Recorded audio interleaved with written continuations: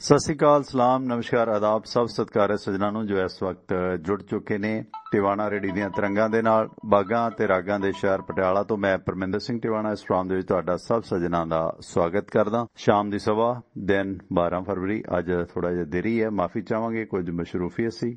ਤੇ ਇਸ ਦੌਰਾਨ ਤਾਰੀਖ 12 ਦਿਨ ਸ਼ੁੱਕਰਵਾਰ ਸਨ 2021 1 ਫੱਗਣ ਨਾਨਕਸ਼ਾਹੀ ਸੰਮਤ 552 ਨੂੰ ਭਾਰਤੀ ਸਮੇਂ ਮੁਤਾਬਕ ਸਮਾਂ ਇਸ ਵਕਤ 7:24 ਦੀ ਦੇਰੀ ਤੇ ਵੈਸੇ ਜਿਹੜਾ ਇਹ ਪ੍ਰੋਗਰਾਮ ਹੁੰਦਾ ਇਸ ਦੀ ਜਿਹੜੀ ਸਮਾਂ ਸਾਰਣੀ ਹੈ ਉਹ 7 ਵਜੇ ਤੋਂ ਲੈ ਕੇ 9 ਵਜੇ ਤੱਕ ਹੁੰਦੀ ਹੈ। ਤੇ ਇਸ ਦੌਰਾਨ ਆਪਣੇ ਨਾਲ ਹੋ ਜਾਂਦੇ ਨੇ ਰਾਜਨੀਤਿਕ ਮਾਮਲਿਆਂ ਦੇ ਮਾਹਰ ਤੇ ਵਕਾਲਤ ਨਾਲ ਵਾਬਸਤਾ ਸਾਹਿਬ ਸੁਰਿੰਦਰ ਸਿੰਘ। ਤੇ ਸਾਹਿਬ ਸੁਰਿੰਦਰ ਸਿੰਘ ਇਸ ਵਕਤ ਆਪਣੇ ਨਾਲ ਪ੍ਰੋਗਰਾਮ ਦੇ ਵਿੱਚ ਲਾਈਵ ਜੁੜ ਚੁੱਕੇ ਨੇ। ਸਵਾਗਤ ਉਹਨਾਂ ਦਾ ਵੀ ਕਰਦੇ ਹਾਂ। ਸਾਹਿਬ ਸੁਰਿੰਦਰ ਸਿੰਘ ਜੀ, ਸਤਿ ਸ਼੍ਰੀ ਅਕਾਲ, ਸਵਾਗਤ ਹੈ ਆਪ ਜੀ ਦਾ। ਸਤਿ ਸ਼੍ਰੀ ਅਕਾਲ ਟਵਾਣਾ ਸਾਹਿਬ। ਮਿਹਰਬਾਨੀ, ਬਹੁਤ ਬਹੁਤ ਧੰਨਵਾਦ ਬਾਬਾ ਜੀ, ਧੰਨਵਾਦ। ਤੇ ਤੁਸੀਂ ਇਸ ਪ੍ਰੋਗਰਾਮ ਦੇ ਨਾਲ ਜੁੜਨਾ ਹੋਵੇ ਤਾਂ ਉਸ ਦੇ ਵਾਸਤੇ ਫੋਨ ਲਾਈਨ ਹੈ 9876309655 ਨੰਬਰ ਤੇ ਤੁਸੀਂ ਕਾਲ ਕਰ ਸਕਦੇ ਹੋ। 9876309655 ਇਸ ਨੰਬਰ ਤੇ ਕਾਲ ਕਰਕੇ ਤੁਸੀਂ ਆਪਣੇ ਵਿਚਾਰ ਰੱਖ ਸਕਦੇ ਹੋ। ਵੱਖ-ਵੱਖ ਮਸਲਿਆਂ ਤੇ ਗੱਲਬਾਤ ਹੋਣੀ ਹੈ। ਵੈਸੇ ਮੁੱਖ ਤੌਰ ਤੇ ਮਸਲਾ ਕਿਸਾਨੀ ਮੰਗਾਂ ਨੂੰ ਲੈ ਕੇ ਚੱਲ ਰਹੇ ਮੁਜ਼ਾਹਰੇ ਧਰਨੇ ਨੇ, ਜਿਨ੍ਹਾਂ ਦੇ ਦੌਰਾਨ ਕੁਝ ਨਵੀਆਂ ਅਪਡੇਟਸ ਆ ਜਾ ਰਹੀਆਂ ਨੇ, ਉਹਨਾਂ ਦੇ ਨਾਲ ਚਰਚਾ ਕਰਦੇ ਜਾਵਾਂਗੇ। ਅੱਜ ਜਿਸ ਤਰ੍ਹਾਂ ਦੇ ਹਾਲਾਤ ਬਣ ਰਹੇ ਨੇ ਉਸ ਮੁਤਾਬਕ ਦਿੱਲੀ ਸਰਕਾਰ ਤੇ ਇਹਨਾਂ ਕਿਸਾਨਾਂ ਦੇ ਦਰਮਿਆਨ ਪੂਰੀ ਲੜਾਈ ਹੈ ਜਿਹੜੀ ਮਗੀ ਹੋਈ ਹੈ, ਕਿਉਂਕਿ ਪਿਛਲੇ ਦਿਨਾਂ ਵਿੱਚ ਕਿਸਾਨ ਅੰਦੋਲਨ ਨੂੰ ਜੋ ਦਿੱਕਤਾਂ ਆਈਆਂ ਸੀ ਉਸ ਤੋਂ ਬਾਅਦ ਫਿਰ ਕਿਸਾਨ ਆਪਣੇ ਪੈਰੀਂ ਸਰੀ ਹੋ ਗਏ ਨੇ। ਜਗਰਾਉਂ ਦੀ ਰੈਲੀ ਦਾ ਕੀ ਨਿਚੋੜ ਰਿਹਾ, ਉਹ ਸਵੇਰੇ ਵੀ ਗੱਲਬਾਤ ਕੀਤੀ ਸੀ, ਥੋੜੀ ਅਪਡੇਟ ਹੁਣ ਵੀ ਕਰਾਂਗੇ। ਸ਼ੁਰੂਆਤ ਕਰਦੇ ਹਾਂ ਸਾਹਿਬ ਸੁਰਿੰਦਰ ਸਿੰਘ ਜੀ ਰਾਜਸਥਾਨ ਤੋਂ, ਜੈਪੁਰ ਤੋਂ। ਪਿੰਕ ਸਿਟੀ ਹੈ ਜਿੱਥੇ ਮੈਂ ਵੇਖ ਰਿਹਾ ਕਿ ਨਵੇਂ ਨਕੋਰ ਉਹ ਬਲਦਾਂ ਵਾਲੇ ਹਲ ਬਣਾਏ ਹੋਏ ਇੱਕ ਮਾਡਲ ਦੇ ਤੌਰ ਤੇ, ਜਿਸ ਹਲ ਦੇ ਉੱਤੇ ਕਾਂਗਰਸ ਦਾ ਚੋਣ ਨਿਸ਼ਾਨ ਪੰਜਾ ਵੀ ਛਪਿਆ ਹੋਇਆ। ਰਾਹੁਲ ਗਾਂਧੀ ਜਾਂ ਹੋਰ ਕਾਂਗਰਸ ਦੇ ਸੀਨੀਅਰ ਆਗੂ ਇਸ ਹਾਲ ਨੂੰ ਫੜ ਕੇ ਮੁਸਕਰਾ ਰਹੇ ਨੇ। ਤੇ ਰਾਹੁਲ ਗਾਂਧੀ ਨੇ ਜਿਸ ਤਰ੍ਹਾਂ ਅੱਜ ਵੱਡੀ ਰੈਲੀ ਰਾਜਸਥਾਨ ਦੇ ਜੈਪੁਰ ਇਲਾਕੇ ਦੇ ਵਿੱਚ ਕੀਤੀ ਹੈ, ਪੀੜੀਆਂ ਬੰਗਾਂ ਦੇ ਵਿੱਚ, ਤੇ ਕਿਹਾ ਕਿ ਇਹ ਜਿਸ ਤਰ੍ਹਾਂ ਕਿਸਾਨਾਂ ਦੀ ਦੂਜੀ ਵੱਡੀ ਮਹਾਂ ਪੰਚਾਇਤ ਹੈ ਕਾਂਗਰਸ ਪਾਰਟੀ ਵੱਲੋਂ, ਜਿਹੜੀ ਕਿ GST ਮਗਰੋਂ ਦੇਸ਼ ਦੇ ਕਾਨੂੰਨ ਦੇ ਵਿੱਚ 40% ਲੋਕਾਂ ਨੂੰ ਪ੍ਰਭਾਵਿਤ ਕਰਨਾ ਇਸ ਕਾਨੂੰਨ ਦੇ ਨਾਲ। ਤੇ ਗੰਗਾਨਗਰ ਜ਼ਿਲ੍ਹੇ ਦੇ ਪਦਮਪੁਰ ਦੇ ਵਿੱਚ ਆਪਣੀ ਦੂਜੀ ਰੈਲੀ ਵੀ ਉਹਨਾਂ ਨੇ ਸੰਬੋਧਨ ਕੀਤਾ, ਜਿੱਥੇ ਉਹਨਾਂ ਆਖਿਆ ਕਿ ਭਾਰਤ ਮਾਤਾ ਦਾ ਕਾਰੋਬਾਰ ਹੈ ਜੋ ਢਿੱਡ ਭਰਦਾ ਹੈ ਕਿਸਾਨੀ ਨੂੰ। ਤੇ ਇਸ ਦੌਰਾਨ ਕਿਸਾਨ ਅਖੇ ਇਕੱਲਾ ਨਹੀਂ ਹੈ, ਇਹ ਪੂਰੇ ਦੇਸ਼ ਦਾ ਅੰਦੋਲਨ ਹੈ। ਤੇ ਰਾਹੁਲ ਨੇ ਇਹ ਵੀ ਕਹਿ ਦਿੱਤਾ ਹਨੂਮਾਨਗੜ੍ਹ ਜ਼ਿਲ੍ਹੇ ਦੇ ਪੀੜੀਆਂ ਬੰਗਾਂ ਦੇ ਵਿੱਚ ਕਿ ਮੋਦੀ ਸਾਹਿਬ ਆਪਣੇ ਦੋਸਤਾਂ ਦਾ ਰਸਤਾ ਸਾਫ਼ ਕਰ ਰਹੇ ਨੇ, ਨਵੇਂ ਦੋਸਤਾਂ ਦਾ, ਕਿਉਂ ਕਿਸਾਨਾਂ ਨੂੰ ਧਮਕਾ ਰਹੇ ਨੇ, ਜਦੋਂ ਕਿ ਜਿਹੜਾ ਧਮਕਾਉਣ ਦੀ ਜ਼ਰੂਰਤ ਆ ਚੀਨ ਨੂੰ, ਤੇ ਉੱਥੇ ਫੌਜਾਂ ਪਿੱਛੇ ਖਿੱਚ ਰਹੇ ਨੇ। ਉੱਥੇ ਮੋਦੀ ਸਾਹਿਬ ਦੀ ਧਮਕੀ ਕੋਈ ਨਜ਼ਰ ਨਹੀਂ ਆਉਂਦੀ, ਪਰ ਆਪਣੇ ਲੋਕਾਂ ਨੂੰ ਹੈ ਜਿਹੜਾ ਕਿਸਾਨਾਂ ਨੂੰ ਧਮਕਾ ਰਹੇ ਨੇ, ਤੇ ਆਪਣੇ ਦੋਸਤਾਂ ਦਾ ਖਾਸ ਕਰਕੇ ਜਿਹੜਾ ਉਹਨਾਂ ਦਾ ਇਸ਼ਾਰਾ ਸੀ ਕਾਰਪੋਰੇਟ ਦਾ, ਅੰਬਾਨੀ ਤੇ ਅਡਾਨੀ ਦਾ ਰਸਤਾ ਸਾਫ਼ ਕਰ ਰਹੇ ਨੇ। ਰਾਜਸਥਾਨ ਦੀ ਇਸ ਰੈਲੀ ਨੂੰ ਜਿਸ ਤਰ੍ਹਾਂ ਕਾਂਗਰਸ ਆਪਣੇ ਰੂਪ ਦੇ ਵਿੱਚ ਆਪਣੀ ਸਿਆਸਤ ਵਾਸਤੇ ਬਣਾਉਣ ਦੀ ਜੁਗਾੜ ਦੇ ਵਿੱਚ ਹੈ, ਕਿਵੇਂ ਵੇਖਦੇ ਹੋ ਸੁਰਿੰਦਰ ਜੀ? ਟਵਾਣਾ ਸਾਹਿਬ, ਰਾਜਸਥਾਨ ਇੱਕ ਅਜਿਹੀ ਹੀ ਸਟੇਟ ਆ ਜਿੱਥੇ ਦੋ ਪਾਰਟੀਆਂ ਦੀ ਸਿੱਧਮ ਸਿੱਧੀ ਟੱਕਰ ਚੱਲਦੀ ਆ। 5 ਸਾਲ ਜਿਹੜੇ ਉਹ BJP ਲੈ ਜਾਂਦੀ ਹੈ ਤੇ 5 ਸਾਲ ਹੀ ਕਾਂਗਰਸ ਲੈ ਜਾਂਦੀ, ਇਹ ਚੱਲ ਰਿਹਾ ਉੱਥੇ। ਪਰ ਇਸ ਵਕਤ ਮੌਜੂਦਾ ਜਿਹੜੀ ਕਾਂਗਰਸ ਦੀ ਸਰਕਾਰ ਸੀ, ਜਿਹੜੀ ਰਿੜਦੀ ਬਚ ਗਈ, ਮਤਲਬ BJP ਸਰਕਾਰ ਨੇ ਕੋਈ ਕਸਰ ਨਹੀਂ ਛੱਡੀ। ਜਿਸ ਤਰ੍ਹਾਂ ਉਹਨਾਂ ਕਰਨਾਟਕ 'ਚ ਸੱਤਾ ਹਥਿਆਈ ਸੀ, ਜਿਸ ਤਰ੍ਹਾਂ ਉਹਨਾਂ ਮੱਧ ਪ੍ਰਦੇਸ਼ 'ਚ ਹਥਿਆਈ ਸੀ, ਉਸੇ ਤਰ੍ਹਾਂ ਇੱਥੇ ਵੀ ਹਥਿਆਉਣ ਲੱਗੇ ਸੀ।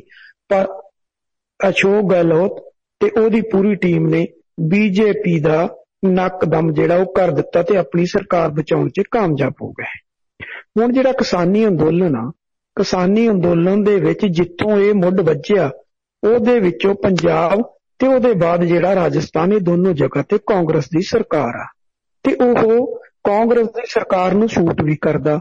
ਰੈਲੀ ਠੀਕ ਆ, ਉਹਨਾਂ ਨੇ ਕੀਤੀ ਆ, ਬਹੁਤ ਵਧੀਆ, ਪਰ ਉਹਨਾਂ ਨੂੰ ਸ਼ੂਟ ਕਰਦਾ ਕਿਉਂਕਿ ਕਾਨੂੰਨ ਲਿਆਂਦੇ ਆ ਕੇਂਦਰ ਸਰਕਾਰ ਨੇ, ਤੇ ਕੇਂਦਰ ਸਰਕਾਰ ਦੇ ਸਾਰਾ ਕੁਝ ਅਗੇਂਸਟ ਜਾਂਦਾ, ਤੇ ਕਾਂਗਰਸ ਨੂੰ ਸ਼ੂਟ ਕਰਦਾ ਕਿਉਂਕਿ ਉੱਥੇ ਹੋਰ ਕੋਈ ਤੀਸਰੀ ਪਾਰਟੀ ਹੀ ਨਹੀਂ ਹੈ।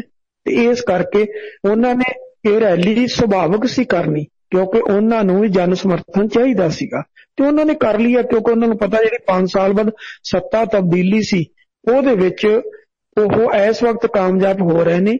ਤੇ ਜਿਹੜੀ ਕਿ 2023 ਦੇ ਦਸੰਬਰ ਦੇ ਵਿੱਚ ਆ ਜਾਣੀ ਆ, ਨਵੰਬਰ ਦੇ ਵਿੱਚ, ਉਸ 'ਚ ਉਹ ਸਰਕਾਰ ਬਚਾਉਣ 'ਚ ਕਾਮਯਾਬ ਹੁੰਦੇ ਦਿਖ ਰਹੇ ਇਸ ਵਕਤ। ਤੇ BJP ਹਾਸ਼ੀਏ ਤੇ ਜਾਂਦੀ ਦਿਖਾਈ ਦੇ ਰਹੀ ਆ। ਇਸ ਕਰਕੇ ਉਹਨਾਂ ਨੇ ਇਹ ਰੈਲੀ ਜਿਹੜੀ ਆ ਉਹ ਕੀਤੀ ਆ। ਦੂਸਰੀ ਗੱਲ ਟਵਾਣਾ ਸਾਹਿਬ, ਜੇ ਕਹਿ ਦਈਏ ਵੀ ਕਾਂਗਰਸ ਸਿਰਦ ਹੋਵੇ ਜਾਂ ਹੋਰ ਕੋਈ ਦਲ ਸਿਰਦ ਹੋਵੇ, ਕਿਸਾਨਾਂ ਦੇ ਲਈ ਕੋਈ ਵੀ ਪੋਲੀਟੀਕਲ ਪਾਰਟੀ ਜਿਹੜੀ ਉਹ ਸਿਰਦ ਨਹੀਂ ਹੈ। ਸਾਰਿਆਂ ਨੇ ਇਹੀ ਕੁਝ ਕਰਨਾ ਜੋ ਕੁਝ ਇਸ ਵਕਤ ਬੀਜੇਪੀ ਦੀ ਸਰਕਾਰ ਨੇ ਕੀਤਾ ਹੈ। ਮਤਲਬ ਜੇ ਕਹਿ ਦਈਏ ਕਿ ਕਿਸਾਨੀ ਨੂੰ ਨਿਗਲਣ ਦੇ ਵਿੱਚ ਕੋਈ ਸੰਕੋਚ ਕਰੇਗਾ, ਕਿਸੇ ਨੇ ਨਹੀਂ ਕਰਨਾ, ਸਾਰਿਆਂ ਨੇ ਹੀ ਨਿਗਲਣ ਦੀ ਕੋਸ਼ਿਸ਼ ਕਰਨੀ ਆ। ਇਸ ਵਕਤ ਮਜਬੂਰੀ ਬਣੀ ਹੋਈ ਕਾਂਗਰਸ ਦੀ, ਕਾਂਗਰਸ ਹਾਸ਼ੀਏ ਆ ਤੇ ਕਾਂਗਰਸ ਨੂੰ ਇਹ ਆ ਕਿ ਜੋ ਕੁਝ ਬੀਜੇਪੀ ਦੇ ਵਿਰੁੱਧ ਇਕੱਠਾ ਕੀਤਾ ਜਾ ਸਕਦਾ ਉਹ ਕਰ ਲਈਏ ਤੇ ਜਿੱਥੇ ਜਿੱਥੇ ਆਪਣੀ ਜ਼ਮੀਨ ਬਚਾਈ ਜਾ ਸਕਦੀ ਉਹ ਬਚਾ ਲਈਏ। ਉਸ ਕਾਰਜ 'ਚ ਉਹ ਲੱਗੇ ਹੋਏ ਆ, ਪਰ ਦਿਲੋਂ ਕਿਸਾਨਾਂ ਦੇ ਲਈ ਉਹ ਸਿਰਦ ਨਹੀਂ ਹੈ। ਇਹਦੇ 'ਚ ਕੀ ਕਿਸਾਨ ਅੰਦੋਲਨ ਨੂੰ ਇਸ ਰੈਲੀ ਦਾ ਕੋਈ ਫਾਇਦਾ ਹੋਏਗਾ ਜਾਂ ਨੁਕਸਾਨ ਹੋਏਗਾ? ਕਿਉਂਕਿ ਕਿਸਾਨਾਂ ਦੀਆਂ ਆਪਣੀਆਂ ਮੰਗਾਂ ਨੇ, ਜੇ ਪੋਲੀਟੀਕਲ ਪਾਰਟੀਆਂ ਉਹਨਾਂ ਦੇ ਸਮਰਥਨ ਦੇ ਵਿੱਚ ਆਉਂਦੀਆਂ ਨੇ ਤਾਂ ਵੇਵ ਤਾਂ ਟੁੱਟਦੀ ਹੈ, ਲੋਕਾਂ ਦਾ ਧਿਆਨ ਕਾਂਗਰਸ ਵੱਲ ਜਾਂਦਾ। ਕਿਸਾਨਾਂ ਨੇ ਆਪ ਤੇ ਲੜਾਈ ਲੜਨੀ ਨਹੀਂ, ਪਰ ਬੀਜੇਪੀ ਦੇ ਵੋਟ ਬੈਂਕ ਨੂੰ ਖੋਰਾ ਲੱਗਦਾ। ਜਿੰਨੇ ਲੋਕ ਕਾਂਗਰਸ ਦੀਆਂ ਰੈਲੀਆਂ ਦੇ ਵਿੱਚ ਆਉਂਦੇ ਨੇ ਉਹਨਾਂ ਬੀਜੇਪੀ ਨੂੰ ਅੰਦਰੋਂ ਅੰਦਰੀ ਕੰਬਣੀ ਛਿੜਦੀ ਹੈ ਕਿ ਸਾਡੇ ਇਸ ਮੁੱਦੇ ਨੂੰ ਇਹ ਪਾਰਟੀ ਬਣਾ ਰਹੀ ਹੈ। ਕਿਸਾਨ ਆਪਣੀਆਂ ਮੰਗਾਂ ਨੂੰ ਲੈ ਕੇ ਲੜ ਰਹੇ ਨੇ, ਉਹਨਾਂ ਨੇ ਲੜਨਾ। ਕੀ ਇਸ ਤਰ੍ਹਾਂ ਦੀਆਂ ਰੈਲੀਆਂ ਦਾ ਕਾਂਗਰਸ ਪਾਰਟੀ ਨੂੰ ਫਾਇਦਾ ਹੋਏਗਾ? ਕੀ ਇਹ ਕਿਸਾਨੀ ਦੇ ਵਾਸਤੇ ਘਾਤਕ ਰਹਿਣਗੀਆਂ ਜਾਂ ਇਹ ਰੈਲੀਆਂ ਹੁੰਦੀਆਂ ਰਹਿਣ ਤਾਂ ਬੀਜੇਪੀ ਜਲਦ ਸਮਝੌਤੇ ਤੇ ਉਤਰੇਗੀ? ਕੀ ਫਾਇਦਾ ਨੁਕਸਾਨ ਦੇਖਦੇ ਹੋ? ਟਵਾਣਾ ਸਾਹਿਬ, ਜਿੱਥੋਂ ਤੱਕ ਇਸ ਵਕਤ ਕਿਸਾਨਾਂ ਦੀ ਟੱਕਰ ਦਾ ਸਵਾਲ ਆ, ਕਿਸਾਨਾਂ ਦੀ ਟੱਕਰ ਆ ਭਾਰਤ ਸਰਕਾਰ ਦੇ ਨਾਲ ਤੇ ਉੱਥੇ ਉਹ ਬੀਜੇਪੀ ਸੱਤਾ 'ਚ ਬੈਠੀ ਆ, ਇਸ ਕਰਕੇ ਟੱਕਰ ਉਹਦੇ ਨਾਲ ਆ। ਉਹਨੇ ਝੁਕਣਾ ਕਿੱਦਾਂ? ਝੁਕਣ ਦੇ ਲਈ ਦੇਖੋ, ਜਿਹੜਾ ਕਿਸਾਨਾਂ ਨੂੰ ਸਮਰਥਨ ਮਿਲਿਆ ਹੋਇਆ, ਕਿਸਾਨਾਂ ਦਾ ਸਮਰਥਨ ਮਤਲਬ ਕਿਸਾਨ ਆਗੂਆਂ ਨੂੰ ਮਿਲਿਆ ਹੋਇਆ, ਜੋ ਇਹ ਅੰਦੋਲਨ ਇਹਨੂੰ ਸਮਰਥਨ ਜੋ ਵੀ ਮਿਲਿਆ ਉਹ ਤਾਂ ਮਿਲਿਆ ਹੀ ਮਿਲਿਆ। ਉਹਨੂੰ ਪੋਲੀਟੀਕਲੀ ਕਿਸ ਪਾਰਟੀ ਨੇ ਕੈਸ਼ ਕਰਨਾ, ਉਹਦੇ ਲਈ ਕੋਈ ਨਾ ਕੋਈ ਦਲ ਤਾਂ ਚਾਹੀਦਾ ਹੀ ਚਾਹੀਦਾ ਜੇ ਬੀਜੇਪੀ ਨੂੰ ਟੱਕਰ ਦੇਣੀ ਆ। ਜਦੋਂ ਕਿਸਾਨ ਆਗੂ ਇਹ ਕਹਿ ਚੁੱਕੇ ਆ ਕਿ ਅਸੀਂ ਚੋਣ ਨਹੀਂ ਲੜਨੀ, ਚੋਣ ਸਾਡਾ ਮੁੱਦਾ ਨਹੀਂ ਹੈ, ਤਾਂ ਫਿਰ ਟਵਾਣਾ ਸਾਹਿਬ ਕੋਈ ਨਾ ਕੋਈ ਪੋਲੀਟੀਕਲ ਪਾਰਟੀ ਚਾਹੀਦੀ ਆ। ਤੇ ਉਹਦੇ ਵਿੱਚ ਜੇ ਹੁਣ ਰਾਜਸਥਾਨ ਦੇ ਵਿੱਚ ਕਾਂਗਰਸ ਜਿਹੜੀ ਉਹ ਪੈਰਾਂ ਸਿਰ ਹੋ ਰਹੀ ਆ ਤੇ ਜਿਹੜੀ ਕਿ ਬੀਜੇਪੀ ਨੂੰ ਟੱਕਰ ਦੇ ਰਹੀ ਆ, ਤੇ ਜਦੋਂ ਜਨ ਸਮਰਥਨ ਉਹਨੂੰ ਪਹਿਲਾਂ ਆਲਰੇਡੀ ਉਹਨਾਂ ਦੀ ਸਰਕਾਰ ਬੈਠੀ ਆ ਤੇ ਜਨ ਸਮਰਥਨ ਹੋਰ ਮਿਲੇਗਾ ਤੇ ਬੀਜੇਪੀ ਨੂੰ ਜਦੋਂ ਆਪਣਾ ਉੱਥੋਂ ਪੈਰ ਉਖੜਦੇ ਦਿਖੇ ਤੇ ਆਟੋਮੈਟਿਕਲੀ ਬੀਜੇਪੀ ਤੇ ਪ੍ਰੈਸ਼ਰ ਬਣੇਗਾ। ਜੇ ਕਹਿ ਦਈਏ ਕਿ ਕਾਂਗਰਸ ਦੀ ਰੈਲੀ 'ਚ ਜਿਹੜੇ ਲੋਕ ਚਲੇ ਗਏ ਵੀ ਉਹ ਕਾਂਗਰਸ ਨਾਲ ਪੱਕੇ ਜੁੜ ਜਾਣਗੇ, ਟਵਾਣਾ ਸਾਹਿਬ ਦੇਖੋ ਪੋਲੀਟੀਕਲੀ ਤਾਂ ਕਿਸੇ ਨਾ ਕਿਸੇ ਨਾਲ ਜੁੜਨਾ ਹੀ ਹੈ ਸਾਰਿਆਂ ਨੇ। ਹੁਣ ਪੰਜਾਬ 'ਚ ਅਕਾਲੀ ਦਲ ਰੈਲੀ ਕਰੇ ਉਹਦੇ ਨਾਲ ਵੀ ਲੋਕ ਜਾਣਗੇ, ਆਮ ਆਦਮੀ ਪਾਰਟੀ ਕਰੇ ਉਹਦੇ ਨਾਲ ਵੀ ਜਾਣਗੇ, ਕਾਂਗਰਸ ਕਰੇ ਉਹਦੇ ਨਾਲ ਵੀ ਜਾਣਗੇ, ਸਾਰੀਆਂ ਪਾਰਟੀਆਂ ਨਾਲ ਜਾਣਗੇ ਸਿਵਾਏ ਬੀਜੇਪੀ ਨੂੰ ਛੱਡ ਕੇ। ਠੀਕ ਹੈ, ਉਹਦੇ ਵਿੱਚ ਹੁਣ ਜੇ ਕਹਿ ਦਈਏ ਕਿ ਵੀ ਉਹ ਕਿਸਾਨ ਨਹੀਂ ਹੋਣਗੇ, ਕਿਸਾਨ ਵੀ ਹੋਣਗੇ, ਪਰ ਜਦੋਂ ਕਿਸਾਨਾਂ ਨੇ ਰੈਲੀ ਕੀਤੀ ਉਹ ਕਿਸਾਨਾਂ ਨਾਲ ਵੀ ਜਾਣਗੇ।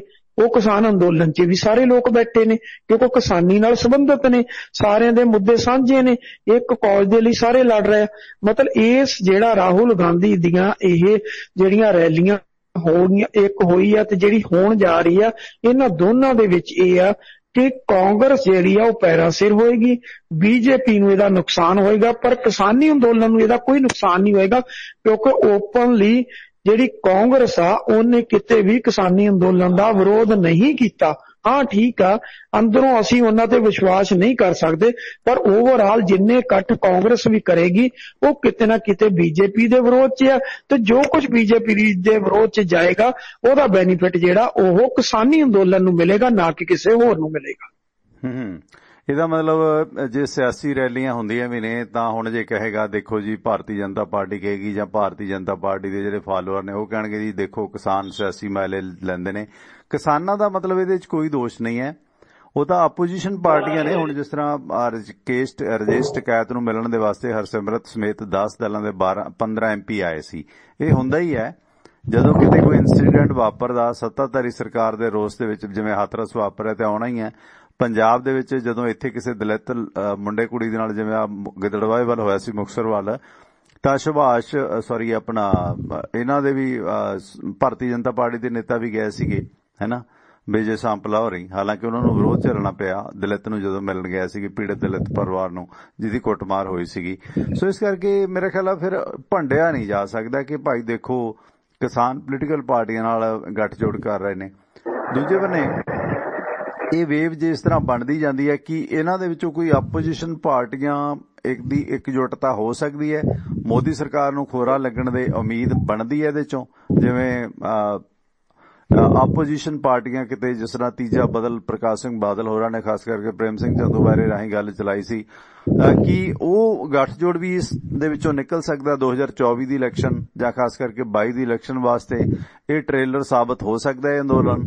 ਜੀ ਟਵਾਣਾ ਸਾਹਿਬ, ਮੈਨੂੰ ਜੋ ਦਿਖਾਈ ਦੇ ਰਿਹਾ ਉਹ ਇਹ ਆ ਕਿ ਅੰਦੋਲਨ ਜਿਸ ਤਰ੍ਹਾਂ ਪੀਕ ਤੇ ਤੁਰਿਆ ਜਾ ਰਿਹਾ ਦਿਨੋਂ ਦਿਨ, ਮੈਨੂੰ ਲੱਗਦਾ ਕਿਤੇ ਇਹ ਨਾ ਹੋਵੇ ਕਿ ਇਹ ਅੰਦੋਲਨ ਹੀ ਇੱਕ ਰਾਜਸੀ ਪਾਰਟੀ ਦਾ ਰੂਪ ਲੈ ਜਾਵੇ।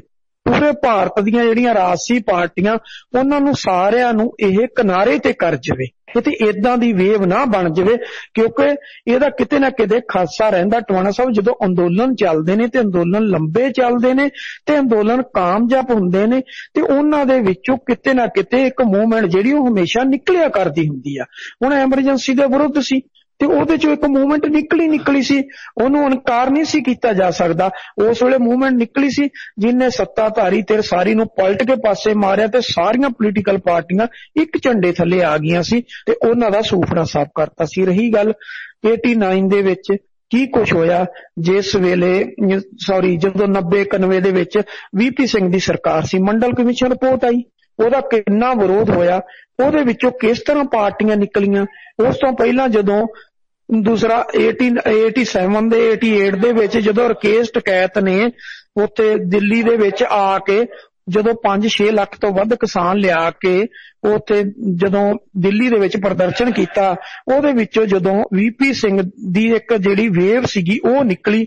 ਚਾਹੇ ਕਿ ਮਹਿੰਦਰ ਸਿੰਘ ਟਕੈਤ ਨੇ ਉਹਦਾ ਕੋਈ ਬੈਨੀਫਿਟ ਨਹੀਂ ਲਿਆ, ਕਿਸਾਨ ਯੂਨੀਅਨ ਨੇ ਉਸ ਵੇਲੇ ਉੱਤਰ ਪ੍ਰਦੇਸ਼ 'ਚ ਉਹਦਾ ਕੋਈ ਬੈਨੀਫਿਟ ਨਹੀਂ ਲਿਆ, ਲੇਕਿਨ VP ਸਿੰਘ ਉਹਦੇ 'ਚੋਂ ਬੈਨੀਫਿਟ ਲੈਣ 'ਚ ਕਾਮਯਾਬ ਹੋ ਗਿਆ ਤੇ ਉਹਨਾਂ ਨੇ ਕਾਂਗਰਸ ਦੀ ਜਿਹੜੀ ਉਸ ਵੇਲੇ ਸੱਤਾਧਾਰੀ ਧਿਰ ਸੀ ਉਹਨੂੰ ਜਿਹੜਾ ਸੀ ਉਹਨੂੰ ਕਿਨਾਰੇ ਤੇ ਕਰ ਦਿੱਤਾ ਤੇ ਉੱਤੇ ਥਰਡ ਫਰੰਟ ਜਿਹੜਾ ਸੀ ਉਹ ਸੱਤਾ ਦੇ ਵਿੱਚ ਕਾਬਜ਼ ਹੋ ਗਿਆ। ਇਸ ਕਰਕੇ ਟਵਾਣਾ ਸਾਹਿਬ, ਜਦੋਂ ਅੰਦੋਲਨ ਚੱਲਦਾ, ਲੰਬਾ ਚੱਲਦਾ ਤੇ ਅੰਦੋਲਨ ਜਿਹੜਾ ਉਹ ਕਾਮਯਾਬੀ ਵੱਲ ਨੂੰ ਵੱਧਦਾ ਤੇ ਉਹਦੇ ਵਿੱਚੋਂ ਫਿਰ ਕੁਛ ਨਾ ਕੁਛ ਜਿਹੜਾ ਉਹ ਪੋਲੀਟੀਕਲ ਮੂਵਮੈਂਟ ਜਿਹੜੀ ਉਹ ਨਿਕਲਦੀ ਆ, ਉਹ ਤੋਂ ਇਨਕਾਰ ਨਹੀਂ ਕੀਤਾ ਜਾ ਸਕਦਾ। ਕਿਉਂਕਿ ਇਸ ਗੱਲ ਨੂੰ ਲੋਕ ਵੀ ਸਮਝਦੇ ਆ ਕਿ ਜਿਹੜੀ ਸੱਤਾਧਾਰੀ ਧਿਰ ਆ, ਭਾਵੇਂ ਉਹ ਕੋਈ ਵੀ ਹੋਵੇ, ਜਦੋਂ ਲੰਬਾ ਸਮਾਂ ਲੋਕਾਂ ਦੀਆਂ ਜਿਹੜੀਆਂ ਜਾਇਜ਼ ਮੰਗਾਂ ਨੇ ਉਹਨਾਂ ਤੋਂ ਕਿਨਾਰਾ ਕਸੀ ਕਰਦੀ ਆ ਤੇ ਫਿਰ ਇਹੋ ਜੀ ਮੂਵਮੈਂਟ ਚੱਲਣੀ ਤੇ ਉਹਦੇ ਵਿੱਚੋਂ ਪੋਲੀਟੀਕਲ ਕੋਈ ਨਾ ਕੋਈ ਵੇਵ ਨਿਕਲਣੀ ਜਿਹੜੀ ਉਹ ਸੁਭਾਵਿਕ ਹੁੰਦੀ। ਇਹ ਕੁਛ 2012 'ਚ ਵੀ ਵਾਪਰਿਆ ਸੀ, ਜਿਸ ਵੇਲੇ ਅੰਨਾ ਹਜ਼ਾਰੇ ਦੀ ਮੂਵਮੈਂਟ ਜਿਹੜੀ ਉਹ ਦਿੱਲੀ 'ਚ ਪੀਕ ਤੇ ਗਈ ਸੀ ਤੇ ਉਹਦੇ 'ਚੋਂ ਆਮ ਆਦਮੀ ਪਾਰਟੀ ਨਿਕਲ ਆਈ।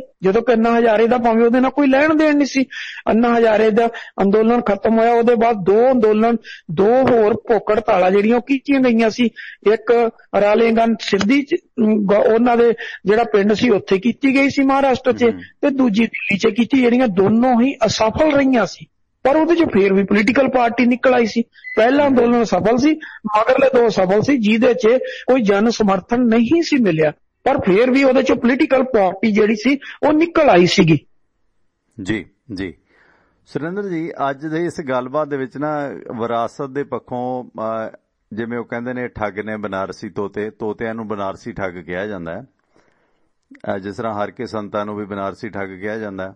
ਬਹੁਤੇ ਜਿਹੜੇ ਹਰ ਕੇ ਸੰਤ ਹੁੰਦੇ ਨੇ, ਜਿਸ ਤਰ੍ਹਾਂ ਗੁਰਬਾਕ ਇਸ਼ਾਰਾ ਕਰਦਾ ਥੋੜਾ ਜਿਹਾ ਠੱਗਾਂ ਦੇ ਬਾਰੇ, ਇੱਕ ਠੱਗਾਂ ਦਾ ਦੇਵਤਾ ਕੀ ਹੁੰਦਾ ਸੀ, ਠੱਗ ਬੂਟੀ ਕੀ ਹੁੰਦੇ ਸੀ, ਉਹ ਵਿਰਾਸਤੀ ਗੱਲ ਮੈਂ ਨਾਲ ਕਰਦਾ ਜਾਵਾਂਗਾ। ਠੱਗ ਕਿਸ ਦੇਵਤੇ ਨੂੰ ਪੂਜਦੇ ਨੇ ਤੇ ਠੱਗ ਮਰਾਏ ਗਏ ਸੀ ਹਜ਼ਾਰਾਂ ਦੀ ਤਾਦਾਦ ਦੇ ਵਿੱਚ। ਫਿਰੋਜ਼ ਸ਼ਾਹ ਨੇ, ਉਹ ਵੀ ਗੱਲ ਕਰਾਂਗੇ, ਫਿਰੋਜ਼ ਸ਼ਾਹ ਕੋਟਲਾ ਨੇ 14ਵੀਂ ਸਦੀ ਦੇ ਵਿੱਚ ਹਜ਼ਾਰਾਂ ਠੱਗ ਮਰਾਏ ਸੀ, ਕਿਉਂਕਿ ਦਿੱਲੀ ਠੱਗਾਂ ਦਾ ਵੱਡਾ ਕੇਂਦਰ ਹੈ। ਕਿਉਂਕਿ ਜਿੱਥੇ ਵੀ ਤਜਾਰਤ ਵਜ਼ਾਰਤ ਹੁੰਦੀ ਹੈ, ਠੱਗ ਉੱਥੇ ਬਹੁਤ ਹੁੰਦੇ ਨੇ, ਭਾਵੇਂ ਬਨਾਰਸ ਹੋਵੇ ਤੇ ਭਾਵੇਂ ਹਰਿਦੁਆਰ ਹੋਵੇ ਤੇ ਭਾਵੇਂ ਅੰਮ੍ਰਿਤਸਰ ਹੋਵੇ। ਕਿਉਂਕਿ ਅੰਮ੍ਰਿਤਸਰ ਵੀ ਤੁਸੀਂ ਵੇਖੋ ਕਿ ਦਰਬਾਰ ਸਾਹਿਬ 'ਚ ਵੀ ਲੋਕੀ ਠੱਗੀਆਂ ਮਾਰਦੇ ਨੇ, ਹੈ ਨਾ। ਉੱਥੇ ਮਤਲਬ ਇੱਕ 6 ਮਹੀਨੇ ਪਹਿਲਾਂ 2 ਗੁਰਸਿੱਖ ਮੁੰਡੇ ਫੜੇ ਗਏ, ਉਹ ਸ਼੍ਰੀ ਗੁਰੂ ਰਾਮਦਾਸ ਦੇ ਲੰਗਰ ਦੇ ਵਿੱਚ ਸੇਵਾ ਕਰਦੇ ਸੀ। ਸ਼ਰਧਾਲੂ ਨੂੰ ਟਾਰਗੇਟ ਕਰਕੇ ਉਹਦੀ ਦਾਲ ਸਬਜ਼ੀ 'ਚ ਕੁਛ ਪਾ ਦਿੰਦੇ ਸੀ ਤੇ ਫਿਰ 15-20 ਮਿੰਟ ਬਾਅਦ ਉਹਦੀ ਸਮਾਂ ਹੁੰਦਾ ਨਸ਼ਾ ਚੜ੍ਹਨ ਦਾ, ਤੇ ਜਦੋਂ ਸ਼ਰਧਾਲੂ ਲੰਗਰ ਖਾ ਕੇ ਨਿਕਲਦਾ ਸੀ ਤੇ ਫਿਰ ਉਸ ਨਾਲ ਉਹ ਤੁਰਦੇ ਸੀ ਤੇ ਅੱਗੇ ਜਾ ਕੇ ਉਹ ਡਿੱਗ ਜਾਂਦਾ ਸੀ ਤੇ ਫਿਰ ਕਹਿੰਦੇ ਸੀ ਸਾਡੇ ਅੰਕਲ ਨੇ ਆਟੋ 'ਚ ਪਾ ਕੇ ਲੈ ਜਾਂਦੇ ਸੀਗੇ ਤੇ ਫਿਰ ਉਹਨਾਂ ਨੂੰ ਅੱਗੇ ਜਾ ਕੇ ਠੱਗ ਕੇ ਉਹਨਾਂ ਦਾ ਸਮਾਨ ਆ ਜਿਹੜਾ ਉਹ ਚਲੇ ਜਾਂਦੇ ਸੀ। ਸੋ ਇਹ ਸਭ ਤੋਂ ਪੁਰਾਣੀ ਜਿਹੜੀ ਰੌਚਕ ਕਥਾ ਹੈ ਨਾ ਠੱਗਾਂ ਨਾਲ ਵਿਰਾਸਤ ਦੇ ਵਿੱਚ ਮੈਂ ਦੇਖਿਆ, ਉਹ ਨੇ ਇਹ ਜਿਹੜੀਆਂ ਠੱਗਾਂ ਦੀਆਂ ਅੰਤਰ ਭਾਵਨਾਵਾਂ ਨੇ ਇਹ ਕਲਾਬਾਜ਼ੀਆਂ ਤੇ ਹੇਰਾਫੇਰੀ ਨਾਲ ਜੁੜੀਆਂ ਹੋਈਆਂ ਨੇ। ਠੱਗਾਂ ਦੀ ਜਿਹੜੀ ਸਭ ਤੋਂ ਪੁਰਾਣੀ ਕਥਾ ਹੈ ਉਹ ਸਾਨੂੰ ਮੀਡੀਆ ਦੇ ਵਿੱਚ ਪੜ੍ਹਾਈ ਜਾਂਦੀ ਹੈ ਬੁਲਟ ਸਟੋਰੀ ਦੀ ਤਰ੍ਹਾਂ, ਕਿ ਕੁੱਤੇ ਨੂੰ ਲੇਲਾ ਤੇ ਲੇਲੇ ਨੂੰ ਬੱਕਰਾ ਕਿਵੇਂ ਬਣਾਉਣਾ। ਅਸਲ ਦੇ ਵਿੱਚ ਇਹ ਸਭ ਤੋਂ ਪਹਿਲਾਂ ਦੀ ਪੁਰਾਤਨ ਠੱਗਾਂ ਦੀ ਕਹਾਣੀ ਆ ਕਿ ਇਹ ਜਿਹੜੀ ਲੋਕ ਕਥਾ ਆ ਚੋਰ ਤੇ ਬੱਕਰੀ ਦੀ, ਉੱਥੇ ਲੇਲਾ ਨਹੀਂ ਆ, ਉੱਥੇ ਬੱਕਰੀ ਕਿਹਾ ਗਿਆ। ਤੇ ਇਸ ਦੇ ਵਿੱਚ ਚੋਰ ਬੜੀ ਚਤਰਾਈ ਦੇ ਨਾਲ, ਰੌਚਕ ਵਿਧੀ ਦੇ ਨਾਲ ਠੱਗੀ ਮਾਰਦੇ ਨੇ ਕਿ ਚਾਰ ਠੱਗ ਜੰਗਲ ਦੇ ਵਿੱਚ ਵੱਖੋ ਵੱਖਰੋ ਥਾਂ ਤੇ ਖੜੇ ਹੋ ਗਏ। ਇੱਕ ਉੱਥੇ ਹੋ ਗਿਆ, ਕਿਲੋਮੀਟਰ ਅੱਗੇ ਹੋ ਗਿਆ, ਇੱਕ ਵਿਚਾਰਾ ਸਿੱਧਾ ਆਦਮੀ ਆਪਣੀ ਬੱਕਰੀ ਲੈ ਕੇ ਬਾਜ਼ਾਰ ਮੰਡੀ 'ਚ ਵੇਚਣ ਜਾ ਰਿਹਾ ਸੀ। ਤੇ ਜਦੋਂ ਪਹਿਲੇ ਠੱਗ ਕੋਲੋਂ ਲੰਘਿਆ ਉਹ ਕਹਿੰਦੇ ਕਿੱਦਾਂ ਬਈ ਕੁੱਤੀ ਤੇਰੀ ਬਹੁਤ ਸੋਹਣੀ ਆ, ਉਹ ਕਹਿੰਦਾ ਕੁੱਤੀ ਥੋੜ੍ਹੀ ਬੱਕਰੀ ਹੈ। ਇਸੇ ਤਰ੍ਹਾਂ ਤਿੰਨੇ ਠੱਗਾਂ ਨੇ ਬਾਰ-ਬਾਰ ਉਹਨੂੰ ਇੰਨਾ ਠੱਠ ਕੀਤਾ ਤੇ ਉਹ ਬੰਦਾ ਆਖਰ ਨੂੰ ਬੱਕਰੀ ਨੂੰ ਕੁੱਤੀ ਸਮਝ ਕੇ ਉੱਥੇ ਛੱਡ ਕੇ ਤੁਰਿਆ ਤੇ ਇਹ ਸਿੱਧੇ ਸਾਦੇ ਆਦਮੀ ਤੋਂ ਬੱਕਰੀ ਇਹਨਾਂ ਨੇ ਕੁੱਤੀ ਸਮਝ ਕੇ ਛਡਵਾ ਦਿੱਤੀ। ਇਸ ਤੋਂ ਪਿੱਛੋਂ ਠੱਗੋ ਬੱਕਰੀ ਨੂੰ ਫੜ ਕੇ ਘਰੇ ਲੈ ਗਏ। ਹੁਣ ਮੀਡੀਆ ਦੇ ਵਿੱਚ ਜਿਹੜੀ ਥਿਉਰੀ ਬਣਾਈ ਜਾਂਦੀ ਹੈ ਇਹਨੂੰ ਆਮ ਲੇਲੇ ਤੇ ਕੁੱਤੇ ਦੀ ਕਹਾਣੀ ਦੇ ਨਾਲ, ਕਿ ਬਾਰ-ਬਾਰ ਜਦੋਂ ਤੁਸੀਂ ਇੱਕ ਚੀਜ਼ ਤੇ ਪਿੰਚ ਕਰੀ ਜਾਓ ਤੇ ਲੋਕ ਨੂੰ, ਜਿਹੜੇ ਭੋਲੇ ਭਾਲੇ ਲੋਕ ਹੁੰਦੇ ਨੇ, ਉਸ ਖਬਰ ਦੇ ਬਾਰੇ ਆਪਣਾ ਅੰਦਾਜ਼ਾ ਬਣਾ ਲੈਂਦੇ ਨੇ। ਹੁਣ ਇੱਥੇ ਮੀਡੀਆ 'ਚ ਇਸ ਕਿਸਾਨੀ ਅੰਦੋਲਨ ਨੂੰ ਲੁੱਟਣ ਦੇ ਵਾਸਤੇ, ਇਸ ਨੂੰ ਠੱਗਣ ਦੇ ਵਾਸਤੇ ਇਹ ਜਿਹੜੇ ਬਨਾਰਸੀ ਠੱਗ ਨੇ ਇਹਨਾਂ ਨੇ ਅੱਜ ਕੱਲ੍ਹ ਸਹਾਰਾ ਲਿਆ ਹੋਇਆ ਸੋਸ਼ਲ ਸਾਈਟਸ ਦਾ। ਇਸ ਦੇ ਨੋਟਿਸ ਲੈਂਦਿਆਂ ਅੱਜ ਟਵਿੱਟਰ ਨੇ 97% ਤੋਂ ਵੱਧ ਅਕਾਊਂਟ ਨੇ ਜਿਹੜੇ ਉਹ ਬਲੌਕ ਕਰ ਦਿੱਤੇ ਨੇ।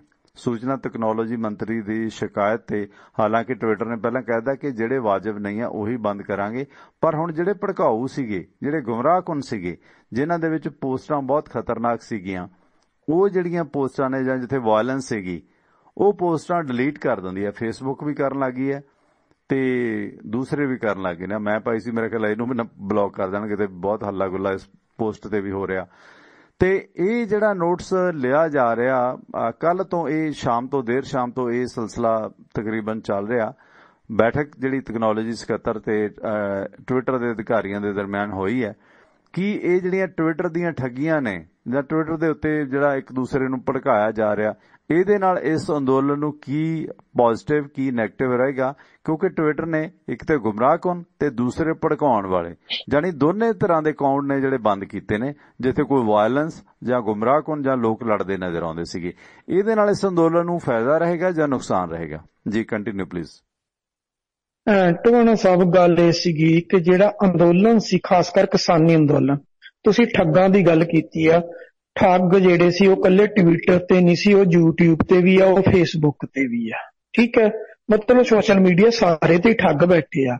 ਤੇ ਮੈਂ ਤਾਂ ਕਹਿਣਾ ਕਿ ਇਹ ਜਿਹੜੇ ਠੱਗ ਨੇ ਨਾ, ਘੱਟੋ ਘੱਟ ਜਿਹੜਾ ਠੱਗ ਟੋਲਾ ਉਹ ਬੰਦ ਹੋਣਾ ਚਾਹੀਦਾ ਜਿੱਥੇ ਮਰਜੀ। ਦੇਖੋ, ਸੋਸ਼ਲ ਮੀਡੀਆ ਇੱਕ ਇਨਫੋਰਮੇਸ਼ਨ ਦਾ ਬਹੁਤ ਹੀ ਆਸਾਨ ਤਰੀਕਾ ਸੀ, ਜਿਹੜੀ ਹਰ ਤੁਹਾਡੇ ਤੱਕ ਬਹੁਤ ਆਸਾਨੀ ਨਾਲ ਜਿਹੜੀ ਇਨਫੋਰਮੇਸ਼ਨ ਸੀ ਉਹ ਬਹੁਤ ਜਲਦੀ ਤੇ ਬਹੁਤ ਆਸਾਨੀ ਨਾਲ ਪਹੁੰਚਦੀ ਸੀ। ਹਰ ਬੰਦਾ ਚਾਹੁੰਦਾ ਸੀ ਕਿ ਜਿੱਥੇ ਕੁਝ ਵਾਪਰਦਾ ਮੈਨੂੰ ਨਾਲ ਦੀ ਨਾਲ ਪਤਾ ਹੋਵੇ। ਠੀਕ ਹੈ, ਕੋਈ ਜ਼ਮਾਨਾ ਸੀ ਟਵਾਣਾ ਸਾਹਿਬ ਜਦੋਂ ਸਾਨੂੰ ਸਿਰਫ ਦੂਰ ਆਪਣਾ ਆਕਾਸ਼ਵਾਣੀ ਤੇ 2 ਟਾਈਮ ਨਿਊਜ਼ ਆਉਂਦੀ ਸੀ, ਅਸੀਂ ਉਹੀ ਸੁਣ ਕੇ ਗੁਜ਼ਾਰਾ ਕਰ ਲੈਂਦੇ ਸੀ। ਠੀਕ ਹੈ, ਉਹਦੇ ਬਾਅਦ ਦੂਰਦਰਸ਼ਨ ਸੀ, ਅਸੀਂ ਦੂਰਦਰਸ਼ਨ ਤੇ ਵੀ ਜਿਹੜੀ ਇੱਕ ਵਾਰੀ ਨਿਊਜ਼ ਸ਼ਾਮ ਨੂੰ ਆ ਗਈ ਅਸੀਂ ਉਹੀ ਸੁਣ ਕੇ ਗੁਜ਼ਾਰਾ ਕਰ ਲੈਂਦੇ ਸੀ। ਹੈ ਤਾਂ ਸੁਰਿੰਦਰ ਭਾਜੀ, ਹੈ ਤਾਂ ਉਹ ਵੀ ਠੱਗੀ ਸੀ, ਕਿਉਂਕਿ ਕਰਤਾਰ ਸਿੰਘ ਦੁੱਗਲ ਸਾਹਿਤਕਾਰ ਸੀਗੇ ਤੇ ਰੇਡੀਓ ਦੇ ਉੱਚ ਅਧਿਕਾਰੀ ਸੀ। ਉਹਨਾਂ ਨੇ ਕਿਹਾ ਸੀ ਕਿ ਦੇਸ਼ ਆਜ਼ਾਦ ਹੋ ਗਿਆ ਤੇ ਰੇਡੀਓ ਗੁਲਾਮ ਹੋ ਗਿਆ। ਜਦੋਂ ਲਾਹੌਰ ਤੋਂ ਸਾਡਾ ਰੇਡੀਓ ਵੰਡਿਆ ਗਿਆ, ਇੱਧਰ ਆਲ ਇੰਡੀਆ ਰੇਡੀਓ ਬਣ ਗਿਆ ਤੇ ਉਧਰ ਪਾਕਿਸਤਾਨ ਰੇਡੀਓ ਬਣ ਗਿਆ, ਇਹ ਗੱਲ ਉਹਨਾਂ ਨੇ ਉਦੋਂ ਆਖੀ ਸੀ ਕਿ ਦੇਸ਼ ਆਜ਼ਾਦ ਹੋ ਗਿਆ ਪਰ ਰੇਡੀਓ ਗੁਲਾਮ ਹੋ ਗਿਆ। ਉਸ ਤੋਂ ਬਾਅਦ ਇੰਦਰਾ ਦਾ ਜ਼ਮਾਨਾ ਲੰਮਾ ਸਮਾਂ ਰਿਹਾ ਤੇ ਆਲ ਇੰਡੀਆ ਰੇਡੀਓ ਨੂੰ ਆਲ ਇੰਦਰਾ ਰੇਡੀਓ ਕਿਹਾ ਜਾਣ ਲੱਗਾ। ਜਦੋਂ ਦੂਰਦਰਸ਼ਨ ਦਾ ਜ਼ਮਾਨਾ ਆਇਆ, ਜਦੋਂ ਤੱਤੀ ਵਾਹ ਚੱਲਦੀ ਸੀ, ਉਦੋਂ ਆ ਲੋਈਆਂ ਲੈਣ ਦਾ ਬੜਾ ਰਿਵਾਜ ਚੱਲਿਆ ਸੀ, ਭੂਰੀਆਂ, ਜੋ ਰਾਜੀਵ ਗਾਂਧੀ ਲੈਂਦਾ ਹੁੰਦਾ ਸੀ, ਬਾਂਹ ਦੇ ਥੱਲੇ ਦੀ ਬੁੱਕਲ ਮਾਰਦਾ ਹੁੰਦਾ ਸੀ ਲੋਹੇ ਦੀ। ਤੇ ਉਸ ਤੋਂ ਬਾਅਦ ਦੂਰਦਰਸ਼ਨ ਤੇ ਅਕਸਰ ਰਾਜੀਵ ਦਰਸ਼ਨ ਹੁੰਦੇ ਸੀਗੇ। ਤੇ ਮਨਮੋਹਨ ਸਿੰਘ ਦੇ ਵਕਤ ਮੀਡੀਆ ਨੇ ਬੜਾ ਕੁਛ ਨਹੀਂ ਕੀਤਾ ਕਿਉਂਕਿ ਪ੍ਰਾਈਵੇਟ ਮੀਡੀਆ ਨਾਲ ਆ ਗਿਆ। ਤੇ ਹਾਲਾਂਕਿ ਉਹਦੇ ਵਿੱਚ ਵੀ ਬਹੁਤਾ ਸਰਕਾਰੀ ਤੰਤਰ ਦੇ ਅਧੀਨ ਨਹੀਂ ਚੱਲਦਾ ਸੀ, ਕੁਛ ਟੈਲੀਵਿਜ਼ਨ ਆਜ਼ਾਦਾਨਾ ਵੀ ਚੱਲੇ। ਪਰ ਹੁਣ ਤਾਂ ਮੋਦੀ ਸਾਹਿਬ ਦੀ ਜਿਵੇਂ 6 ਸਾਲਾਂ ਤੋਂ ਮਨ ਕੀ ਬਾਤ ਆਈ ਹੈ, ਰੇਡੀਓ ਤੋਂ ਮਨ ਕੀ ਬਾਤ ਹੀ ਕਰਦਾ, ਮਨ ਕੀ ਬਾਤ ਨਹੀਂ, ਰੇਡੀਓ ਮੋਦੀ ਕੀ ਬਾਤ ਹੋ ਗਿਆ। ਹੁਣ ਇਹ ਸਰਕਾਰੀ ਰੇਡੀਓ ਦਾ ਤਾਂ ਆਪਾਂ ਨੂੰ ਪਤਾ ਹੀ ਹੈ, ਇਹਦਾ ਤਾਂ ਆਪਾਂ ਲੇਖਾ ਜੋਖਾ ਕਰ ਹੀ ਲਿਆ। ਹੁਣ ਇਹਦੇ 'ਚ ਕਿੰਨੀ ਕੁ ਅਥੈਂਟਿਸਿਟੀ ਇਹਦੀ ਹੈਗੀ ਹੈ, ਇਸ ਤੇ ਆਪਾਂ ਗੱਲਬਾਤ ਕਰਾਂਗੇ। ਨਾਲ ਨਾਲ ਆਪਾਂ ਜਿਹੜਾ ਹੈਗਾ ਪ੍ਰੋਗਰਾਮ ਤੁਹਾਨੂੰ ਲੰਮਾ ਸਮਾਂ ਰੱਖਣਾ ਨਾਲ, ਤੇ ਨਾਲ ਨਾਲ ਸਰੋਤਿਆਂ ਦੀ ਵੀ ਸਾਂਝ ਹੈ ਜਿਹੜੀ ਪਾਈ ਜਾਵੇਗੀ ਪ੍ਰੋਗਰਾਮ ਦੇ ਵਿੱਚ। ਆਪ ਦਾ ਸਵਾਗਤ ਸਰ, ਵੈਲਕਮ। ਸਤਿ ਸ਼੍ਰੀ ਅਕਾਲ ਟਵਾਣਾ ਸਾਹਿਬ, ਦਿਦਾਰ ਸਿੰਘ ਬੋਲ ਰਿਹਾ। ਹਾਂਜੀ ਦਿਦਾਰ ਸਿੰਘ ਜੀ, ਸਵਾਗਤ ਹੈ ਬਾਈ ਜੀ ਤੁਹਾਡਾ। ਕੀ ਕਹਿਣਾ ਚਾਹੁੰਦੇ ਹੋ? ਟਵਾਣਾ ਸਾਹਿਬ, ਪਹਿਲਾਂ ਆਪਾਂ ਜਿਹੜਾ ਸੀਗਾ ਗੁੰਮਰਾਹ ਪੁਰਮਤ ਸੀਗਾ। ਹੈਲੋ, ਹਾਂ ਜਾਰੀ ਰੱਖੋ ਗੱਲ। ਹਾਂਜੀ, ਜਿਹੜਾ ਪਹਿਲਾਂ ਸੀਗਾ ਜਿਹੜਾ ਕਹਿੰਦੇ ਨੀ ਵੀ ਜਿਹੜਾ ਗੁੰਮਰਾਹ ਕਰਦੇ ਆ ਜਾਂ ਫਿਰ ਫੇਕ ਨਿਊਜ਼ ਨੇ, ਪਹਿਲਾਂ ਗੁੰਮਰਾਹ ਤਾਂ ਸੀਗਾ ਜੀ ਅਮਿਤ ਮਾਲਵੀਆ।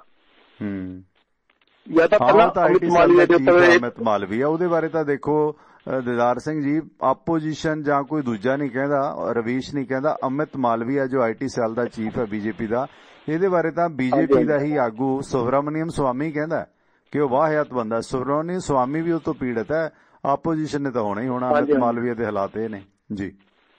ਹਾਂਜੀ, ਹੁਣ ਮੇਰਾ ਸਵਾਲ ਸੀਗਾ ਜੀ, ਮੇਰੇ ਦੋ ਸਵਾਲ ਸੀਗੇ ਜੇ ਦੇਖ ਸਕਦੇ ਹੋ। ਤੇ ਪਹਿਲਾਂ ਤਾਂ ਨਾ ਅੱਜ ਮੈਂ ਇੱਕ ਸੁਣਿਆ ਸੀਗਾ ਜੀ, ਜਿਹੜਾ ਆਪਣਾ ਸਵਰਨ ਬੰਦੇਰ ਦਾ ਇੱਕ ਸੀਗਾ ਸਟੇਜ ਤੋਂ, ਜਿਹੜੇ ਆਪਣੇ ਸੀਗੇ ਰਾਜਪੁਰੇ ਦੇ ਪਰਵਾਨਾ ਸਾਹਿਬ, ਜਿਹੜਾ ਉਹਨਾਂ ਨੇ ਬਿਆਨ ਦਿੱਤਾ, ਬਿਆਨ ਮਤਲਬ ਕਿ ਜਿਹੜਾ ਸਟੇਜ ਤੇ ਬੋਲੇ, ਤੂੰ ਸੁਣਿਆ? ਨਹੀਂ, ਮੈਂ ਨਹੀਂ ਸੁਣਿਆ, ਦੱਸ ਦਿਓ, ਮੇਰੇ ਧਿਆਨ ਚ ਨਹੀਂ ਅੱਜ। ਮੈਂ ਥੋੜਾ ਜੋ ਉਹਨਾਂ ਨੇ ਗੰਦ ਬੋਲਿਆ ਸਟੇਜ ਦੇ ਉੱਤੋਂ ਰਾਜੇਵਾਲ ਸਾਹਿਬ ਨੂੰ, ਪੂਰੀ ਟੀਮ ਨੂੰ।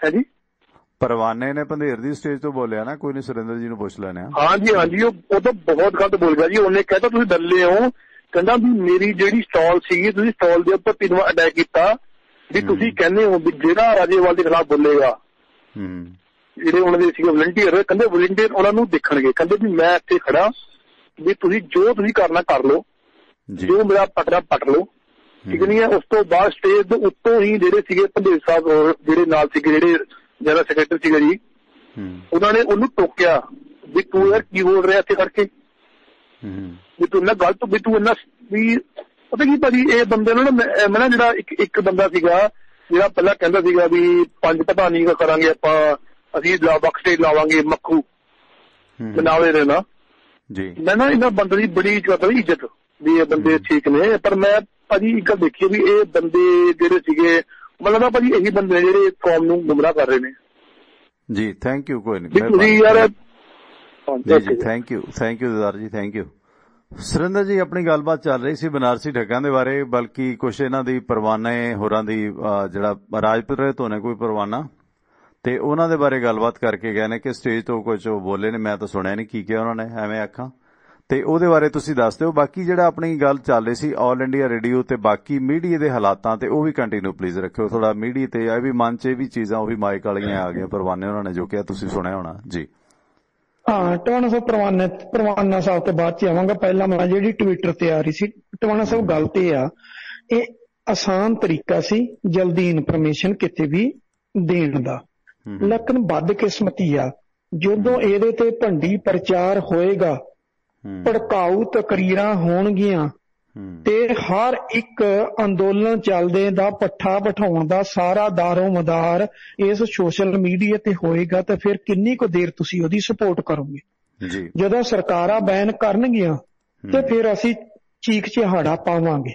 ਜੇ ਅਸੀਂ ਪਹਿਲਾਂ ਹੀ ਆਪਦੀ ਲਿਮਟ 'ਚ ਰਹੀਏ ਤਾਂ ਕਿੰਨਾ ਚੰਗਾ ਹੋਵੇ ਕਿ ਇਹ ਕੁਛ ਨਾ ਹੋਵੇ, ਪਰ ਬਦਕਿਸਮਤੀ ਅਸੀਂ ਨਹੀਂ ਸੁਧਰਦੇ। ਪਰ ਟਵਾਣਾ ਸਾਹਿਬ, ਮੈਂ ਇਸ ਗੱਲ ਦੇ ਹੱਕ 'ਚ ਆ ਕਿ ਦੇਖੋ, ਕਿਸੇ ਦੇ ਵੀ ਜਾਤੀ ਜਾਂ ਧਰਮ ਦੇ ਵਿੱਚ ਕਿਤੇ ਨੂੰ ਵੀ ਦਖਲ ਨਹੀਂ ਦੇਣਾ ਚਾਹੀਦਾ। ਉਹਦੇ ਮੁਤਲਕ ਜੇ ਕੋਈ ਪੋਸਟ ਆ ਉਹ ਡਿਲੀਟ ਹੋਣੀ ਚਾਹੀਦੀ ਆ। ਰਹੀ ਗੱਲ ਟਵਿੱਟਰ ਤੇ ਕਿਸੇ ਅੰਦੋਲਨ ਨੂੰ, ਕਿਸੇ ਦੇ ਲਈ ਭੰਡੀ ਪ੍ਰਚਾਰ ਜਿਹੜਾ ਉਹ ਸੋਸ਼ਲ ਮੀਡੀਆ, ਚਾਹੇ YouTube ਤੇ, ਚਾਹੇ Facebook ਤੇ, ਚਾਹੇ ਟਵਿੱਟਰ ਤੇ ਆ, ਉਹ ਇਸ ਕਿਸੇ ਵੀ ਹੈਂਡਲ ਤੇ ਪਿਆ, ਉਹ ਜਿਹੜਾ ਉਹ ਡਿਲੀਟ ਹੋਣਾ ਚਾਹੀਦਾ, ਠੀਕ ਆ। ਜਾਂ ਉਹ ਬੰਦਾ ਜਵਾਬਦੇਹ ਹੋਣਾ ਚਾਹੀਦਾ।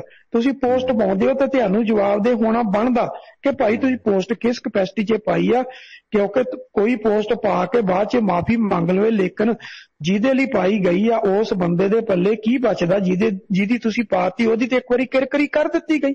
ਇਸ ਕਰਕੇ ਟਵਾਣਾ ਸਾਹਿਬ, ਇਹ ਸਾਰਾ ਕੁਝ ਜਾਇਜ਼। ਹੁਣ ਤੁਸੀਂ ਇੱਥੇ ਗੱਲ ਕਹੀ ਕਿ ਪ੍ਰਧਾਨ ਮੰਤਰੀ ਜੀ ਆਉਂਦੇ ਨੇ, ਮਨ ਕੀ ਬਾਤ ਕਰਕੇ ਚਲੇ ਜਾਂਦੇ ਨੇ। ਟਵਾਣਾ ਸਾਹਿਬ, ਉਹਦੀ ਮਜਬੂਰੀ ਆ। ਜਿਹੜੀ ਉਹ ਮਨ ਕੀ ਬਾਤ ਕਰਦੇ ਆ, ਉਹ ਮਨ ਕੀ ਬਾਤ ਤਾਂ ਘਰ 'ਚ ਕਰੀਦੀ ਆ। ਹੁਣ ਮਜਬੂਰੀ ਆ, ਘਰ 'ਚ ਮਨ ਕੀ ਬਾਤ ਕਰਨ ਵਾਲਾ ਕੋਈ ਨਹੀਂ ਹੈ, ਤੇ ਉਹ ਫਿਰ ਸਾਰੇ ਲੋਕਾਂ ਨਾਲ ਮਨ ਕੀ ਕਰਨ ਲੱਗੇ। ਲੋਕਾਂ ਨਾਲ ਤਾਂ ਕੰਮ ਦੀ ਗੱਲ ਕਰੀਦੀ ਆ, ਠੀਕ ਹੈ, ਕੰਮ ਦੀ ਗੱਲ ਲੋਕਾਂ ਨਾਲ ਕਰੀਦੀ, ਪਰ ਹੁਣ ਉਹਦੀ ਮਜਬੂਰੀ ਆ, ਕੰਮ ਦੀ ਗੱਲ ਉਹ ਭੁੱਲ ਗਏ ਨੇ। ਕੰਮ ਦੀ ਗੱਲ ਜਿਹੜੀ ਉਹ ਤਾਂ ਇਕੱਲੇ ਬਿਜ਼ਨਸਮੈਨਾਂ ਨਾਲ ਕਰਦੇ ਨੇ, ਲੇਕਿਨ ਜਿਹੜੀ ਮਨ ਕੀ ਬਾਤ ਘਰੇ ਕਰਨੀ ਸੀ ਉਹ ਲੋਕਾਂ ਨਾਲ ਕਰੀ ਜਾਂਦੇ ਨੇ। ਮਤਲਬ ਉਹ ਵੀ ਰਾਹ ਤੋਂ ਭਟਕ ਚੁੱਕੇ ਨੇ, ਉਹਨਾਂ ਦੇ ਵੱਸ ਦਾ ਰੋਗ ਨਹੀਂ ਹੈ। ਉਹ ਟਵਾਣਾ ਸਾਹਿਬ ਇਹ ਕੁਝ ਸੁਭਾਵਕ ਸੀ, ਇਹ ਕੁਝ ਜੋ ਕੁਝ ਹੋਇਆ। ਹੁਣ ਗੱਲ ਆ ਗਈ ਕਿ ਬਲਜਿੰਦਰ ਸਿੰਘ ਪਰਵਾਨਾ ਨੇ ਦਮਦਮੀ ਟਕਸਾਲ ਜਥਾ ਰਾਜਪੁਰਾ ਬਣਾਇਆ ਹੋਇਆ ਉਹਨਾਂ ਨੇ। ਟਵਾਣਾ ਸਾਹਿਬ ਇਹ ਯਾਦ ਹੋਏਗਾ, ਬਲਜਿੰਦਰ ਸਿੰਘ ਪਰਵਾਨਾ ਉਹੀ ਆ ਜਦੋਂ ਆਪਣੇ SGPC ਦੇ ਦਫ਼ਤਰ ਦੇ ਸਾਹਮਣੇ ਧਰਨਾ ਲਾਇਆ ਗਿਆ ਸੀ 328 ਸਵਰੂਪਾਂ ਦੀ ਜਿਹੜੀ ਮੰਗ ਸੀ ਕਿ ਉਹ ਦੱਸੋ ਕਿੱਥੇ ਗਏ ਨੇ। ਉਸ ਵੇਲੇ ਧਰਨਾ ਲਾਉਣ ਵਾਲਿਆਂ 'ਚ ਸੀ, ਪਰ ਜਲਦੀ ਹੀ ਉੱਥੋਂ ਛੱਡ ਕੇ ਆ ਕੇ ਸ਼ੰਭੂਦੀਪ ਸਿੱਧੂ ਵਾਲੇ ਧਰਨੇ 'ਚ ਇਹ ਬੈਠ ਗਿਆ ਸੀਗਾ। ਠੀਕ ਹੈ, ਦਿੱਲੀ ਇਹ ਘੁੰਮਦਾ ਰਿਹਾ 2 ਮਹੀਨੇ ਜਿਹੜੇ ਸੀ ਇਹ ਬਸ ਆਪਦੀਆਂ ਉੱਥੇ ਘੁੰਮ ਫਿਰ ਕੇ ਪੋਸਟਾਂ ਪਾਈ ਗਏ, ਇਹਨਾਂ ਨੂੰ ਕੋਈ ਸਟੇਜ ਨਹੀਂ ਮਿਲੀ।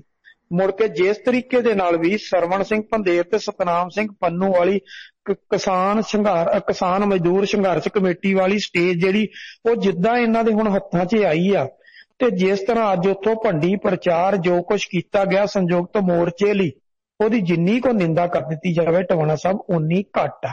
ਉਹ ਬੇਵਕੂਫ ਭਰੇ ਫੈਸਲੇ ਉੱਥੋਂ ਜੋ ਕੁਝ ਪ੍ਰਚਾਰ ਕੀਤਾ ਗਿਆ ਉਹਦੀ ਕਦੀ ਵੀ ਕੋਈ ਪ੍ਰੋੜਤਾ ਨਹੀਂ ਕਰੇਗਾ ਤੇ ਨਾ ਹੀ ਹੋਣੀ ਚਾਹੀਦੀ ਆ। ਕਿਉਂਕਿ ਦੇਖੋ ਤੁਸੀਂ ਇੱਕ ਚੱਲ ਰਹੇ ਅੰਦੋਲਨ ਦਾ ਭੱਠਾ ਬਿਠਾਉਣ ਤੇ ਤੁੱਲੇ ਹੋਏ ਹੋ। ਠੀਕ ਆ, ਗੱਲ ਹੋਣੀ ਚਾਹੀਦੀ ਆ ਕਿ ਜੋ ਕੁਝ 26 ਵਾਲਾ ਹੋਇਆ ਉਹ ਜਿੱਦਾਂ ਵੀ ਹੋਇਆ ਜਿਹਨੇ ਕੀਤਾ ਉਹ ਘੱਟੋ ਘੱਟ ਮਾਫੀ ਤਾਂ ਮੰਗ ਲਵੇ ਕਿ ਭਾਈ ਅਸੀਂ ਗਲਤ ਕੀਤਾ। ਚੱਲਦੇ ਅੰਦੋਲਨ ਨੂੰ ਤੁਸੀਂ ਲੀਹ ਤੋਂ ਲਾਇਆ, ਲੀਹ ਤੋਂ ਲਾਏ ਹੋਏ ਅੰਦੋਲਨ ਨੂੰ ਲੀਹ ਤੋਂ ਲਾਤਾ, ਉਸਦੇ ਬਾਵਜੂਦ ਕਹੀ ਜਾਂਦੇ ਹੋ ਕਿ ਅੰਦੋਲਨ ਹੀ 26 ਤੋਂ ਬਾਅਦ ਸ਼ੁਰੂ ਹੋਇਆ।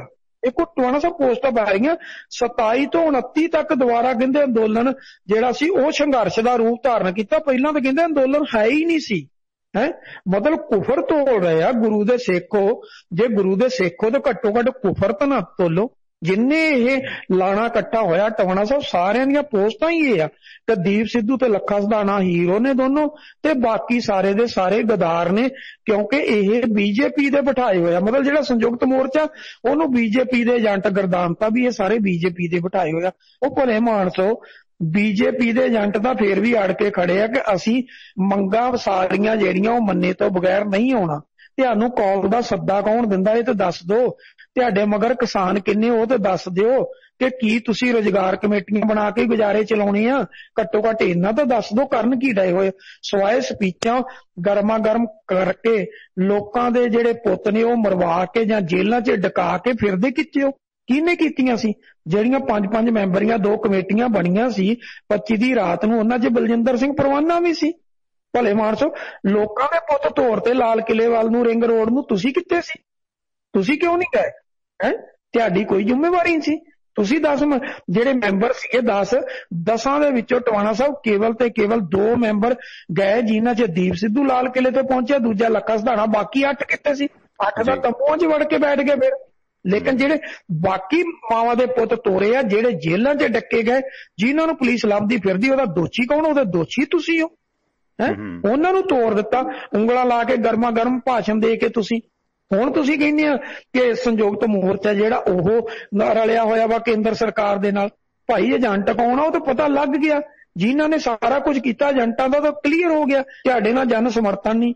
ਤੁਹਾਨੂੰ ਕਿਹਦੀ ਸਟੇਜ ਤੋਂ? ਉਹ ਕਾਮਰੇਡ ਨੇ ਜਿਨ੍ਹਾਂ ਦੀ ਸਟੇਜ ਤੋਂ ਬੋਲਦੇ ਹੋ ਕੌਣ? ਉਹ ਵੀ ਕਾਮਰੇਡ ਨੇ, ਇੰਨਾ ਜਾਣ ਲਓ। ਉਹ ਵੀ ਕਾਮਰੇਡ ਨੇ। ਤੁਸੀਂ ਖਾਲਿਸਤਾਨ ਮੰਗਦੇ ਹੋ, ਉਹ ਕਾਮਰੇਡ ਨੇ ਜਿਨ੍ਹਾਂ ਦੀ ਸਟੇਜ ਤੋਂ ਤੁਸੀਂ ਬੋਲ ਰਹੇ। ਉਹਨਾਂ ਦੀ ਵੀ ਮਜਬੂਰੀ ਆ। ਉਹਨਾਂ ਨਾਲ ਟਵਾਣਾ ਸਾਹਿਬ ਜਨ ਸਮਰਥਨ ਨਹੀਂ, ਉਹਨਾਂ ਕੋਈ ਇੰਨੇ ਬੁਲਾਰੇ ਨਹੀਂ। ਸੰਯੁਕਤ ਮੋਰਚੇ ਦੇ ਬਰਾਬਰ ਉਹਨਾਂ ਵੀ ਸਟੇਜ ਚਲਾਉਣੀ ਆ। ਇਸ ਕਰਕੇ ਉਹਨਾਂ ਨੇ ਇਹਨਾਂ ਨੂੰ ਟਾਈਮ ਦੇ ਦਿੱਤਾ ਕਿ ਆਓ ਭਾਈ ਤੁਸੀਂ ਬੋਲੋ, ਆਪਣੇ ਵਿਚਾਰ ਰੱਖੋ। ਇਹਨਾਂ ਨੂੰ ਮੌਕਾ ਮਿਲ ਗਿਆ। ਪਿਛਲੇ 2 ਮਹੀਨੇ ਇਹਨਾਂ ਨੂੰ ਕੋਈ ਸਟੇਜ ਨਹੀਂ ਸੀ ਮਿਲੀ, ਕਿਸੇ ਨੇ ਸਟੇਜਾਂ ਤੋਂ ਬੋਲਣ ਦਾ ਸਮਾਂ ਨਹੀਂ ਸੀ ਦਿੱਤਾ। ਸੁਰਿੰਦਰ ਜੀ, ਜਿਸ ਤਰ੍ਹਾਂ ਇਸ ਤਰ੍ਹਾਂ ਦੀ ਬਿਆਨਬਾਜ਼ੀ ਕੀਤੀ ਜਾਂਦੀ ਹੈ, ਕੀ ਇਹਨਾਂ ਦੇ ਮੋਰਚੇ ਨੂੰ ਜਾਂ ਸਰਵਣ ਸਿੰਘ ਪੰਧੇਰ ਜਾਂ ਪਰਵਾਨੇ ਉਹਨਾਂ ਦੇ ਗਰੁੱਪ ਨੂੰ ਇਹਦੇ ਨਾਲ ਮਜ਼ਬੂਤੀ ਮਿਲੇਗੀ ਜਾਂ ਨੁਕਸਾਨ ਮਿਲੇਗਾ? ਇਹ ਆਪਾਂ ਗੱਲਬਾਤ ਕਰਦੇ ਹਾਂ। ਆਪਣੇ ਨਾਲ ਇਸ ਵਕਤ ਫੇਰ ਜੁੜੇ ਨੇ ਮੇਰੇ ਖਿਆਲ ਦਿਦਾਰ ਸਿੰਘ ਹੋਰਾਂ ਦਾ ਹੀ ਫੋਨ ਹੈ। ਤੁਸੀਂ ਆਨ 에ਅਰ ਹੋ ਬਾਈ ਜੀ, ਸਵਾਗਤ ਹੈ ਤੁਹਾਡਾ। ਹਾਂਜੀ, ਇੱਕ ਸਵਾਲ ਹੈਗਾ ਜੀ ਮੇਰਾ ਜੀ। ਜਿਹੜੇ ਆਪਣਾ ਸੀਗੇ ਆਪਣਾ ਹਰਿਆਣਾ ਦੇ ਸੀਗੇ ਚਰਨਜੀਤ ਸਾਹਿਬ, ਉਹ ਕਹਿੰਦੇ ਆ ਵੀ ਜਿਹੜਾ MSP ਹੈ ਜੀ ਉਹਦੇ ਗੱਲ ਕਰੋ, ਬਾਕੀ ਆਪਾਂ ਕਰ ਲਾਂਗੇ। ਜਿਹੜੇ ਬਾਕੀ 3 ਬਿੱਲ ਨੇ ਆਪਾਂ ਗੱਲ ਕਰ ਲਾਂਗੇ। ਆਪਣਾ ਚੰਡੋਨੀ ਸਾਹਿਬ ਦਾ ਬਿਆਨ, ਹਾਂ ਕੋਈ ਨਹੀਂ ਪੁੱਛ ਲੈਣੇ ਆ। ਹਾਂਜੀ ਠੀਕ ਹੈ, ਥੈਂਕ ਯੂ। ਗੱਲ ਹਾਂਜੀ ਦਿਦਾਰ ਜੀ ਪੁੱਛੋ ਪਲੀਜ਼। ਹਾਂਜੀ ਹਾਂਜੀ ਹਾਂਜੀ ਮੈਂ ਕਹਿੰਦਾ ਜਿਹੜੇ ਸੀਗੇ ਝੁੰਨੀ ਸਾਹਿਬ ਉਹ ਕਹਿੰਦੇ ਸੀਗੇ ਵੀ ਜਿਹੜੇ 3 ਬਿੱਲ ਦੀ ਗੱਲ ਕਰ ਲਾਂਗੇ, ਪਹਿਲਾਂ ਐਮਐਸਪੀ ਕਰੋ, ਠੀਕ ਹੈ ਜੀ। ਉਸ ਤੋਂ ਬਾਅਦ ਜਿਹੜੇ ਸੀਗੇ ਟਕੈਤ ਸਾਹਿਬ ਉਹ ਕਹਿੰਦੇ ਸੀਗੇ ਵੀ 3 ਬਿੱਲ ਰੱਦ ਕਰੋ ਤੇ ਪਲੱਸ ਐਮਐਸਪੀ ਦਿਓ, ਠੀਕ ਹੈ ਜੀ, ਫੇਰ ਗੱਲ ਕਰਾਂਗੇ, ਠੀਕ ਹੈ ਜੀ। ਜਿਹੜੇ ਸੀਗੇ ਨਹੀਂ ਇੱਕ ਮਿੰਟ ਜਿਹੜੇ ਸੀਗੇ ਰਾਜੇਵਾਲ ਸਾਹਿਬ ਉਹ ਕਹਿੰਦੇ ਆਪਾਂ ਕਰਾਂਗੇ ਨੈਗੋਸ਼ੀਏਸ਼ਨ, ਮਤਲਬ ਜਿਹੜੀ ਨੈਗੋਸ਼ੀਏਸ਼ਨ ਹੋਏਗੀ ਉਹ ਤਾਂ ਫਿਰ ਮਤਲਬ ਵੀ ਘੱਟ ਵੱਧ ਹੋਏਗੀ ਨਾ, ਵੀ ਤੁਸੀਂ 2 ਸਟੈਪ ਪਿੱਛੇ ਹੋ ਅਸੀਂ 2 ਸਟੈਪ ਪਿੱਛੇ ਹੋਵਾਂਗੇ। ਪਰ ਹੁਣ ਆਪਾਂ ਗੱਲ ਕਿੰਨੀ ਮੰਨੀਏ, ਮੈਨੂੰ ਇਹ ਲੱਗ ਰਿਹਾ ਜੀ ਵੀ ਜਿਹੜੇ ਸੀਗੇ ਆਪਣਾ ਹਰਿਆਣੇ ਝੋਨੀ ਸਾਹਿਬ ਤੇ ਟਕੈਤ ਸਾਹਿਬ ਇਹਨਾਂ ਦੀ ਆਪਸ ਵਿੱਚ ਇੱਕ ਹੁੰਦਾ ਨਾ ਵੀ ਅੰਦਰੋਂ ਅੰਦਰ ਦੋਨੇ ਸੀਗੇ ਨੇਤਾ ਜੀ ਤੇ ਦੋਨੋਂ ਲੜੇ ਨੇ ਇਲੈਕਸ਼ਨਾਂ, ਮੈਨੂੰ ਲੱਗਦਾ ਇਹਨਾਂ ਆਪਸ ਹੋਏ ਨੇ ਵੀ ਟਕੈਤ ਹਰਿਆਣੇ ਕਿਉਂ ਆ ਗਿਆ, ਵੀ ਇੱਥੇ ਆ ਕੇ ਉਹਦੀ ਕਿਉਂ ਇੰਨੀ ਵਾਹਵਾਹੀ ਹੋ ਗਈ। ਮੈਨੂੰ ਲੱਗਦਾ ਕਿ ਝੋਨੀ ਸਾਹਿਬ ਦੀ ਆਪਸ ਚ ਹੈਗੀ ਆਪਾਂ ਸੁਰਿੰਦਰ ਜੀ ਹੋਰਾਂ ਨਾਲ ਸਾਂਝੀ ਕਰਦੇ ਹਾਂ। ਥੈਂਕ ਯੂ ਦਦਾਰ ਜੀ। ਸੁਰਿੰਦਰ ਜੀ ਪਹਿਲਾ ਸਵਾਲ ਜਿਹੜਾ ਹੈਗਾ ਕੰਪਲੀਟ ਕਰ ਦਿਓ। ਇਹ ਕਹਿੰਦੇ ਵੀ ਜਿਸ ਤਰ੍ਹਾਂ ਚੰਡੋਨੀ ਸਾਹਿਬ ਨੇ ਕਿਹਾ ਵੀ ਐਮਐਸਪੀ ਤੇ ਆਪਾਂ ਗੱਲ ਕਰ ਲੈਂਦੇ ਹਾਂ, ਬਿੱਲ ਬਾਅਦ ਚ ਦੇਖ ਲੈਂਦੇ ਹਾਂ, ਤੇ ਰਕੇਸ਼ ਟਕੈਤ ਕਹਿੰਦੇ ਨਹੀਂ ਇਕੱਲਾ ਸਿਰਫ ਬਿੱਲ ਰੱਦ ਕਰਨੇ ਨੇ। ਮੋਰਚੇ ਚ ਕੀ ਏਦਾਂ ਦੇ, ਕਿਉਂਕਿ ਦੋਨੇ ਆਗੂ ਸਿਆਸੀ ਨੇ, ਚੰਡੋਨੀ ਵੀ ਇਲੈਕਸ਼ਨ ਲੜ ਚੁੱਕੇ ਨੇ, ਰਕੇਸ਼ ਟਕੈਤ ਵੀ ਨੇ, ਕਿ ਇਹ ਜਿਹੜਾ ਹੈਗਾ ਕਿਤੇ ਨਾ ਕੋਈ ਮਤਭੇਦ ਉਭਰਨ ਦੇ ਚਾਂਸ ਬਣਦੇ ਨੇ ਆਪਸ ਚ। ਧੱਕੇ ਨਾਲ ਹਰ ਇੱਕ ਦੇ ਮੂੰਹ 'ਚ ਮੈਕ ਠੋਸੀ ਤੁਰਿਆ ਜਾ ਰਿਹਾ, ਕਿਉਂਕਿ ਮੀਡੀਆ ਵਿਕਾਊ ਹੋ ਚੁੱਕਿਆ, ਮੀਡੀਆ ਪੱਠਾ ਉਠਾ ਰਿਹਾ। ਟਵਾਣਾ ਸਾਹਿਬ ਨਾ ਤਾਂ ਇਕੱਲੇ ਗੁਰਨਾਮ ਸਿੰਘ ਚੰਡੂਨੀ ਨੇ ਕੋਈ ਫੈਸਲਾ ਲੈਣਾ, ਨਾ ਇਕੱਲੇ ਰਕੇਸ਼ ਟਕੈਤ ਨੇ ਕੋਈ ਫੈਸਲਾ ਲੈਣਾ। ਦੇਖੋ ਪਹਿਲਾਂ ਪੰਜਾਬ ਦੀਆਂ ਜਿਹੜੀਆਂ 30-31 ਜਥੇਬੰਦੀਆਂ ਨੇ ਉਹਨਾਂ ਨੇ ਆਪਣਾ ਫੈਸਲਾ ਲੈਣਾ, ਉਹਦੇ 'ਚ ਜਿਹੜੇ ਨੁਮਾਇੰਦੇ ਨੇ ਉਹ ਫੈਸਲਾ ਲੈ ਕੇ ਫਿਰ ਸੰਯੁਕਤ ਮੋਰਚੇ ਦੇ ਵਿੱਚ ਜਿਹੜੀਆਂ 576 ਜਥੇਬੰਦੀਆਂ ਨੇ ਉਹਨਾਂ ਸਾਰੀਆਂ ਨੇ ਫੈਸਲਾ ਲੈਣਾ। ਉਹ ਫੈਸਲਾ ਲੈ ਕੇ ਐਂਡ ਦੇ ਉੱਤੇ ਜਿਹੜਾ ਸੰਯੁਕਤ ਮੋਰਚੇ ਦੀ ਟੋਟਲ ਇੰਡੀਆ ਲੈਵਲ ਦੀ ਜਿਹੜੀ ਇੱਕ 7 ਮੈਂਬਰੀ ਕਮੇਟੀ ਬਣੀ ਹੋਈ ਆ, ਫਿਰ ਉਹਦੇ 'ਚ ਜਾਣਾ, ਫਿਰ ਉਹਨੇ ਜੋ ਫੈਸਲਾ ਲੈਣਾ ਉਹ ਅੰਤਮ ਨਿਰਣਾ ਹੋਣਾ। ਤੇ ਅੰਤਮ ਨਿਰਣੇ ਦੇ ਲਈ ਜਦੋਂ ਗੱਲਬਾਤ ਲਈ ਜਾਣਾ ਕੇਂਦਰ ਸਰਕਾਰ ਨਾਲ, ਉਹਦੇ 'ਚ ਤਕਰੀਬਨ 40 ਨੁਮਾਇੰਦੇ ਜਾਣੇ ਨੇ, ਕਈ ਵਾਰੀ 38 ਹੋ ਜਾਂਦੇ, ਕਈ 39, ਕਦੀ 40 ਹੋ ਜਾਂਦੇ। ਉਹਨਾਂ 'ਚੋਂ ਕਿਸੇ ਇੱਕ ਨੇ ਫੈਸਲਾ ਨਹੀਂ ਲੈਣਾ। ਹੁਣ ਟਵਾਣਾ ਸਾਹਿਬ ਸਮੱਸਿਆ ਕੀ ਆ? ਸਮੱਸਿਆ ਇਹ ਆ ਸੰਘਰਸ਼ ਲੰਬਾ ਹੋ ਗਿਆ। ਲੰਬੇ ਸੰਘਰਸ਼ 'ਚ ਮੀਡੀਆ ਜਿਹੜਾ ਗਿਆ ਸੀ ਵੀ ਚੱਲ 2-4 ਦਿਨ ਅਸੀਂ ਆਪਣੀਆਂ ਰੋਟੀਆਂ ਸੇਕ ਕੇ ਆ ਜਾਾਂਗੇ, ਕੁਝ ਨਵੇਂ ਚੈਨਲ ਸੀ ਉਹਨਾਂ ਚਲਾਉਣੇ ਸੀ, ਸਾਰੇ ਹੁਣ ਫਸ ਚੁੱਕੇ ਨੇ। ਕੁਛ ਉਹ ਲੋਕ ਸੀ ਜਿਹੜੇ ਚੋਂ ਪੋਲੀਟੀਕਲ ਪਾਰਟੀਆਂ ਕੱਢਣੀਆਂ ਚਾਹੁੰਦੇ ਸੀ, ਉਹ ਵੀ ਫਸ ਚੁੱਕੇ ਨੇ ਕਿ ਕਿਸਾਨੀ ਅੰਦੋਲਨ ਲੰਬਾ ਹੋ ਗਿਆ। ਉਹ ਹੁਣ ਹਰ ਇੱਕ ਸਵੇਰੇ ਉੱਠ ਕੇ ਮੈਕ ਚੱਕ ਲੈਂਦਾ, ਹਰ ਇੱਕ ਨੂੰ ਕੋਈ ਨਾ ਕੋਈ ਵੀਡੀਓ ਚਾਹੀਦੀ ਆ, ਕੋਈ ਨਾ ਕੋਈ ਫੁਟੇਜ ਚਾਹੀਦੀ ਆ, ਜਿਹੜੀ ਦੇਖ ਕੇ ਉਹ ਆਪਣੀਆਂ ਰੋਟੀਆਂ ਸੇਕ ਕੇ ਉਹ ਜਾਂਦੇ ਆ ਕਿਸੇ ਨਾ ਕਿਸੇ ਦੇ ਮੂੰਹ 'ਚ। ਸਵੇਰੇ ਹੀ ਵਿਚਾਰਿਆਂ ਨੇ ਮੂੰਹ ਨਹੀਂ ਧੋਤਾ ਹੁੰਦਾ, ਉਹਨਾਂ ਦੇ ਮੂੰਹ 'ਚ ਠੋਸਣ ਲੱਗ ਜਾਂਦੇ, ਹਾਂਜੀ ਤੁਸੀਂ ਕੀ ਦੱਸੋ। ਉਹ ਜੋ ਕਹਿੰਦੇ ਆ ਕੁਛ ਗੱਲਾਂ ਉਹਦੀਆਂ ਕੱਟ ਦਿੰਦੇ ਨੇ, ਕੁਛ ਦਿਖਾ ਕੇ ਦੇ ਦਿੰਦੇ ਨੇ, ਕੰਟਰੋਵਰਸੀ ਪੈਦਾ ਕਰ ਦਿੰਦੇ ਨੇ। ਕਦੀ ਉਹ ਪੰਜਾਬ ਵਾਲਿਆਂ ਤੋਂ ਪੈਦਾ ਕਰਵਾ ਦਿੰਦੇ ਨੇ, ਕਦੀ ਉਹ ਜੋਗਿੰਦਰ ਯਾਦਵ ਦੇ ਦੁਆਲੇ ਹੋ ਜਾਂਦੇ ਨੇ, ਕਦੀ ਉਹ ਗੁਰਨਾਮ ਸਿੰਘ ਚੜੂਨੀ ਦੇ ਹੋ ਜਾਂਦੇ, ਕਦੀ ਰਕੇਸ਼ ਟਕੈਤ ਦੇ। ਮਤਲਬ ਕਿਸੇ ਵੀ ਇੱਕ ਯੂਨੀਅਨ ਨੇ ਜਾਂ ਯੂਨੀਅਨ ਦੇ ਲੀਡਰ ਨੇ ਕਿਸੇ ਨੇ ਵੀ ਟਵਾਣਾ ਸਾਹਿਬ ਕੋਈ ਫੈਸਲਾ ਨਹੀਂ ਲੈਣਾ। ਜੋ ਮਰਜ਼ੀ ਹੋ ਜਾਏ, ਜਿਹੜਾ ਫੈਸਲਾ ਲਿਆ ਜਾਣਾ ਉਹ ਐਂਡ ਤੇ ਜਾ ਕੇ ਸੰਯੁਕਤ ਕਿਸਾਨ ਮੋਰਚੇ ਦੀ 7 ਮੈਂਬਰੀ ਕਮੇਟੀ ਜਿਹੜੀ ਉਹ 'ਚ ਲਿਆ ਜਾਣਾ। ਟਵਾਣਾ ਸਾਹਿਬ ਤੈਨੂੰ ਪਤਾ ਹੋਊ ਜਦੋਂ 1.5 ਸਾਲ ਦੇ ਲਈ ਜਿਹੜੇ ਇਹ ਕਾਨੂੰਨ ਸੀ ਇਹਨਾਂ ਨੂੰ ਪੈਂਡਿੰਗ ਕਰਨ ਦੇ ਲਈ ਜਿਹੜਾ ਸੀਗਾ ਉਹ ਆਪਣਾ ਉਹਨਾਂ ਨੇ ਭਰੋਸਾ ਦਿੱਤਾ ਸੀਗਾ, ਕੈਬਨਿਟ ਨੇ ਜਿਹੜੀ ਕਮੇਟੀ ਨਾਲ ਮੀਟਿੰਗ ਹੋ ਰਹੀ ਸੀ, ਕਿਸਾਨਾਂ ਨੇ ਕਿਹਾ ਸੀ ਅਸੀਂ ਜਾ ਕੇ ਆਪਣੀ ਕਿਸਾਨ ਜਥੇਬੰਦੀਆਂ ਨਾਲ ਸਲਾਹ ਕਰਾਂਗੇ। ਟਵਾਣਾ ਸਾਹਿਬ ਪੰਜਾਬ ਵਾਲਿਆਂ ਨੇ ਅਲੱਗ ਮੀਟਿੰਗ ਕੀਤੀ ਸੀ, ਉਹਦੇ ਬਾਅਦ ਜਿਹੜੀਆਂ 574 ਜਥੇਬੰਦੀਆਂ ਸੀ ਸਾਰਿਆਂ ਦੀ ਇਕੱਠੀ ਮੀਟਿੰਗ ਹੋਈ ਸੀ, ਉਹਦੇ 'ਚ ਫਿਰ ਫੈਸਲਾ ਲਿਆ ਗਿਆ ਕਿ ਨਹੀਂ ਅਸੀਂ 1.5 ਸਾਲ ਲਈ ਨਹੀਂ ਕਰਨਾ, ਅਸੀਂ ਰੱਦ ਕਰਾਉਣੇ ਆ। ਉਸ ਤੋਂ ਬਾਅਦ ਟਵਾਣਾ ਸਾਹਿਬ ਫਿਰ ਸੰਯੁਕਤ ਕਿਸਾਨ ਮੋਰਚਾ ਜਿਹੜਾ ਸੀਗਾ ਉਹਦੀ ਮੀਟਿੰਗ ਹੋਈ ਸੀ, ਜਿਸ 'ਚ 7 ਮੈਂਬਰ ਸੀ, ਜੋ ਪੰਜਾਬ ਵਾਲਿਆਂ ਨੇ, ਜੋ ਪੂਰੇ ਇੰਡੀਆ ਦੀਆਂ ਜਥੇਬੰਦੀਆਂ ਨੇ ਫੈਸਲਾ ਲਿਆ। ਫਿਰ ਉਹ 7 ਮੈਂਬਰੀ ਕਮੇਟੀ ਨੇ ਪ੍ਰੈਸ ਕਾਨਫਰੰਸ ਕਰਕੇ ਕਹਿਤਾ ਕਿ ਸਾਡਾ ਸਾਰਿਆਂ ਦਾ ਇਹ ਫੈਸਲਾ ਕਿ ਇਹ ਕਾਨੂੰਨ ਜਿਹੜੇ ਰੱਦ ਹੋਣਗੇ, ਅਸੀਂ ਇਹਨਾਂ ਨੂੰ 1.5 ਸਾਲ ਲਈ ਪੈਂਡਿੰਗ ਰੱਖਣ ਲਈ ਤੇ ਕਮੇਟੀ ਬਣਾਉਣ ਲਈ ਨਹੀਂ ਮੰਨਾਂਗੇ। ਹੁਣ ਗੱਲ ਰਹੀ ਟਵਾਣਾ ਸਾਹਿਬ, ਕੋਈ ਕਹਿ ਦਿੰਦਾ ਜੀ ਗੁਰਨਾਮ ਸਿੰਘ ਚੜੂਨੀ ਨੇ ਕਹਿਤਾ ਜੀ ਅਸੀਂ ਐਮਐਸਪੀ ਤੇ ਉਹਦੇ ਤੇ ਵੀ ਕਾਨੂੰਨ ਲੈਣਾ, ਟਕੈਤ ਸਾਹਿਬ ਨੇ ਇਹ ਕਹਿਤਾ। ਟਵਾਣਾ ਸਾਹਿਬ ਇਹ ਸਾਰਿਆਂ ਦਾ ਫੈਸਲਾ ਹੈ ਕਿ 3 ਕਾਨੂੰਨ ਵਾਪਸ ਕਰਾਉਣੇ, ਐਮਐਸਪੀ ਔਰ ਜਿਹੜਾ ਸਰਕਾਰੀ ਖਰੀਦ ਆ ਇਹਦੇ ਉੱਤੇ ਕਾਨੂੰਨ ਬਣਾਉਣਾ ਕਿ ਇਹ ਕਾਨੂੰਨੀ ਤੌਰ ਤੇ ਲਾਜ਼ਮੀ ਹੋਏਗਾ। ਇਹਦੇ 'ਚ ਟਵਾਣਾ ਸਾਹਿਬ ਇੱਕ ਗੱਲ ਹੋਰ ਆ ਕਿ ਪੰਜਾਬ ਤੇ ਹਰਿਆਣਾ ਤੇ ਵੈਸਟਰਨ ਯੂਪੀ 'ਚ ਖਰੀਦ ਹੈ ਕਣਕ ਤੇ ਝੋਨੇ ਤੇ, ਬਾਕੀ ਕਿਸੇ ਫਸਲ ਦੇ ਉੱਤੇ ਸਰਕਾਰੀ ਖਰੀਦ ਹੈ ਹੀ ਨਹੀਂ।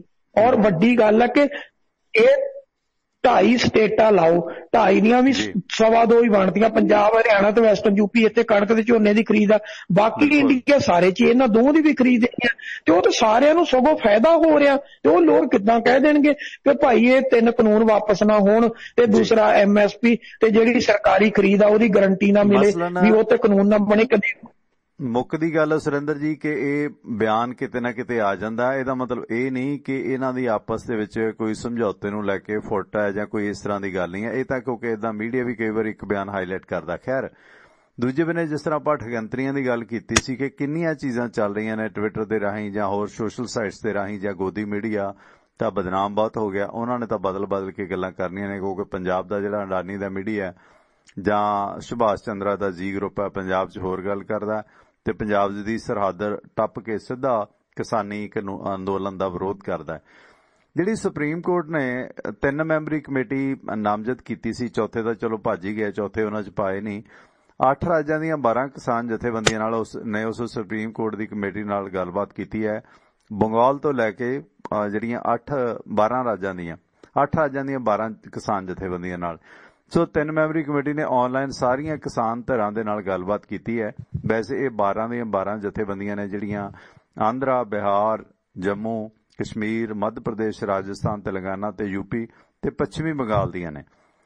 ਇਹਦੇ 'ਚ ਉੱਤਰ ਪ੍ਰਦੇਸ਼ ਦੀ ਥੋੜੀ ਸ਼ਮੂਲੀਅਤ ਕੀਤੀ ਜਾ ਸਕਦੀ ਹੈ। ਹਰਿਆਣੇ ਦੀ ਕੋਈ ਜਥੇਬੰਦੀ ਨਹੀਂ ਹੈ, ਹਾਲਾਂਕਿ ਹਰਿਆਣਾ ਤੇ ਪੰਜਾਬ ਮੇਨ ਨੇ ਇਸ ਅੰਦੋਲਨ ਦੇ।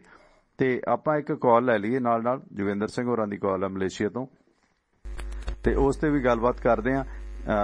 ਤੁਸੀਂ ਜੋਗਿੰਦਰ ਸਿੰਘ ਜੀ ਗੱਲ ਕਰੋ ਪਲੀਜ਼, ਆਪਣੇ ਕੀ ਕਹਿਣਾ ਚਾਹੁੰਦੇ ਹੋ? 1 ਸੈਕਿੰਡ ਹੋਲਡ ਰੱਖਿਓ ਜੀ। ਵੈਲਕਮ ਜੋਗਿੰਦਰ ਸਿੰਘ ਜੀ ਮਲੇਸ਼ੀਆ ਤੋਂ। ਹਾਂਜੀ ਸਰ, ਸਤਿ ਸ਼੍ਰੀ ਅਕਾਲ ਜੀ। ਸਤਿ ਸ਼੍ਰੀ ਅਕਾਲ ਜੋਗਿੰਦਰ ਜੀ।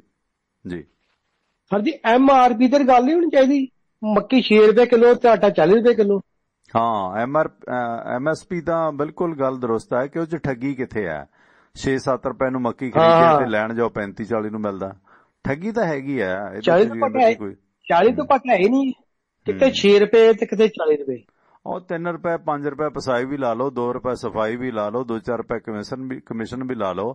MSP 1800 ਹੈ, 1850 MSP ਹੈ ਨਾ। ਜੇ MSP ਵੀ ਆਖੇ ਫਿਰ ਵੀ 35 ਤੋਂ ਘੱਟ ਆਟਾ ਕਿਤੇ ਵੀ ਨਹੀਂ ਹੈ ਪਿੰਡਾਂ 'ਚ ਵੀ। 1800 ਵੀ ਜੇ MSP ਲਾ ਲਈਏ ਕਿ 1800 ਨੂੰ ਖਰੀਦਿਆ, ਤੇ ਫਿਰ ਜਿਹੜਾ ਆਟਾ ਸਪਲਾਈ ਕਰਦਾ ਉਹ ਕਿਉਂ ਇੰਨਾ ਲੁੱਟਦਾ ਹੈ? 36 ਰੁਪਏ ਡਬਲ ਹੋ ਗਿਆ। 18 ਰੁਪਏ ਕਮਾਉਣ ਵਾਲੇ ਨੂੰ ਮਿਲਦੇ ਨੇ, ਪੈਦਾ ਕਰਨ ਵਾਲੇ ਨੂੰ, ਤੇ 18 ਰੁਪਏ ਉੱਤੇ ਆਟਾ ਪੀ ਕੇ ਵੇਚਣ ਵਾਲੇ ਨੂੰ ਮਿਲ ਰਹੇ ਨੇ, ਹੈ ਨਾ। ਚਲੋ ਪਸਾਈ ਦੇ ਵੀ 3 ਰੁਪਏ ਕੱਢ ਲਈਏ, ਤੇ ਬਾਕੀ ਜਿਹੜੇ 15 ਰੁਪਏ ਕੌਣ ਖਾਂਦਾ ਹੈ ਨਾ ਜੀ। ਜੀ ਬਸ ਇਹੋ ਗੈਪ ਹੈ ਨਾ। ਅਜੇ ਤਾਂ ਥੈਂਕ ਯੂ, ਮਿਹਰਬਾਨੀ ਜੋਗਿੰਦਰ ਜੀ। ਅਜੇ ਤੇ ਆਟਾ ਇਹ ਰਿਲਾਇੰਸ ਦਾ, ਜਦੋਂ ਇਹ ਆਟਾ ਅਜੇ ਤੇ ਆਟਾ ਆਮ ਰੁਲਦਾ ਸਿੰਘ ਹੋਰਾਂ ਦੀਆਂ ਜਾਂ ਰਾਮ ਮੂਰਤੀ ਦੀ ਚੱਕੀ ਦਾ, ਜਦੋਂ ਇਹੀ ਆਟਾ ਰਿਲਾਇੰਸ ਦਾ ਹੋ ਗਿਆ, ਅਡਾਨੀ ਦਾ ਹੋ ਗਿਆ, ਤੇ ਫਿਰ ਦੇਖੋ ਸ਼ਾਇਦ ਉਹ 360 ਰੁਪਏ ਕਿਲੋ ਵੀ ਹੋ ਜਾਵੇ, ਹੈ ਨਾ। MSP 1800 ਆ ਮੱਕੀ ਦੀ, ਜੇ MSP ਦੇ 18 ਤੇ ਵੀ ਖਰੀਦਿਆ ਤਾਂ ਵੀ 30 ਰੁਪਏ 36 ਰੁਪਏ ਕਿੱਥੋਂ ਵਿਕ ਰਿਹਾ। ਲੁੱਟ ਤੇ ਹੈਗੀ ਹੈ, ਭਾਵੇਂ ਛੋਟਾ ਅੰਬਾਨੀ ਕਰਦਾ ਭਾਵੇਂ ਵੱਡਾ ਕਰਦਾ। ਖੈਰ ਸੁਰਿੰਦਰ ਜੀ, ਇਹ ਜਿਹੜਾ ਪੰਜਾਬ ਹਰਿਆਣਾ ਨੂੰ ਛੱਡ ਕੇ 8 ਸੂਬਿਆਂ ਦੀਆਂ 12 ਜਥੇਬੰਦੀਆਂ ਦੀ ਜਿਹੜੀ ਮੀਟਿੰਗ ਹੋਈ ਹੈ, ਆਨਲਾਈਨ ਮੀਟਿੰਗ ਹੋਈ ਹੈ, ਇਹ ਕੁਝ ਕਰੇਗਾ ਮਾੜਾ ਮੋਟਾ, ਜਾਂ ਇਹਦੇ ਚੋਂ ਕੁਝ ਨਿਕਲਦਾ ਨਜ਼ਰ ਨਹੀਂ ਆਉਂਦਾ? ਮੈਨੂੰ ਲੱਗਦਾ ਸੀ ਵੀ ਤੁਸੀਂ, ਹਾਂਜੀ ਟਵਾਣਾ ਸਾਹਿਬ, 2 ਜਥੇਬੰਦੀਆਂ, ਇੱਕ ਤੁਸੀਂ ਬਣਾ ਸਕਦੇ ਸੀ, ਇੱਕ ਮੈਂ ਬਣਾ ਸਕਦਾ ਸੀਗਾ। ਤੇ ਜਿਹੜੀ 12 ਜਥੇਬੰਦੀਆਂ ਨਾਲ ਮੀਟਿੰਗ ਹੋਈ, ਇਹ 14 ਹੋ ਜਾਣੀ ਸੀ। ਟਵਾਣਾ ਸਾਹਿਬ ਪਤਾ ਕੀ ਸੀ, ਤੁਸੀਂ ਤਾਂ ਮਨਕੜੇ ਜੇ ਗੱਲ ਕਹੀ ਹੈ ਸੁਰਿੰਦਰ ਜੀ, ਲੋਕਾਂ ਨੇ ਇਹਦਾ ਹੀ ਲੈ ਲੈਣਾ ਕਿ ਦੇਖੋ ਇਹ ਵੀ ਜਥੇਬੰਦੀ ਬਣਾਉਣ ਨੂੰ ਫਿਰਦੇ ਸੀ। ਉਹਨਾਂ ਨੇ ਆਹੀ ਗੱਲ ਕੱਟ ਕੇ ਲਾ ਦੇਣੀ ਆ ਵੀ ਇਹ ਵੀ ਜਥੇਬੰਦੀ। ਸੁਰਿੰਦਰ ਜੀ 1 ਸੈਕਿੰਡ ਪਲੀਜ਼, 1 ਸੈਕਿੰਡ। ਹਾਂਜੀ ਤੁਸੀਂ ਔਨ 에ਅਰ ਹੋ ਬਾਈ ਜੀ ਆਸਟ੍ਰੇਲੀਆ ਤੋਂ। ਹਾਂਜੀ ਆਸਟ੍ਰੇਲੀਆ। ਸਤਿ ਸ਼੍ਰੀ ਅਕਾਲ ਬਾਈ ਜੀ, ਕੌਣ ਬੋਲ ਰਹੇ ਹੋ, ਕੀ ਕਹਿਣਾ ਚਾਹੁੰਦੇ ਹੋ? ਭਾਜੀ ਰੋਬੀ ਗੱਲ ਕਰ ਰਿਹਾ ਜੀ। ਹਾਂ ਰੋਬੀ ਜੀ, ਕੀ ਹਾਲ ਪੰਨੂ ਸਾਹਿਬ, ਕੀ ਕਹਿਣਾ ਚਾਹੁੰਦੇ ਹੋ? ਵਧੀਆ ਭਾਜੀ, ਠੀਕ ਹੈ ਜੀ। ਭਾਜੀ ਇੱਕ ਚੀਜ਼ ਪੁੱਛਣੀ ਸੀ ਜੀ ਕਿ ਇੱਕ ਇਹਨਾਂ ਨੇ ਨਵਾਂ ਹੀ ਅੱਜ ਚੁਰਲੀ ਜੀ ਛੱਡਦੀ ਹੈ ਕਿ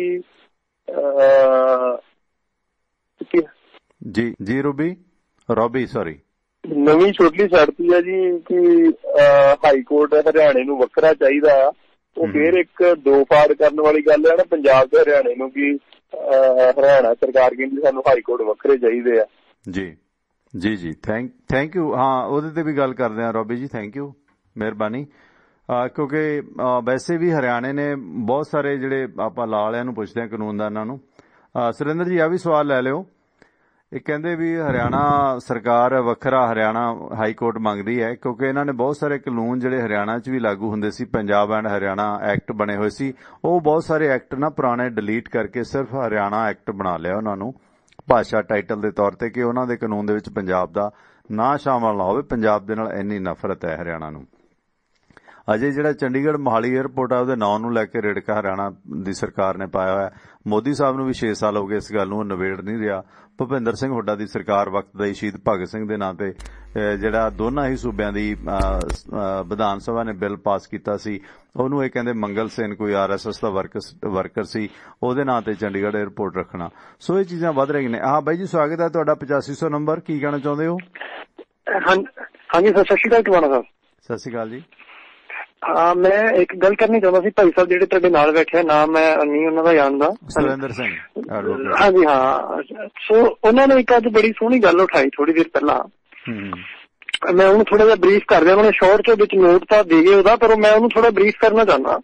ਉਹ ਇਹ ਹੈਗਾ ਕਿ ਜਿਹੜੇ ਲੋਕਾਂ ਨੂੰ ਲੱਗਦਾ ਕਿ ਆ ਜਿਹੜੇ ਦੂਜੇ ਲੋਕ ਆ ਹਨਾ, ਚਾਹੇ ਉਹ ਦੀਪ ਸਿੱਧੂ ਆ, ਚਾਹੇ ਹੋਰ ਕਈ ਲੋਕ, ਆਪਾਂ ਸਾਰਿਆਂ ਦੇ ਨਾਂ ਨਹੀਂ ਗਿਣ ਸਕਦੇ ਕਿ ਉਹ ਸਹੀ ਆ, ਜਿਹਨਾਂ ਨੂੰ ਲੱਗਦਾ ਕਿ ਉਹ ਸਹੀ ਆ, ਉਹਨਾਂ ਲਈ ਇਹ ਗੱਲ ਆ ਕਿ ਜੇ ਉਹ ਸਹੀ ਆ, ਜੇ ਉਹ ਸੱਚੀ ਮੁੱਚੀ ਕਿਸਾਨ ਅੰਦੋਲਨ ਦੇ ਹਿਤੈਸ਼ੀ ਆ, ਤਾਂ ਉਹਨਾਂ ਦੀ ਵਜ੍ਹਾ ਨਾਲ ਜਿਹੜਾ ਨੁਕਸਾਨ ਹੋਇਆ ਉਹ 26 ਵਾਲੇ ਦਿਨ ਤੋਂ ਬਾਅਦ ਹਨਾ, ਚਾਹੇ ਉਹ ਜੇ ਉਹ ਕਹਿੰਦੇ ਕਿ ਹਾਂ ਉਹ ਸਾਨੂੰ ਭੜਕਾ ਲਿਆ, ਸਾਡੀ ਗਲਤੀ ਹੋ ਗਈ, ਉਹ ਜੇ ਉਹ ਕੁਛ ਵੀ ਹੋ ਗਿਆ, ਸੋ ਉਸ ਤੋਂ ਬਾਅਦ ਨੁਕਸਾਨ ਤਾਂ ਉਹਨਾਂ ਦੇ ਸਾਹਮਣੇ ਹੈਗਾ ਨਾ ਕਿ ਹੋਇਆ।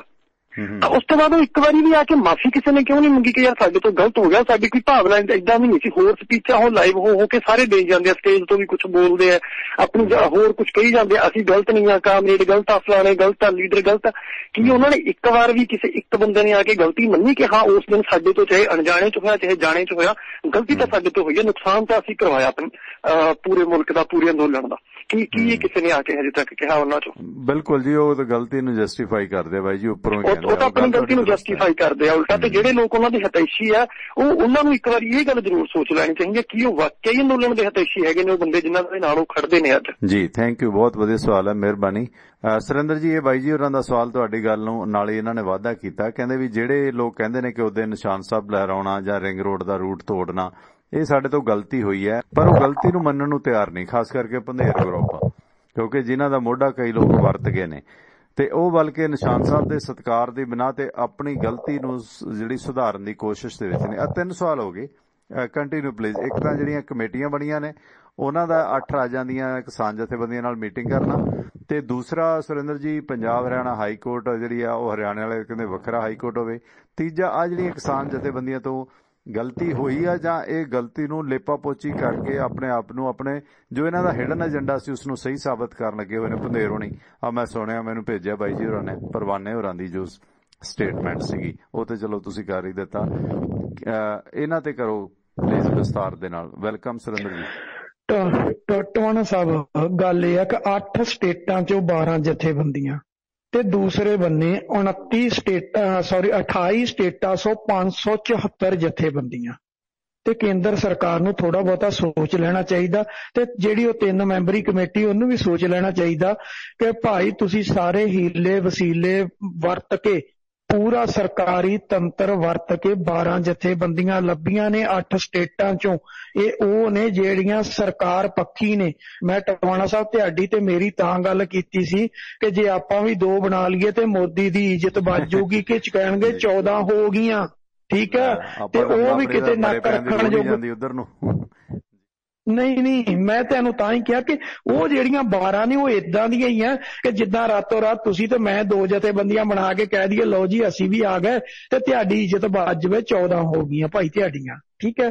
ਟਵਾਣਾ ਸਾਹਿਬ, ਸਰਕਾਰੀ ਤੰਤਰ ਆ, ਇਹ ਕੁਛ ਕਰਦਾ ਹੀ ਹੁੰਦਾ, ਉਹਨਾਂ ਨੇ ਕਰਨਾ, ਉਹਨਾਂ ਨੇ 26 ਜਨਵਰੀ ਨੂੰ ਵੀ ਕੀਤਾ ਤੇ ਉਹਨਾਂ ਨੇ ਪਹਿਲਾਂ ਵੀ ਕੀਤਾ ਤੇ ਉਹਨਾਂ ਅੱਗੇ ਵੀ ਕਰਦੇ ਰਹਿਣਾ, ਇਹਦਾ ਕੋਈ ਮਤਲਬ ਨਹੀਂ। 574 ਚੋਂ ਕੋਈ ਟੁੱਟ ਕੇ ਜਾਣ ਲਈ ਤਿਆਰ ਨਹੀਂ, ਉਹ ਅਣਖ ਇੱਜ਼ਤ ਦੀ ਜਿਹੜੀ ਲੜਾਈ ਆ ਉਹ ਲੜਨ ਲਈ ਤਿਆਰ ਬੈਠੇ ਆ ਤੇ ਆਖਰੀ ਦਮ ਤੱਕ ਲੜਨ ਲਈ ਤਿਆਰ ਬੈਠੇ ਆ। ਤੇ ਟਵਾਣਾ ਸਾਹਿਬ, ਇਹ ਜਿਹੜੀ ਕਮੇਟੀ ਆ ਆਪਣੇ ਆਪ ਭੱਜ ਜਾਣੀ ਆ, ਜਾਂ ਗੋਲ ਮੋਲ ਰਿਪੋਰਟ ਦੇ ਦੂਗੀ, ਜਾਂ ਹੋਰ 10-20 ਜਥੇਬੰਦੀਆਂ ਇਕੱਠੀਆਂ ਕੁੱਠੀਆਂ ਕਰ ਲੂਗੀ, ਕਹਿ ਦੇਣਗੇ ਬਾਕੀ ਜਿਹੜੇ ਉਹ ਅਨਾਰਕਿਸਟ ਨੇ, ਉਹ ਖਾਲਿਸਤਾਨੀ ਨੇ, ਉਹ ਮਾਓਵਾਦੀ ਆ, ਉਹ ਨਕਸਲੀ ਆ, ਉਹ ਕਾਮਰੇਡ ਨੇ, ਸੱਜੇ ਪੱਖੀ ਆ, ਖੱਬੇ ਪੱਖੀ ਆ, ਉਹ ਨਾਗਾ ਰੈਡੀ ਗਰੁੱਪ ਆ, ਉਹ ਕਰ ਕੁਰ ਕੇ ਆਪਦੀ ਰਿਪੋਰਟ ਦੇ ਕੇ ਆਪਣਾ ਖਹਿੜਾ ਜਿਹੜਾ ਉਹ ਛਡਾ ਲੈਣਗੇ। ਇਹ ਕੁਝ ਚੱਲੂਗਾ। ਟਵਾਣਾ ਸਾਹਿਬ ਹੁਣ ਅਗਲੀ ਗੱਲ ਆਈ ਕਿ ਜਿਹੜਾ ਕੁਝ 26 ਨੂੰ ਹੋਇਆ, ਟਵਾਣਾ ਸਾਹਿਬ ਗੱਲ ਤੇ ਇਹ ਸੀ ਵੀ 26 ਨੂੰ ਹੋਣਾ ਨਹੀਂ ਸੀ ਚਾਹੀਦਾ, ਕਿਉਂਕਿ ਫਰਵਰੀ 'ਚ ਇਹ ਕਿਸਾਨੀ ਅੰਦੋਲਨ ਜਿਹੜਾ ਇਹਦਾ ਨਤੀਜਾ ਨਿਕਲਣਾ ਸੀ, ਜਿਹਨੂੰ ਅਸੀਂ 26 ਵਾਲੇ ਦਿਨ ਬਹੁਤ ਲੰਬਾ ਲੈ ਗਏ। ਬੜਾ ਵੱਡਾ ਡੈਂਟ ਪਾਇਆ ਗਿਆ, ਸਰਕਾਰੀ ਇਸ਼ਾਰੇ ਤੇ ਪਾਇਆ ਗਿਆ, ਸਰਕਾਰੀ ਪਿੱਠੂ ਬਣ ਕੇ ਪਾਇਆ ਗਿਆ, ਜਾਣ ਬੁੱਝ ਕੇ ਪਾਇਆ ਗਿਆ। ਪਰ ਬਦਕਿਸਮਤੀ ਉਸ ਦੇ ਬਾਵਜੂਦ ਵੀ ਜਸਟੀਫਾਈ ਕੀਤਾ ਜਾ ਰਿਹਾ, ਅੱਜ ਤੱਕ ਮੰਨਣ ਲਈ ਤਿਆਰ ਨਹੀਂ ਕਿ ਇਹ ਕੁਝ ਸਾਡੇ ਤੋਂ ਹੋਇਆ। ਠੀਕ ਆ, ਚਾਹੇ ਸਰਵਣ ਸਿੰਘ ਪੰਧੇਰ ਤੇ ਸਤਨਾਮ ਪੰਨੂ ਆ, ਮੈਨੂੰ ਸਮਝ ਨਹੀਂ ਆਉਂਦੀ ਕਿ ਉਹਨਾਂ ਦੋਵਾਂ ਨੂੰ ਖਾਲਿਸਤਾਨ ਚਾਹੀਦਾ। ਟਵਾਣਾ ਸਾਹਿਬ ਦੋਨੋਂ ਕਾਮਰੇਡ ਪੱਖੀ ਜਥੇਬੰਦੀ ਆ, ਕਿਸਾਨਾਂ ਦਾ ਅੰਦੋਲਨ ਲੈ ਕੇ ਆਏ ਹੋ। ਜਦੋਂ ਤੁਸੀਂ ਕਿਸਾਨਾਂ ਦੇ ਅੰਦੋਲਨ ਲਈ ਆਏ ਹੋ, ਉਹਦੇ 'ਚ ਕੀ ਸੀ ਤੁਹਾਡਾ? 3 ਕਾਨੂੰਨ ਜਿਹੜੇ ਆ ਉਹ ਰੱਦ ਕਰਾਉਣੇ, MSP ਤੇ ਪ੍ਰੋਕਿਉਰਮੈਂਟ ਦੀ ਜਿਹੜੀ ਆ ਉਹ ਲਿਖਤੀ ਗਰੰਟੀ, ਮਤਲਬ ਜਿਹਨੂੰ ਅਸੀਂ ਕਹਿੰਦੇ ਕਾਨੂੰਨੀ ਰੂਪ, ਵੀ ਉਹ ਕਾਨੂੰਨ ਦਾ ਰੂਪ ਦਿੱਤਾ ਜਾਵੇ। ਆਹ ਸੀ ਤੁਹਾਡੀ ਮੰਗ, ਇਹ ਸ਼ੁਰੂ ਤੋਂ ਮੰਗ ਸੀ, ਇਹਦੇ 'ਚ ਅਸੀਂ ਹੋਰ ਕੋਈ ਪੋਲੀਟੀਕਲ ਮੰਗ ਨਹੀਂ ਅਡਾਉਣੀ। ਹੁਣ ਸਰਵਣ ਸਿੰਘ ਪੰਧੇਰ ਤੇ ਸਤਨਾਮ ਪੰਨੂ ਇਹਦਾ ਜਵਾਬ ਦੇਵੇ। ਠੀਕ ਹੈ, ਕਿਤੇ ਨਾ ਕਿਤੇ ਸਟੇਜ ਵੱਖਰੀ ਲਾਈ। 1 ਮਹੀਨਾ ਤੁਸੀਂ ਬਾਕੀ ਜਥੇਬੰਦੀਆਂ ਤੋਂ ਬਾਅਦ 'ਚ ਗਏ, ਜਾ ਕੇ ਤੁਸੀਂ ਜਿਹੜਾ 24 ਤਰੀਕ ਨੂੰ ਟਿੰਡ 'ਚ ਕਾਨਾ ਪਾਇਆ। ਪਹਿਲਾਂ ਤੁਸੀਂ ਕਹਿੰਦੇ ਸੀ ਅਸੀਂ ਕੇਂਦਰ ਸਰਕਾਰ ਨਾਲ ਮੀਟਿੰਗਾਂ 'ਚ ਨਹੀਂ ਸ਼ਾਮਲ ਹੋਣਾ, ਫਿਰ ਸਰਵਣ ਸਿੰਘ ਪੰਧੇਰ 3 ਮੀਟਿੰਗਾਂ 'ਚ ਸ਼ਾਮਲ ਵੀ ਹੋਇਆ, ਸ਼ਾਮਲ ਹੋ ਕੇ ਚਲੋ ਹੋ ਗਿਆ, ਬਹੁਤ ਵਧੀਆ। ਫਿਰ ਜਿਹੜਾ ਰੂਟ ਮਿਲਿਆ ਉਸ ਰੂਟ ਨੂੰ ਤੁਸੀਂ ਇਨਕਾਰ ਕੀਤਾ। ਫਿਰ ਜਿਹੜਾ ਕੇਂਦਰ ਦਿੱਲੀ ਪੁਲਿਸ ਦੇ ਵੱਡੇ ਅਫਸਰਾਂ ਦੀ ਤੁਹਾਡੇ ਨਾਲ 25 ਦੀ ਸਵੇਰੇ ਤੇ 25 ਦੀ ਰਾਤ ਗੱਲਬਾਤ ਤੁਹਾਡੇ ਤੰਬੂ 'ਚ ਬੈਠ ਕੇ ਹੋਈ, ਟੈਂਟ 'ਚ, ਉਹਦਾ ਵੇਰਵਾ ਦੇ ਦਿਓ ਕੀ ਹੋਈ ਆ, ਉਹ ਵੇਰਵਾ ਕੀ ਸੀ, ਕਿੱਦਾਂ ਤੁਹਾਨੂੰ ਰੂਟ ਦਿੱਤਾ ਗਿਆ, ਕਿੱਦਾਂ ਤੁਸੀਂ ਸਾਰਾ ਕੁਝ ਲੈ ਕੇ ਮਜਨੂਨਾ ਟਿੱਲਾ ਗੁਰਦੁਆਰਾ ਸਾਹਿਬ ਤੱਕ ਗਏ, ਉੱਥੋਂ ਤੁਸੀਂ ਲਾਲ ਕਿਲੇ ਤੇ ਗਏ।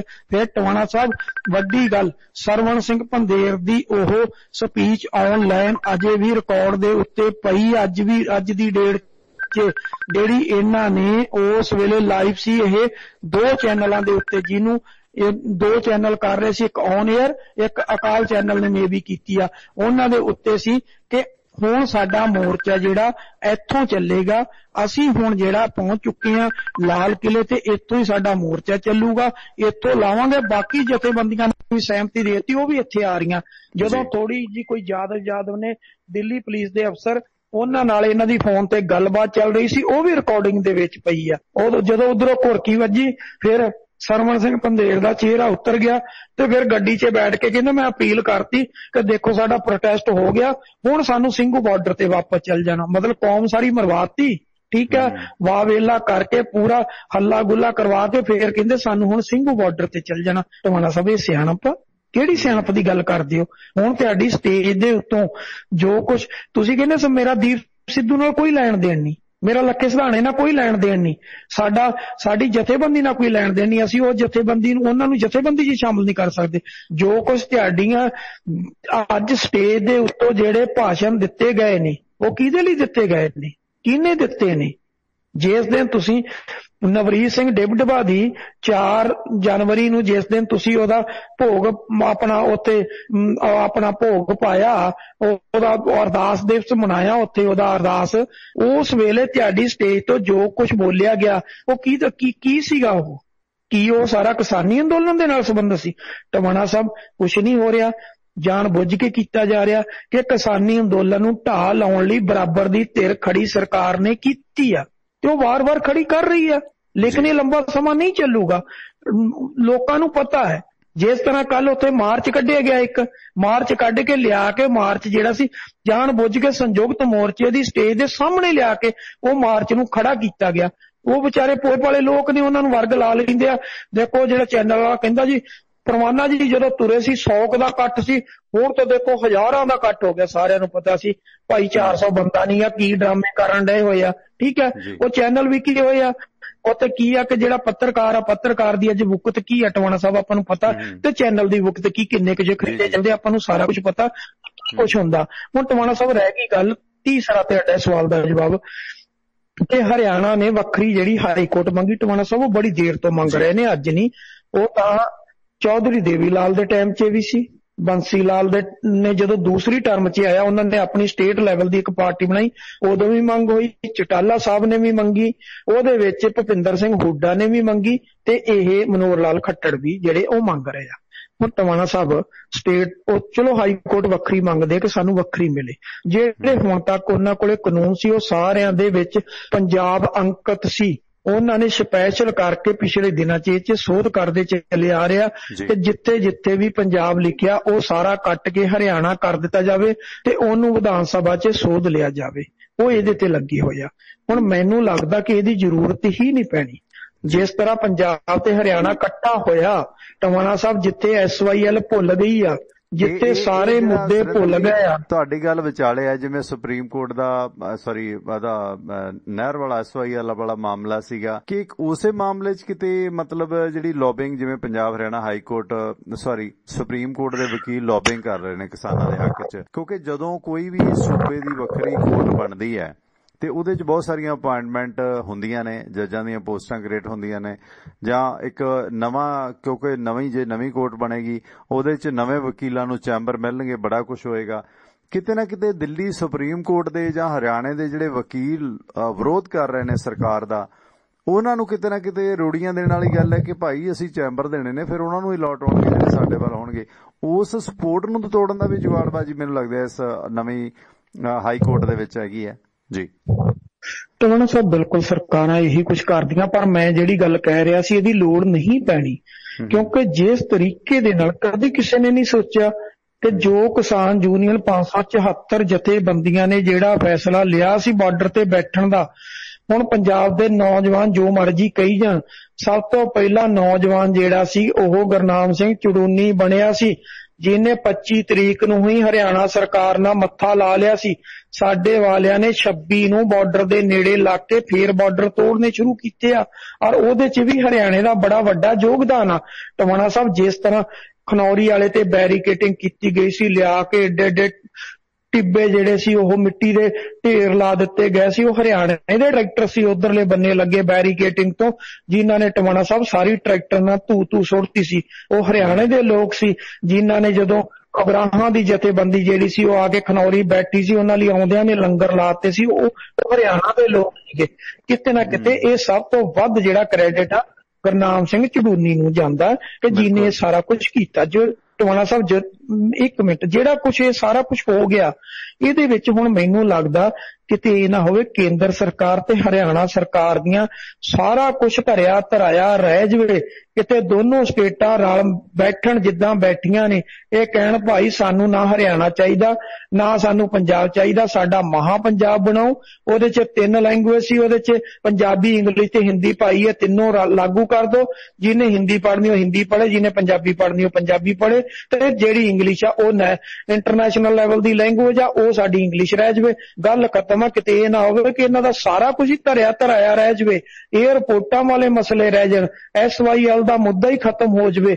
ਮੈਨੂੰ ਲੱਗਦਾ ਕਿ ਇਸ ਅੰਦੋਲਨ ਨੇ ਬੜਾ ਕੁਝ ਟਵਾਣਾ ਸਾਹਿਬ ਤੈਅ ਕਰਨਾ ਤੇ ਹਾਈ ਕੋਰਟਾਂ ਦੀ ਜ਼ਰੂਰਤ ਹੀ ਨਹੀਂ ਪੈਣੀ ਅਲੱਗ ਬਣਾਉਣ ਦੀ। ਜਿਹੜੀਆਂ 2 ਵਿਧਾਨ ਸਭਾ ਬਣੀਆਂ ਹੋਈਆਂ, ਦੋਨਾਂ ਦੇ ਵਿੱਚ ਜਿਹੜੀਆਂ ਦੁਬਾਰਾ ਕੱਢੀਆਂ ਹੋਈਆਂ ਟਵਾਣਾ ਸਾਹਿਬ ਉਹ ਵੀ ਢਹਿ ਜਾਣੀਆਂ ਨੇ। ਜੇ ਬਰਲਿਨ ਦੀ ਦੀਵਾਰ ਢਹਿ ਸਕਦੀ ਆ ਤੇ ਇੱਥੇ ਵੀ ਦੇਖਿਓ ਤੁਸੀਂ ਕੀ ਕੁਝ ਹੁੰਦਾ। ਜਿਸ ਤਰ੍ਹਾਂ ਪੰਜਾਬ ਤੇ ਹਰਿਆਣਾ ਜਾਗਿਆ ਵਾ, ਜੋ ਜਾਗ ਹਰਿਆਣੇ ਨੂੰ ਲੱਗੀ ਆ, ਜੇ ਉਹ ਕਿਤੇ ਸਿਰੇ ਚੜ ਗਈ ਤੇ ਟਵਾਣਾ ਸਾਹਿਬ ਤੁਸੀਂ ਇੱਕ ਦੇਖ ਲਿਓ ਕਿ ਜਾੜ ਤੇ ਜੱਟ ਹੈ ਤਾਂ ਦੋਨੋਂ ਇੱਕੋ ਹੀ ਆ। ਇਹ ਸਰਦਾਰ ਬਣ ਗਏ, ਜੱਟ ਬਣ ਗਏ ਤੇ ਰਹਿ ਗਏ, ਫਰਕ ਤਾਂ ਇੰਨਾ ਹੀ ਆ, ਸੇਮ ਸਭ ਕਾਸਟ। ਆਪਣਾ ਸੁਰਿੰਦਰ ਬਾਈ ਜੀ, ਆ ਸਾਡੀ ਨਾ ਟਵਾਣਾ ਬ੍ਰਦਰਹੁੱਡ ਦੀ ਇੱਕ ਮੀਟਿੰਗ ਹੁੰਦੀ ਹੈ, ਮੈਂ ਤਾਂ ਖੈਰ ਘੱਟ ਹੀ ਅਟੈਂਡ ਕਰਦਾ, ਤੇ ਉਹਦੇ 'ਚ ਮੈਨੂੰ ਵੀ ਥੋੜਾ ਸ਼ੌਕਿੰਗ ਸੀ ਕਈ ਸਾਲ ਪਹਿਲਾਂ ਜਦੋਂ ਵੇਖਿਆ ਕਿ ਹਰਿਆਣੇ ਦੇ ਬਹੁਤ ਸਾਰੇ ਨੇ ਨਾ ਉਹ ਵੀ ਟਿਵਾਣੇ ਆ, ਸੋ ਮੁਸਲਮਾਨ ਵੀ ਟਿਵਾਣੇ, ਏਦਾਂ ਸਾਰੀਆਂ ਗੋਤਾਂ ਜਾਤਾਂ ਦੇ ਭਾਈ ਆਪਸ ਦੇ ਵਿੱਚ ਲੋਕਾਂ ਦੇ ਰਿਸ਼ਤੇ ਨੇ। ਨਾ ਹੋਵੇ ਇਨਸਾਨੀਅਤ ਦਾ ਤਾਂ ਰਿਸ਼ਤਾ ਹੈਗਾ, ਪੀੜਤ ਤਾਂ ਹੈ ਨੇ, 36 ਬਰਾਦਰੀ ਦਾ ਇਹ ਮਾਮਲਾ ਕਿਸਾਨੀ ਨਾਲ ਜੁੜਿਆ। ਦੂਸਰਾ ਮਾਮਲਾ ਆਪਾਂ ਗੱਲ ਕਰਦੇ ਹਾਂ ਕਿ ਜਿਸ ਤਰ੍ਹਾਂ ਸੋਨੀਪਤ ਦੀ ਅਦਾਲਤ ਨੇ ਨੌਦੀਪ ਕੌਰ ਨੂੰ ਜ਼ਮਾਨਤ ਦੇ ਦਿੱਤੀ ਹੈ, ਜਿਹੜੇ 3 ਮਾਮਲੇ ਦਰਜ ਨੇ। ਮਨਜਿੰਦਰ ਸਿੰਘ ਸਿਰਸਾ ਦਿੱਲੀ ਕਮੇਟੀ ਨੇ ਦੱਸਿਆ, ਹਾਲਾਂਕਿ ਪਰਵਾਨਾ ਹੋਣੀ ਤਾਂ ਕਹਿ ਰਹੇ ਨੇ ਕਿ ਸਾਡੀਆਂ ਇੱਜ਼ਤਾਂ ਤੇ ਡਾਕੇ ਪੈ ਰਹੇ ਨੇ, ਜ਼ਮੀਨਾਂ ਨੂੰ ਛੱਡੋ ਪਰਾਂ, ਭਾਈ ਜਿਹਦੀ ਜ਼ਮੀਨ ਹੋਊ ਤਾਂ ਜ਼ਮੀਨ ਲਈ ਵੀ ਤਰਸੂਗਾ, ਜ਼ਮੀਨ ਦੇ ਲਈ ਵੀ ਲੜੂਗਾ, ਜਿਹਦੀ ਇੱਜ਼ਤ ਆ ਉਹ ਇੱਜ਼ਤ ਲਈ ਵੀ ਲੜੂਗਾ। ਹੁਣ ਗੱਲ ਇਹ ਜਿਹੜੀ ਹੈ ਠੀਕ ਹੈ ਕਿ ਉਸ ਨੂੰ ਫਿਜ਼ੀਕਲੀ ਅਸੌਲਟ ਕੀਤਾ ਗਿਆ, ਕਿਉਂਕਿ ਉਹਦੀ ਸਿਸਟਰ ਸੀ ਜਿਹੜੀ ਰਾਜਵੀਰੋ ਨੇ ਆਪਣੇ ਕੋਲ ਕਿਹਾ ਉਸ ਦਿਨ ਆ ਕੇ, ਕਹਿੰਦੀ ਵੀ ਇਹ ਬਲਾਤਕਾਰ ਜਾਂ ਉਹ ਫਿਜ਼ੀਕਲ ਛੇੜਛਾੜ ਉਹ ਨਹੀਂ ਹੈ, ਹਾਂ ਸੱਟਾਂ ਉਹਦੇ ਲੱਗੀਆਂ ਨੇ, ਹੈਨਾ, ਇਹ ਨਹੀਂ ਕਿ ਉਹਦੀ ਇੱਜ਼ਤ ਨੂੰ ਹੱਥ ਪਾਇਆ। ਬਕਾਇਦਗੀ ਨਾਲ ਜਿਸ ਤਰ੍ਹਾਂ ਉਹ ਕਮਿਸ਼ਨਰ ਟਿਵਾਣਾ ਰੇਡੀਓ ਦੇ ਸਤਿਕਾਰਤ ਸਰੋਤਿਓ, ਇਹ ਇਸ ਵਕਤ ਰਿਪੀਟ ਪ੍ਰੋਗਰਾਮ ਹੈ, ਇਹ ਸੂਚਨਾ ਮੈਂ ਸਾਂਝੀ ਕਰ ਰਿਹਾ। ਤੇ ਇਸ ਪ੍ਰੋਗਰਾਮ ਦਾ ਜਿਹੜਾ ਲਾਈਵ ਦਾ ਸਮਾਂ ਹੈ ਉਹ ਇਹ ਹੈ ਸੋਮਵਾਰ ਤੋਂ ਸ਼ਨੀਵਾਰ ਤੱਕ ਸਵੇਰੇ 8 ਵਜੇ ਤੋਂ ਲੈ ਕੇ 10 ਵਜੇ ਤੱਕ ਤੇ ਸ਼ਾਮ ਨੂੰ 7 ਵਜੇ ਤੋਂ ਲੈ ਕੇ 9 ਵਜੇ ਤੱਕ ਇਹ ਪ੍ਰੋਗਰਾਮ ਲਾਈਵ ਹੁੰਦਾ ਹੈ। ਸਵੇਰੇ 8 ਤੋਂ 10 ਤੇ ਸ਼ਾਮ ਨੂੰ 7 ਤੋਂ 9 ਲਾਈਵ ਹੁੰਦਾ ਹੈ, ਜਿਸ ਦੇ ਵਿੱਚ ਰਾਜਨੀਤਿਕ ਮਾਮਲਿਆਂ ਦੇ ਮਾਹਰ ਸੁਰਿੰਦਰ ਸਿੰਘ ਵੀ ਆਪਣੇ ਨਾਲ ਜੁੜਦੇ ਨੇ ਤੇ ਤੁਸੀਂ ਵੀ ਜੁੜਦੇ ਹੋ। ਉਸ ਦੇ ਵਾਸਤੇ ਤੁਸੀਂ ਕਾਲ ਕਰਨੀ ਹੈ 9873609655 ਤੇ ਸਾਡੇ ਇਹਨਾਂ ਪ੍ਰੋਗਰਾਮਾਂ ਨੂੰ ਟਿਵਾਣਾ ਰੇਡੀਓ ਦੇ ਵੈਬਸਾਈਟ ਪੇਜ ਤੇ ਵੀ ਸੁਣਿਆ ਜਾ ਸਕਦਾ। ਉੱਥੇ ਤੁਹਾਨੂੰ ਆਈਫੋਨ ਤੇ ਐਂਡਰਾਇਡ ਐਪਸ ਮਿਲ ਗਈਆਂ, ਡਾਊਨਲੋਡ ਕਰੋ। ਟਿਵਾਣਾ ਰੇਡੀਓ ਦੇ ਰਿਪੀਟ ਪ੍ਰੋਗਰਾਮ YouTube ਪੇਜ ਤੇ ਮਿਲਣਗੇ, ਉਹ ਵੀ ਉੱਥੋਂ ਤੁਸੀਂ ਲਿੰਕ ਲੈ ਸਕਦੇ ਹੋ। ਸਬਸਕ੍ਰਾਈਬ ਕਰੋ। ਜੇ ਸਾਡੇ ਪ੍ਰੋਗਰਾਮਾਂ ਨੂੰ ਪਸੰਦ ਕਰਦੇ ਹੋ ਤਾਂ ਤੁਸੀਂ ਸਪਾਂਸਰ ਵੀ ਕਰਾ ਸਕਦੇ ਹੋ, ਸਬਸਕ੍ਰਿਪਸ਼ਨ ਵੀ ਲੈ ਸਕਦੇ ਹੋ, ਜਾਂ ਆਪਣੇ ਕਿਸੇ ਵਪਾਰ ਕਾਰੋਬਾਰ ਦੀ ਐਡਵਰਟਾਈਜ਼ ਕਰਾਉਣੀ ਹੈ ਕਿਸੇ ਦੋਸਤ ਦੀ ਤਾਂ ਉਸ ਨੂੰ ਵੀ ਸੁਜੈਸਟ ਕਰ ਸਕਦੇ ਹੋ। ਉਸ ਦੇ ਵਾਸਤੇ ਤੁਸੀਂ ਸਾਡੇ ਨਾਲ ਸੰਪਰਕ ਕਰ ਸਕਦੇ ਹੋ। ਪ੍ਰੋਗਰਾਮਾਂ ਦੇ ਲਾਈਵ ਹੋਣ ਦਾ ਸਮਾਂ ਪਰਮਿੰਦਰ ਟਿਵਾਣਾ ਦਾ ਜਿਹੜਾ ਮੇਰਾ ਫੇਸਬੁੱਕ ਪੇਜ ਹੈ ਜਾਂ ਫੇਸਬੁੱਕ ਆਈਡੀ ਹੈ ਉਸ ਤੋਂ ਤੁਹਾਨੂੰ ਸੂਚਨਾ ਮਿਲਦੀ ਰਹੇਗੀ। ਸੋ ਇਹ ਸੀ ਜ਼ਰੂਰੀ ਸੂਚਨਾ। ਤੇ ਕਾਲ ਟੂ ਲਿਸਨ ਨੰਬਰ ਅਮਰੀਕਾ ਦੇ ਵਿੱਚ 667 930 9260। ਇਸ ਨੰਬਰ ਤੇ ਕਾਲ ਟੂ ਲਿਸਨ ਜਿਹੜੇ ਨੰਬਰ ਤੇ ਕਾਲ ਕਰਕੇ ਅਮਰੀਕਾ ਦੇ ਵਿੱਚ ਤੁਸੀਂ ਇਹਨਾਂ ਪ੍ਰੋਗਰਾਮਾਂ ਨੂੰ ਸੁਣ ਸਕਦੇ ਹੋ। 667 930 9260 ਜਾਣੀ ਕਿ 667-930-9260 ਤੇ ਕਾਲ ਕਰਕੇ ਵੀ ਪ੍ਰੋਗਰਾਮਾਂ ਨੂੰ ਲਾਈਵ ਸੁਣ ਸਕਦੇ ਹੋ। ਸੁਰਿੰਦਰ ਜੀ, ਆਪਣੀ ਗੱਲਬਾਤ ਚੱਲ ਰਹੀ ਸੀ ਨਵਦੀਪ ਕੌਰ ਦੇ ਮਾਮਲੇ ਦੇ ਵਿੱਚ। ਜਿਸ ਤਰ੍ਹਾਂ ਇੱਕ ਪੁਰਾਣੇ ਕੇਸ 'ਚੋਂ ਜ਼ਮਾਨਤ ਮਿਲ ਗਈ ਹੈ ਤੇ ਦੂਸਰੇ ਕੇਸ 'ਚ ਜ਼ਮਾਨਤ ਅਜੇ ਪੈਂਡਿੰਗ ਹੈ। ਕੁਝ ਟੈਕਨੀਕਲ ਪੁਆਇੰਟ ਨੇ, ਪਰ ਜਿਸ ਮਾਮਲੇ 'ਚ ਜ਼ਮਾਨਤ ਮਿਲੀ ਹੈ ਇਹ ਮਾਮਲਾ ਦਸੰਬਰ 2020 ਦਾ। ਬਾਕੀ ਕੀ ਮਾਮਲੇ ਨੇ ਤੇ ਉਧਰ ਜਿਸ ਤਰ੍ਹਾਂ ਹੁਣ ਇਹ ਮੁੱਦਾ ਬਣਾਇਆ ਜਾ ਰਿਹਾ ਕਿ ਪੰਜਾਬ ਦੀਆਂ ਇੱਜ਼ਤਾਂ ਦੇ ਨਾਲੋਂ ਜ਼ਮੀਨ ਕੋਈ ਮਹਿੰਗੀ ਨਹੀਂ। ਜਿਸ ਤਰ੍ਹਾਂ ਉਹਨੇ ਪਰਵਾਨੇ ਨੇ ਵੀ ਕਿਹਾ ਕਿ ਸਾਡੀਆਂ ਇੱਜ਼ਤਾਂ ਤੇ ਹਮਲੇ ਹੋ ਰਹੇ ਨੇ, ਸ਼ਾਇਦ ਉਹਦਾ ਇਸ਼ਾਰਾ ਨਵਦੀਪ ਕੌਰ ਵਾਲੀ ਹੋਵੇ ਕਿਉਂਕਿ ਉਹਨੂੰ ਫਿਜ਼ੀਕਲੀ ਅਸੌਲਟ ਉਹਦੇ ਮਤਲਬ ਜਿਹੜਾ ਹੈਗਾ ਸੈਕਸ਼ੂਅਲ ਹਰਾਸਮੈਂਟ ਜਿਹੜੀ ਹੈ ਉਹ ਨਹੀਂ ਹੋਈ। ਹਾਂ, ਨਾਜ਼ੁਕ ਅੰਗਾਂ ਤੇ ਸੱਟਾਂ ਜ਼ਰੂਰ ਨੇ, ਉਹ ਕਿਸ ਤਰ੍ਹਾਂ ਲੱਗੀਆਂ ਨੇ ਉਹਦੇ ਬਾਰੇ ਜਾਂਚ ਦਾ ਵਿਸ਼ਾ। ਪਰ ਨਵਦੀਪ ਕੌਰ ਦੇ ਹੱਕ ਦੇ ਵਿੱਚ ਪੰਜਾਬ ਦੇ ਵਿੱਚ ਵੀ ਮਾਨਸਾ ਜਾਂ ਗੰਧੜ ਪਿੰਡ ਦੀ ਸੀ। ਇਸ ਕੁਝ ਖਾਸ ਕਰਕੇ ਕਿਸਾਨ ਯੂਨੀਅਨ ਅਗਰਾਹਾਂ ਵੱਲੋਂ ਪੰਜਾਬ ਭਰ ਦੇ ਵਿੱਚ ਕੇਂਦਰ ਦੇ ਅਰਥੀ ਫੂਕ ਮੁਜ਼ਾਹਰੇ ਕੀਤੇ ਗਏ ਨੇ। ਹੁਣ ਜੇ ਇਹ ਸਾਰਾ ਕੁਝ ਅੱਜ ਦਿਨ ਭਰ ਹੋਇਆ ਤੇ ਫਿਰ ਕੋਈ ਇਸ ਤਰ੍ਹਾਂ ਦੀ ਗੱਲ ਨਹੀਂ ਰਹਿੰਦੀ ਕਿ ਲੋਕ ਉਸ ਲੜਕੀ ਦੇ ਹੱਕ 'ਚ ਨਹੀਂ ਹੈਗੇ। ਕਿਉਂਕਿ ਪਰਸੋਂ ਚੌਥੇ ਜਿਹੜਾ ਹੈਗਾ ਗੁਰਸੇਵਕ ਸਿੰਘ ਪ੍ਰੀਤ ਹੋਰਾਂ ਨਾਲ ਮੁਕਤਸਰ ਤੋਂ ਵੀ ਮੈਂ ਗੱਲਬਾਤ ਕੀਤੀ ਸੀਗੀ। ਗੱਲ ਇਹ ਨਹੀਂ ਕਿ ਜੇ ਉਸ ਲੜਕੀ ਦੇ ਨਾਲ ਜੋ ਕੁਝ ਹੋਇਆ ਕਿ ਕਿਸੇ ਨੇ ਉਹਦੇ ਹੱਕ 'ਚ ਹਾਦਾ ਨਾਰਾ ਨਹੀਂ ਮਾਰਿਆ। ਅਗਰਾਹਾਂ ਵੱਲੋਂ ਅੱਜ ਪੁਤਲੇ ਸਾੜੇ ਗਏ ਨੇ। ਰਾਮ ਸਿੰਘ ਭੈਣੀ ਬਾਗਾ, ਲਹਿਰਾ ਗਾਗਾ ਜਾਂ ਹੋਰ ਕਈ ਇਲਾਕਿਆਂ ਦੇ ਵਿੱਚ ਇਹ ਚੀਜ਼ਾਂ ਹੋਈਆਂ ਨੇ। ਸਰਦੂਲਗੜ੍ਹ ਦੇ ਵਿੱਚ ਹੋਈਆਂ ਨੇ, ਹੋਰ ਕਈ ਥਾਂ ਨਵਦੀਪ ਕੌਰ ਦੇ ਹੱਕ ਦੇ ਵਿੱਚ। ਕਿਉਂਕਿ ਜਿਹੜਾ ਕਿਸਾਨ ਤੇ ਮਜ਼ਦੂਰਾਂ ਦਾ ਜਿਹੜਾ ਸਭ ਤੋਂ ਵੱਡਾ ਇਕੱਠ ਹੈ ਉਹ ਇਕੱਠ ਹੋ ਰਿਹਾ ਭਾਈ ਉਗਰਾਹਾਂ ਦੀ ਜਥੇਬੰਦੀ 'ਚ, ਜਿਹੜਾ ਲਛਮਣ ਸਿੰਘ ਸੇਵੇ ਵਾਲਾ ਮਜ਼ਦੂਰ ਆਗੂ ਨੇ। ਹਾਲਾਂਕਿ ਦੀਪ ਸਿੱਧੂ ਦਾ ਜਿਹੜਾ ਸ਼ੰਭੂ ਅੰਦੋਲਨ ਹੈ ਉੱਥੇ ਕਿਹੜਾ ਮਜ਼ਦੂਰ ਵਿੰਗ ਸੀਗਾ ਮੈਨੂੰ ਦੱਸ ਦਿਓ, ਹੈ ਨਾ। ਪਰ ਉਹ ਦਾਅਵਾ ਕਰਨਾ ਕਿ ਅਸੀਂ ਉਹ ਸਭ ਦੇ ਹਿਤੈਸ਼ੀ ਹਾਂ। ਜਾਂ ਬਲਵੀਰ ਸਿੰਘ ਪਰਵਾਨਾ, ਮੇਰੇ ਖਿਆਲ ਬਲਵੀਰ ਹੀ ਉਹਦਾ ਨਾਂ, ਉਹਨਾਂ ਦੇ ਪਰਵਾਨਾ ਹੋਰਾਂ ਦਾ ਕਿਹੜਾ ਮਜ਼ਦੂਰ ਵਿੰਗ ਹੈ। ਸਵਾਲ ਇਸ ਗੱਲ ਤੇ ਕਿ ਦੇਖੋ ਪੰਜਾਬ ਭਰ ਦੇ ਵਿੱਚ ਤੁਸੀਂ ਦੂਜਿਆਂ ਨੂੰ ਭੰਡ ਨਹੀਂ ਸਕਦੇ ਕਿ ਉਹਨਾਂ ਨੇ ਨਹੀਂ ਕੀਤਾ। ਆ 3-4 ਜਗ੍ਹਾ ਤਾਂ ਮੈਂ ਵੀ ਦੱਸ ਦਿੱਤਾ ਕਿ ਪੁਤਲੇ ਸਾੜੇ ਨੇ। ਨਵਦੀਪ ਕੌਰ ਦਾ ਮਾਮਲਾ ਫੈਕਟਰੀ ਦਾ ਨਿੱਜੀ ਮਾਮਲਾ ਸੀ, ਇਹ ਆਪਾਂ ਨੂੰ ਵੀ ਪਤਾ। ਪਰ ਕਿਸਾਨ ਅੰਦੋਲਨ ਦੇ ਕਾਰਨ ਇਸ ਨੂੰ ਉੱਥੇ ਰਲਗੱਡ ਨਹੀਂ ਕੀਤਾ ਜਾ ਸਕਦਾ ਕਿ ਉੱਥੇ ਕਿਸਾਨ ਬੈਠੇ ਨੇ ਤਾਂ ਉਸ ਬੱਚੀ ਦੇ ਨਾਲ ਮਾੜਾ ਹੋਇਆ। ਉਹਦੇ ਨਾਲ ਮਾੜਾ ਹੋਇਆ, ਨਿੰਦਣਯੋਗ ਹੈ, ਪਰ ਦੋਨਾਂ ਚੀਜ਼ਾਂ ਨੂੰ ਕੋਰਿਲੇਟ ਕਰਕੇ ਸਿਆਸਤ ਕਰਨਾ ਇਹ ਵਾਜਬ ਨਹੀਂ ਹੈ। ਜੀ ਟਵਾਣਾ ਸਾਹਿਬ, ਬਿਲਕੁਲ। ਦੇਖੋ ਗੱਲ ਇਹ ਹੈ, ਜਿਹੜਾ ਨਵਦੀਪ ਕੌਰ ਦਾ ਮਸਲਾ ਹੈ, ਪਹਿਲੀ ਗੱਲ ਤਾਂ ਉਹਦਾ ਕਿਸਾਨ ਅੰਦੋਲਨ ਨਾਲ ਕੋਈ ਲੈਣਾ ਦੇਣਾ ਨਹੀਂ।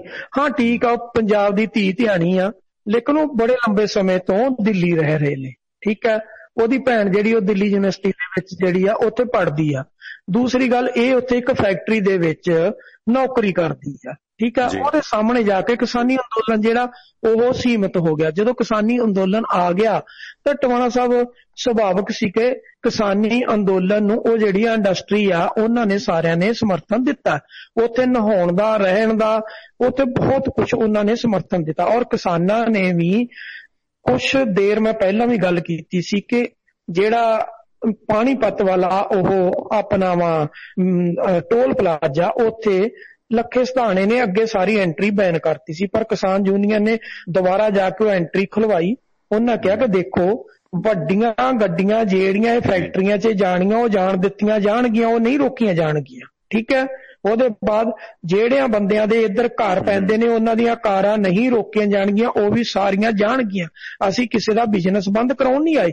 ਸਾਡੀ ਟੱਕਰ ਕੇਵਲ ਤੇ ਕੇਵਲ ਕੇਂਦਰ ਸਰਕਾਰ ਨਾਲ। ਅਸੀਂ ਕੇਂਦਰ ਸਰਕਾਰ ਨੇ ਸਾਨੂੰ ਅੱਗੇ ਜਾਣ ਤੋਂ ਰੋਕਿਆ, ਅਸੀਂ ਇਸ ਸੜਕ ਤੇ ਬੈਠ ਗਏ ਕਿਉਂਕਿ ਬੈਰੀਕੇਡਿੰਗ ਉਹਨਾਂ ਨੇ ਕੀਤੀ, ਸੜਕਾਂ ਉਹਨਾਂ ਪੱਟੀਆਂ ਤੇ ਅਸੀਂ ਬੈਠ ਗਏ ਹਾਂ। ਇਸ ਕਰਕੇ ਉਹ ਟਵਾਣਾ ਸਾਹਿਬ ਸਭ ਨੇ ਸਮਰਥਨ ਦਿੱਤਾ। ਇਸ ਲੜਕੀ ਨੇ ਅੱਜ ਦਾ ਨਹੀਂ ਹੈ, ਇਹ ਕੇਸ ਤਾਂ ਦਸੰਬਰ ਦਾ ਪਿਆ। ਉਸ ਵੇਲੇ ਇਹਨੇ ਐਜੀਟੇਸ਼ਨ ਕੀਤੀ, ਉੱਥੇ ਜਿਹੜੀ ਐਜੀਟੇਸ਼ਨ ਅੰਦਰ ਹੋਈ ਇਹਨੇ ਉਸ ਐਜੀਟੇਸ਼ਨ ਦੀ ਅਗਵਾਈ ਕੀਤੀ, ਲੇਕਿਨ ਕਿਸਾਨੀ ਅੰਦੋਲਨ ਨਾਲ ਕੋਈ ਲੈਣ ਦੇਣ ਨਹੀਂ ਸੀਗਾ। ਉਹਦੀ ਅਗਵਾਈ ਕੀਤੀ। ਅਗਵਾਈ ਦੇ ਵਿੱਚ ਚਲੋ ਉਹ ਜਿਹੜਾ ਮੈਨੇਜਮੈਂਟ ਸੀ ਉਸ ਫੈਕਟਰੀ ਦੀ ਉਹਦਾ ਤੇ ਇਹਨਾਂ ਜਿਹੜੇ ਉੱਤੇ ਵਰਕਰ ਸੀ ਉਹਨਾਂ ਦਾ ਆਪਸੀ ਮਸਲਾ ਸੀ। ਉਹ ਪੁਲਿਸ ਸਟੇਸ਼ਨ ਚਲ ਗਿਆ, ਪੁਲਿਸ ਸਟੇਸ਼ਨ ਜਾਣ ਨਾਲ ਇਹਨੂੰ ਜੇਲ੍ਹ ਭੇਜ ਦਿੱਤਾ ਗਿਆ।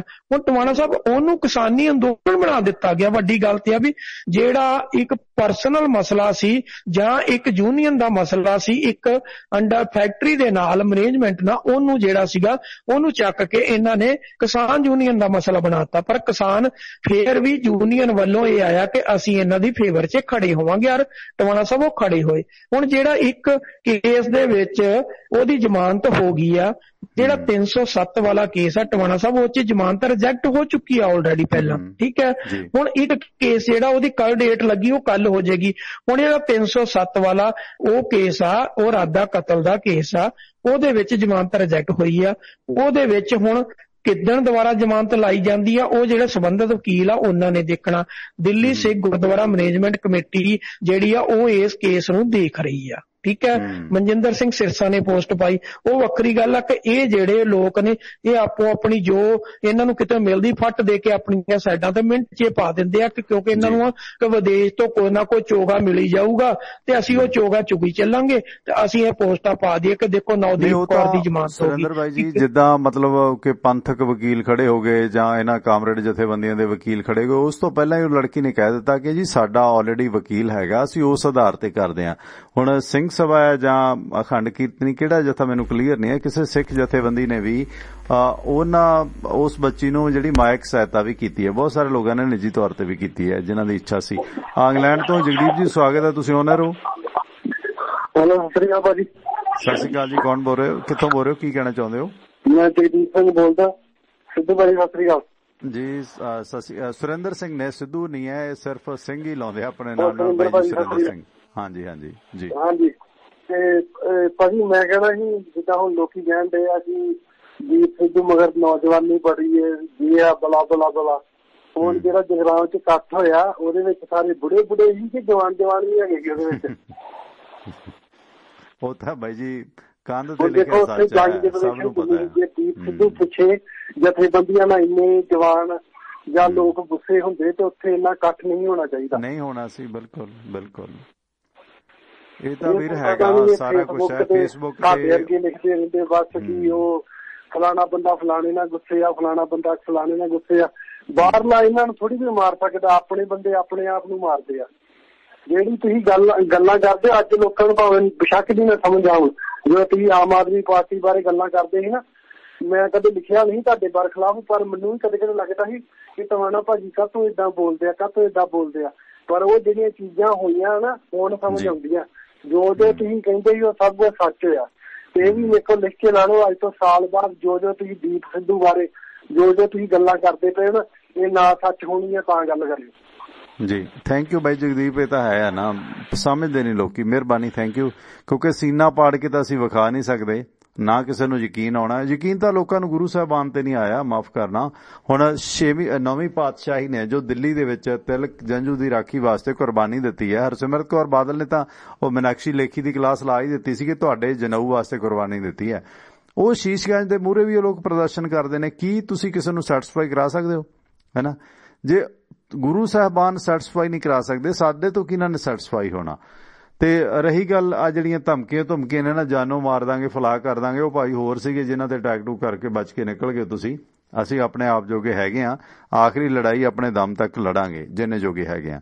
ਜੇ ਕਿਸੇ ਨੂੰ ਵਹਿਮ ਹੈ ਕਿ ਦੀਪ ਬਾਰੇ ਨਾ ਬੋਲੋ, ਉਹਦੇ ਬਾਰੇ ਨਾ ਬੋਲੋ, ਬੜੀਆਂ ਧਮਕੀਆਂ ਆਉਂਦੀਆਂ ਨੇ। ਮੈਂ ਫੇਰ ਐਲਾਨ ਕਰਦਾ ਕਿ ਜੇ ਕਿਸੇ ਨੂੰ ਹੈਗਾ ਨਾ ਕਿ ਠੰਡੇ ਕਰ ਦਾਂਗੇ, ਉਹ ਕਰ ਦਾਂਗੇ। ਠੰਡਾ ਕਰਨਾ ਕੁਦਰਤ ਨੇ, ਸਭ ਨੇ ਠੰਡੇ ਹੋਣਾ। ਰਾਮ ਗਿਓ, ਰਾਵਣ ਗਿਓ, ਜਾਕੋ ਬਹੁਤ ਪਰਿਵਾਰ, ਵੱਡੇ ਵੱਡੇ ਸੀਨੇ ਵਾਲੇ ਠੰਡੇ ਹੋਏ ਨੇ, ਰਹਿਣਾ ਕਿਸੇ ਨੇ ਨਹੀਂ ਹੈ। ਮਰ ਤੇ ਯਾਰ ਬੰਦਾ ਸੁਰਿੰਦਰ ਭਾਜੀ ਮੱਛਰ ਲੜ ਕੇ ਮਰ ਜਾਂਦਾ, है ना। ਡੇਂਗੂ ਲੜਕੇ ਡੇਂਗੂ ਨਾਲ ਮੱਛਰ ਨਾਲ ਮਤਲਬ ਮਲੇਰੀਏ ਨਾਲ ਮਰਨਾ ਤੇ ਮਰ ਵੀ ਜਾਂਦਾ। ਸਿਕੰਦਰੇ ਆਜ਼ਮ ਨੂੰ ਏਦਾਂ ਪਰਜੀਵੀ ਤੋਂ ਹੀ ਬਿਮਾਰੀ ਹੋਈ ਸੀ, ਮਰਿਆ ਤਾਂ ਸਿਕੰਦਰੇ ਆਜ਼ਮ ਵੀ ਸੀਗਾ। ਸੋ ਮਰਨਾ ਹਰ ਇੱਕ ਨੇ ਆ। ਇਹ ਮਰਨ ਮੁਰਨ ਦੀਆਂ ਧਮਕੀਆਂ ਦੇ ਕੇ ਨਾ ਤੁਸੀਂ ਕਿਸੇ ਨੂੰ ਕਿਸੇ ਦੇ ਕਾਰਜ ਤੋਂ ਰੋਕ ਨਹੀਂ ਸਕਦੇ। ਖਾਸ ਕਰਕੇ ਜੇ ਤੁਸੀਂ ਸਮਝਦੇ ਹੋ ਨਾ ਕਿ ਪਰਮਿੰਦਰ ਟਿਵਾਣੇ ਦੀ ਆਵਾਜ਼ ਤੁਸੀਂ ਬੰਦ ਕਰਾ ਲੋਗੇ ਇਹਨਾਂ ਧਮਕੀਆਂ ਦੇ ਨਾਲ, ਤੇ ਨਹੀਂ ਹੋਣ ਵਾਲੀ। ਇਹ ਤੁਹਾਡਾ ਵਹਿਮ ਹੈ। ਅੱਜ ਕੱਢ ਲਿਓ ਭਾਵੇਂ ਕੱਲ ਕੱਢ ਲਿਓ। ਬਾਈ ਜੀ ਤੁਸੀਂ ਆਨ 에ਅਰ ਹੋ ਆਪਣਾ ਆਸਟ੍ਰੇਲੀਆ ਵਾਲੇ। ਸੁਰਿੰਦਰ ਬਾਈ ਜੀ 2 ਕਾਲ ਲੈ ਲਾ ਮੈਂ ਪਲੀਜ਼। ਰਿਲੈਕਸ ਹੋਵੋ ਨੇ, ਤੁਸੀਂ ਪਾਣੀ ਪੀਓ ਤੇ ਵੈਲਕਮ 85 ਨੰਬਰ ਜੀ। ਸਤਿ ਸ਼੍ਰੀ ਅਕਾਲ ਜੀ। ਸਤਿ ਸ਼੍ਰੀ ਅਕਾਲ ਆਸਟ੍ਰੇਲੀਆ ਵਾਲੇ, ਤੁਸੀਂ ਆ ਜਾਓ ਪਹਿਲਾਂ ਜੀ। ਸਤਿ ਸ਼੍ਰੀ ਅਕਾਲ। ਸਤਿ ਸ਼੍ਰੀ ਅਕਾਲ ਜੀ। ਮੈਂ ਪੁੱਛਣਾ ਚਾਹਾਂਗਾ, ਦੇਖੋ ਇੱਕ ਜਿਹੜਾ ਹੈਗਾ ਮੌਜੂਦਾ ਸਰਕਾਰ ਦੇ ਕੋਲ ਸ਼ਸਤਰ ਜੋ ਉਹਨਾਂ ਨੇ ਵਰਤਿਆ, ਥਾਂ ਥਾਂ ਬਹੁਤ ਵਾਰੀ ਵਰਤਿਆ ਹੈ, ਉਸ ਸ਼ਸਤਰ ਦਾ ਨਾਮ ਹੈ ਫੂਟ ਡਾਲੋ ਤੇ ਰਾਜ ਕਰੋ। ਤੇ ਉਹ ਫੂਟ ਪਾ ਕੇ ਜਿਹੜਾ ਇਹ ਦਬਾਅ ਕ੍ਰੀਏਟ ਕਰ ਦੇਣਾ ਕਿਸੇ ਚੀਜ਼ ਦੇ ਉੱਤੇ, ਤੇ ਜਿਹੜਾ ਹੁਣ ਛੋਟਾ ਕਿਸਾਨ ਤੇ ਵੱਡਾ ਕਿਸਾਨ ਦੇ ਅੰਦਰ ਫੁੱਟ ਪਾਉਣ ਦੀ ਕੋਸ਼ਿਸ਼, ਤੇ ਜਿਹੜਾ ਅੰਦੋਲਨਕਾਰੀ ਪਵਿੱਤਰ ਅੰਦੋਲਨਕਾਰੀ ਤੇ ਅਪਵਿੱਤਰ ਅੰਦੋਲਨਕਾਰੀ ਕਹਿ ਦੇਣਾ ਫੁੱਟ ਪਾਣੀ।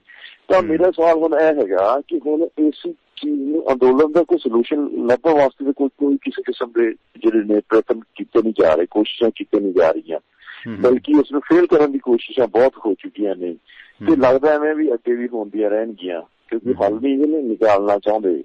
ਤਾਂ ਹੁਣ ਫੁੱਟ ਪਾਉਣ ਵਾਲੇ ਇਸ ਸ਼ਸਤਰ ਦੇ ਲਈ ਕਿੱਥੇ ਇਸਤੇਮਾਲ ਕੀਤਾ ਜਾਏਗਾ ਔਰ ਕਿਸ ਤਰ੍ਹਾਂ ਇਸਤੇਮਾਲ ਕੀਤਾ ਜਾਏਗਾ? ਕਿਸੇ ਕਿਸਮ ਦੀ ਕੋਈ ਧਾਨਕ ਸੁਰਿੰਦਰ ਜੀ ਨੂੰ ਲੱਗਦੀ ਹੈ ਕਿ ਮਹਿਸੂਸ ਕਰਦੇ ਨੇ ਜਾਂ ਨਹੀਂ ਇਸ ਤਰ੍ਹਾਂ ਦਾ ਹੁਣ ਫੇਲ ਹੋ ਜਾਏਗਾ? ਕੀ ਸੋਚਦੇ ਜੀ? Thank you. ਕੋਈ ਨਹੀਂ, ਗੱਲ ਕਰਦੇ ਹਾਂ ਹੁਣ। ਤੇ ਸਿਰਫ ਉਹ ਫੁੱਟ ਪਾਉਣ ਦਾ ਹੀ ਨਹੀਂ, ਇੱਕ ਕਾਲ ਹੋਰ ਲੈ ਲਾਂ। ਆਪਣਾ ਹਰਵਿੰਦਰ ਸਿੰਘ ਜੁੜੇ ਹੋਏ ਸਨ ਸਿੰਗਾਪੁਰ ਤੋਂ, ਫਿਰ ਸੁਰਿੰਦਰ ਜੀ ਨਾਲ ਗੱਲ ਕਰਦੇ ਹਾਂ।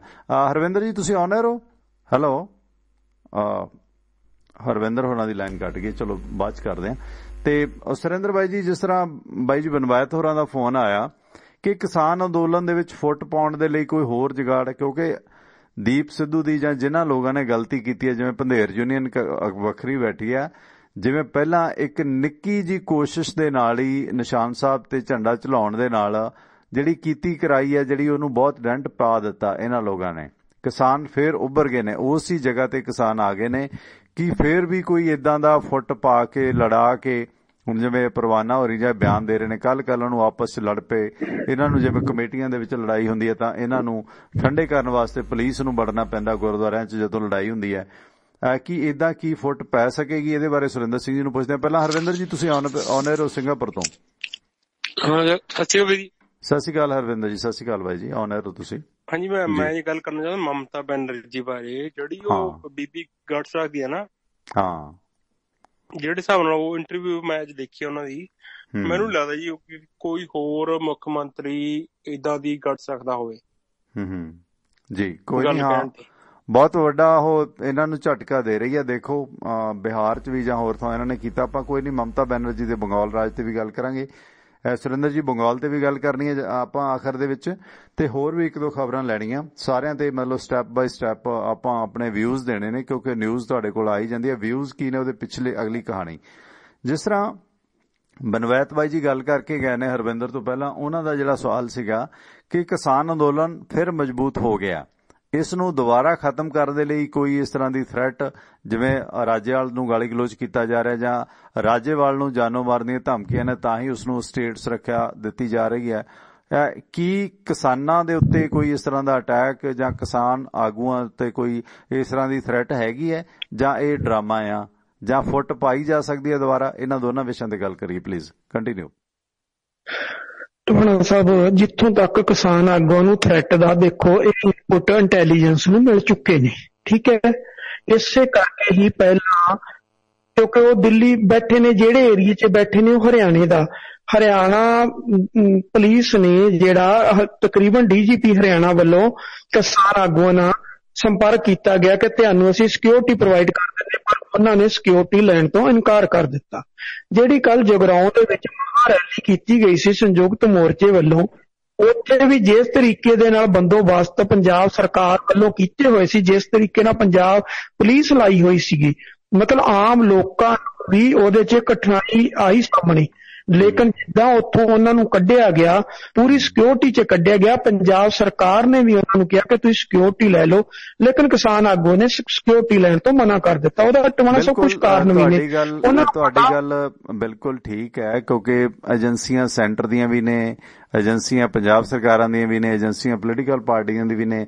ਖਤਰਾ ਕੋਈ ਵੀ ਕਿਤੇ ਵੀ ਕਰਾ ਸਕਦਾ, ਕਿਉਂਕਿ ਕਿਸੇ ਵੀ ਪਾਰਟੀ ਦੇ ਨੇਤਾ, ਭਾਵੇਂ ਉਹ ਦੀਪ ਸਿੱਧੂ ਹੈ, ਪਰਵਾਨਾ ਹੈ, ਕੋਈ ਵੀ ਹੈ, ਕੋਈ ਪੱਤਰਕਾਰ ਹੈ, ਕੋਈ NRI ਹੈ, ਕਿਸੇ ਤੇ ਵੀ ਅਗਰ ਜਾਨਲੇਵਾ ਹਮਲਾ ਹੁੰਦਾ ਤੇ ਸਮੱਸਿਆ ਉਸ ਦੇ ਨਾਲ ਵਧੇਗੀ।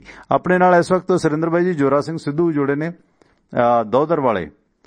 ਤੇ ਆਪਣਾ ਸਿੱਧੂ ਸਾਹਿਬ ਤੁਸੀਂ ਆਨ 에ਅਰ ਹੋ? ਹੈਲੋ ਜੋਰਾ ਜੀ, ਸਵਾਗਤ ਹੈ ਤੁਹਾਡਾ। ਸ਼ਾਇਦ ਲਾਈਨ ਕੱਟ ਗਈ, ਮਾਫੀ ਚਾਹੁੰਦੇ ਹਾਂ ਮੇਰੇ ਤੋਂ। ਸ਼ਾਇਦ ਜੋਰਾ ਜੀ ਆਵਾਜ਼ ਆ ਰਹੀ ਹੈ? Hello, sorry. ਤੇ ਕੀ ਇਹ ਮਤਲਬ ਇਸ ਤਰ੍ਹਾਂ ਦੀ ਰਣਨੀਤੀ ਨੁਕਸਾਨ ਕਰ ਸਕਦੀ ਹੈ, ਕਿਉਂਕਿ ਏਜੰਸੀਆਂ ਕਾਰਾ ਕਰਾ ਜਾਂਦੀਆਂ ਨੇ, ਪੋਲੀਟੀਕਲ ਪਾਰਟੀਆਂ ਦੀਆਂ ਆਪਣੀਆਂ ਏਜੰਸੀਆਂ ਨੇ? ਜੀ ਸੁਰਿੰਦਰ ਜੀ, ਕੰਟੀਨਿਊ ਪਲੀਜ਼। ਟਮਾਣਾ ਸਾਹਿਬ ਬਿਲਕੁਲ। ਦੇਖੋ ਹੁਣ ਕਿਸਾਨ ਆਗੂਆਂ ਦਾ ਕਸੂਰ ਕੀ ਹੈ? ਕਿਸਾਨ ਆਗੂ ਜਦੋਂ ਪੰਜਾਬ ਤੋਂ ਚੱਲੇ ਸੀ, ਜਦੋਂ ਸ਼ੁਰੂਆਤ ਹੋਈ ਸੀ, ਕਿਸਾਨੀ ਮੰਗਾਂ ਸੀ। ਕਿਸਾਨੀ ਮੰਗਾਂ ਕੀ ਸੀ? 3 ਬਿੱਲ ਸੀ ਜਿਹੜੇ ਪਹਿਲਾਂ ਨੋਟੀਫਿਕੇਸ਼ਨ ਦੇ ਆਰਡੀਨੈਂਸ ਦੇ ਰੂਪ ਚ ਲਿਆਂਦੇ ਗਏ, ਫਿਰ ਉਹ ਪਾਰਲੀਮੈਂਟ ਦੇ ਵਿੱਚ ਪੇਸ਼ ਕੀਤੇ ਗਏ ਤੇ ਉਹ ਕਾਨੂੰਨ ਦੇ ਰੂਪ ਚ ਆ ਗਏ। ਉਹਨਾਂ ਤਿੰਨਾਂ ਨੂੰ ਰੱਦ ਕਰਵਾਉਣਾ ਤੇ ਉਹਦੇ ਬਾਅਦ MSP ਤੇ ਪ੍ਰੋਕਿਉਰਮੈਂਟ, ਯਾਨੀ ਕਿ ਸਰਕਾਰੀ ਖਰੀਦ ਦੇ ਉੱਤੇ ਕਾਨੂੰਨ ਬਣਾ ਕੇ ਤੇ ਇਹਨਾਂ ਸਾਰੀਆਂ ਫਸਲਾਂ ਦੀ ਪੂਰੇ ਭਾਰਤ ਦੇ ਵਿੱਚ ਸਰਕਾਰੀ ਖਰੀਦ ਸਰਕਾਰ ਕਰੇ, ਅੱਗੇ ਚਾਹੇ ਉਹ ਪ੍ਰਾਈਵੇਟ ਨੂੰ ਦੇਵੇ, ਜਿਹਨੂੰ ਮਰਜ਼ੀ ਦੇਵੇ, ਪਰ ਕਿਉਂਕਿ ਜਿਹੜਾ ਕਿਸਾਨ ਸੀ ਉਹ ਸਿਕਿਉਰ ਹੋਵੇ ਕਿ ਜੋ ਸਰਕਾਰ ਖਰੀਦੇਗੀ ਤੇ ਪੇਮੈਂਟ ਨਾਲ ਦੀ ਨਾਲ ਹੋਏਗੀ ਤੇ ਉਹਦਾ ਕਿਸਾਨ ਜਿਹੜਾ ਉਹ ਘਾਟੇ 'ਚ ਨਹੀਂ ਜਾਏਗਾ। ਇਹ ਸੀਗੀ।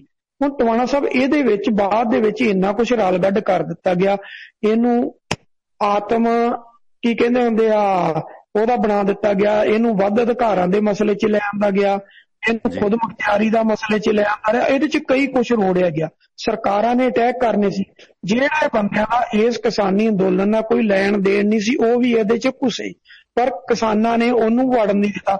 ਉਹਨਾਂ ਅਲੱਗ ਸਟੇਜ ਲਾਈ, ਫੇਲ ਹੋਈ, ਫਿਰ ਉਹ ਦਿੱਲੀ ਜਾ ਕੇ ਵਿੱਚ ਵੜਨਾ ਚਾਹੇ, ਇਹਨਾਂ ਵੜ ਨਹੀਂ ਦਿੱਤਾ। ਕੁਛ ਜਿਹੜਾ ਮੀਡੀਆ ਸੀ, ਪੰਜਾਬੀ ਮੀਡੀਆ, ਜਿਹੜੇ ਨੂੰ ਤੁਸੀਂ ਬੋਧੀ ਮੀਡੀਆ ਹਮੇਸ਼ਾ ਕਹਿੰਦੇ ਹੋ, ਉਹ ਬੋਧੀ ਮੀਡੀਆ ਨੇ ਵੀ ਕਿਸਾਨਾਂ ਦਾ ਬਹੁਤ ਵੱਡਾ ਨੁਕਸਾਨ ਕਰਨ ਦੀ ਕੋਸ਼ਿਸ਼ ਕੀਤੀ, ਪਰ ਉਹ ਕਾਮਯਾਬ ਨਹੀਂ ਹੋਇਆ। ਅਖੀਰ ਜੋ ਕੁਛ 24 ਤਰੀਕ ਤੋਂ ਗੋਂਦਾਂ ਗੂੰਦੀਆਂ ਗਈਆਂ, ਜੋ 26 ਤੱਕ ਨੁਕਸਾਨ ਕੀਤਾ, ਉਹਨੂੰ ਕਿਸਾਨ ਆਗੂ ਜਿਹੜੇ ਸੀ ਉਹਦੀ ਭਰਪਾਈ ਕਰਨ ਦੇ ਵਿੱਚ, ਚਾਹੇ ਔਰਕੈਸਟ ਕਹਿ ਸੀ, ਚਾਹੇ ਗੁਰਨਾਮ ਸਿੰਘ ਚੜੂਨੀ ਤੇ ਚਾਹੇ ਪੰਜਾਬ ਵਾਲੇ, ਉਹ ਕਾਮਯਾਬ ਹੋ ਗਏ। ਉਹ ਇਹਨੂੰ ਦੁਬਾਰਾ ਪੀਕ ਤੇ ਲੈ ਗਏ। ਉਹਦੇ ਬਾਅਦ ਟਵਾਣਾ ਸਾਹਿਬ ਹੁਣ ਹਾਲਾਤ ਕੀ ਬਣੇ, ਮੈਂ 1 ਮਿੰਟ ਦੇ ਦਿਓ। ਉਹਦੇ ਬਾਅਦ ਹੁਣ ਜਿਸ ਤਰ੍ਹਾਂ ਤੁਹਾਨੂੰ ਵੀ ਧਮਕੀਆਂ ਆ ਰਹੀਆਂ, ਤੁਹਾਨੂੰ ਵੀ ਇਹ ਥ੍ਰੈਟ ਕਰਤਾ ਕਿ ਭਾਈ ਜੇ ਇਹਦੇ ਵਿਰੁੱਧ ਬੋਲੇ ਤੇ ਤੁਹਾਨੂੰ ਵੀ ਸੋਧਾ ਲਾ ਦਾਂਗੇ। ਮਤਲਬ ਇਹ ਕੁਛ ਜਿਹੜੀਆਂ ਥ੍ਰੈਟ ਇਹ ਕਿਸਾਨ ਆਗੂਆਂ ਨੂੰ ਆਉਣੀਆਂ ਸ਼ੁਰੂ ਹੋ ਗਈਆਂ। ਤੇ ਉਹ ਜਦੋਂ ਇੰਟੈਲੀਜੈਂਸ ਕੋਲੇ ਇਨਪੁਟ ਆਈ ਤੇ ਇੰਟੈਲੀਜੈਂਸ ਜੀ ਮੈਨੂੰ ਤਾਂ ਕਹਿੰਦੇ ਤੁਹਾਡੇ ਮਤਲਬ ਉਹ ਕਰਾਂਗੇ ਕੋਈ ਨਹੀਂ, ਉਹਨਾਂ ਨੂੰ ਕਹੇ ਆਓ ਤਾਂ ਸਹੀ, ਪਤਾ ਨਹੀਂ ਤੁਹਾਡੇ ਨਾਲ ਹੀ ਹੋ ਜਾਵੇ, ਤੁਸੀਂ ਆਓ ਤਾਂ ਸਹੀ। ਕਹੇ ਅਸੀਂ ਤਾਂ ਤਿਆਰ ਬੈਠੇ, ਤੁਹਾਡੀ ਉਡੀਕ 'ਚ ਬੈਠੇ, ਕੋਈ ਨਹੀਂ ਆਓ। ਠੀਕ ਹੈ ਟਵਾਣਾ ਸਾਹਿਬ, ਇਸ ਕਰਕੇ ਇਹ ਆ ਕਿ ਹਾਲਾਤ ਕੀ ਸੀ ਪਹਿਲਾਂ ਜਦੋਂ ਇਨਪੁਟ ਆਈ, ਉਹਦੇ ਇੰਟੈਲੀਜੈਂਸ ਦੀ ਇੱਕ ਕੁਦਰਤੀ ਕੇਂਦਰੀ ਏਜੰਸੀਆਂ ਕੋਲੇ ਵੀ ਆ ਗਈ।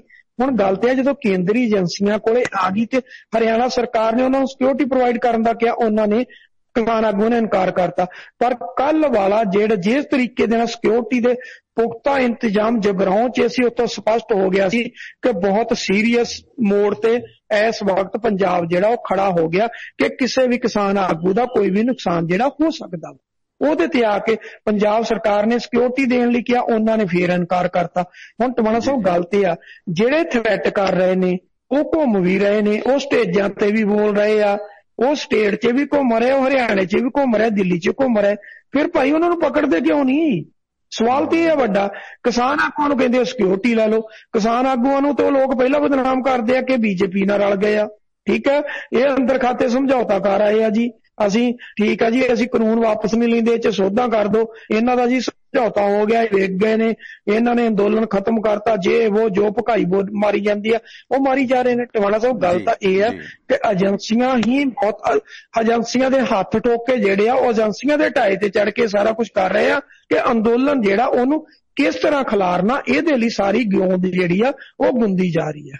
ਜੀ ਜੀ ਜੀ ਹਾਂ ਬਿਲਕੁਲ, ਕਿਉਂਕਿ ਉਹਦੇ 'ਚ ਕੋਈ ਨਾ ਕੋਈ ਥ੍ਰੈਟ ਕਰਕੇ ਕਿਸੇ ਵੀ ਨੇਤਾ ਦਾ ਜਾਨੀ ਨੁਕਸਾਨ ਹੋ ਜਾਂਦਾ ਤੇ ਲੋਕਾਂ ਦੇ ਵਿੱਚ ਡਰ ਤੇ ਰੋਸ ਆਏਗਾ, ਇਹਦੇ ਨਾਲ ਵਾਇਲੈਂਸ ਵੀ ਹੋ ਸਕਦੀ ਹੈ ਤੇ ਅੰਦੋਲਨ ਜਿਹੜਾ ਹੈਗਾ ਉਹ ਤਾਲੋਂ ਬੇਤਾਲ ਵੀ ਕੀਤਾ ਜਾਏਗਾ।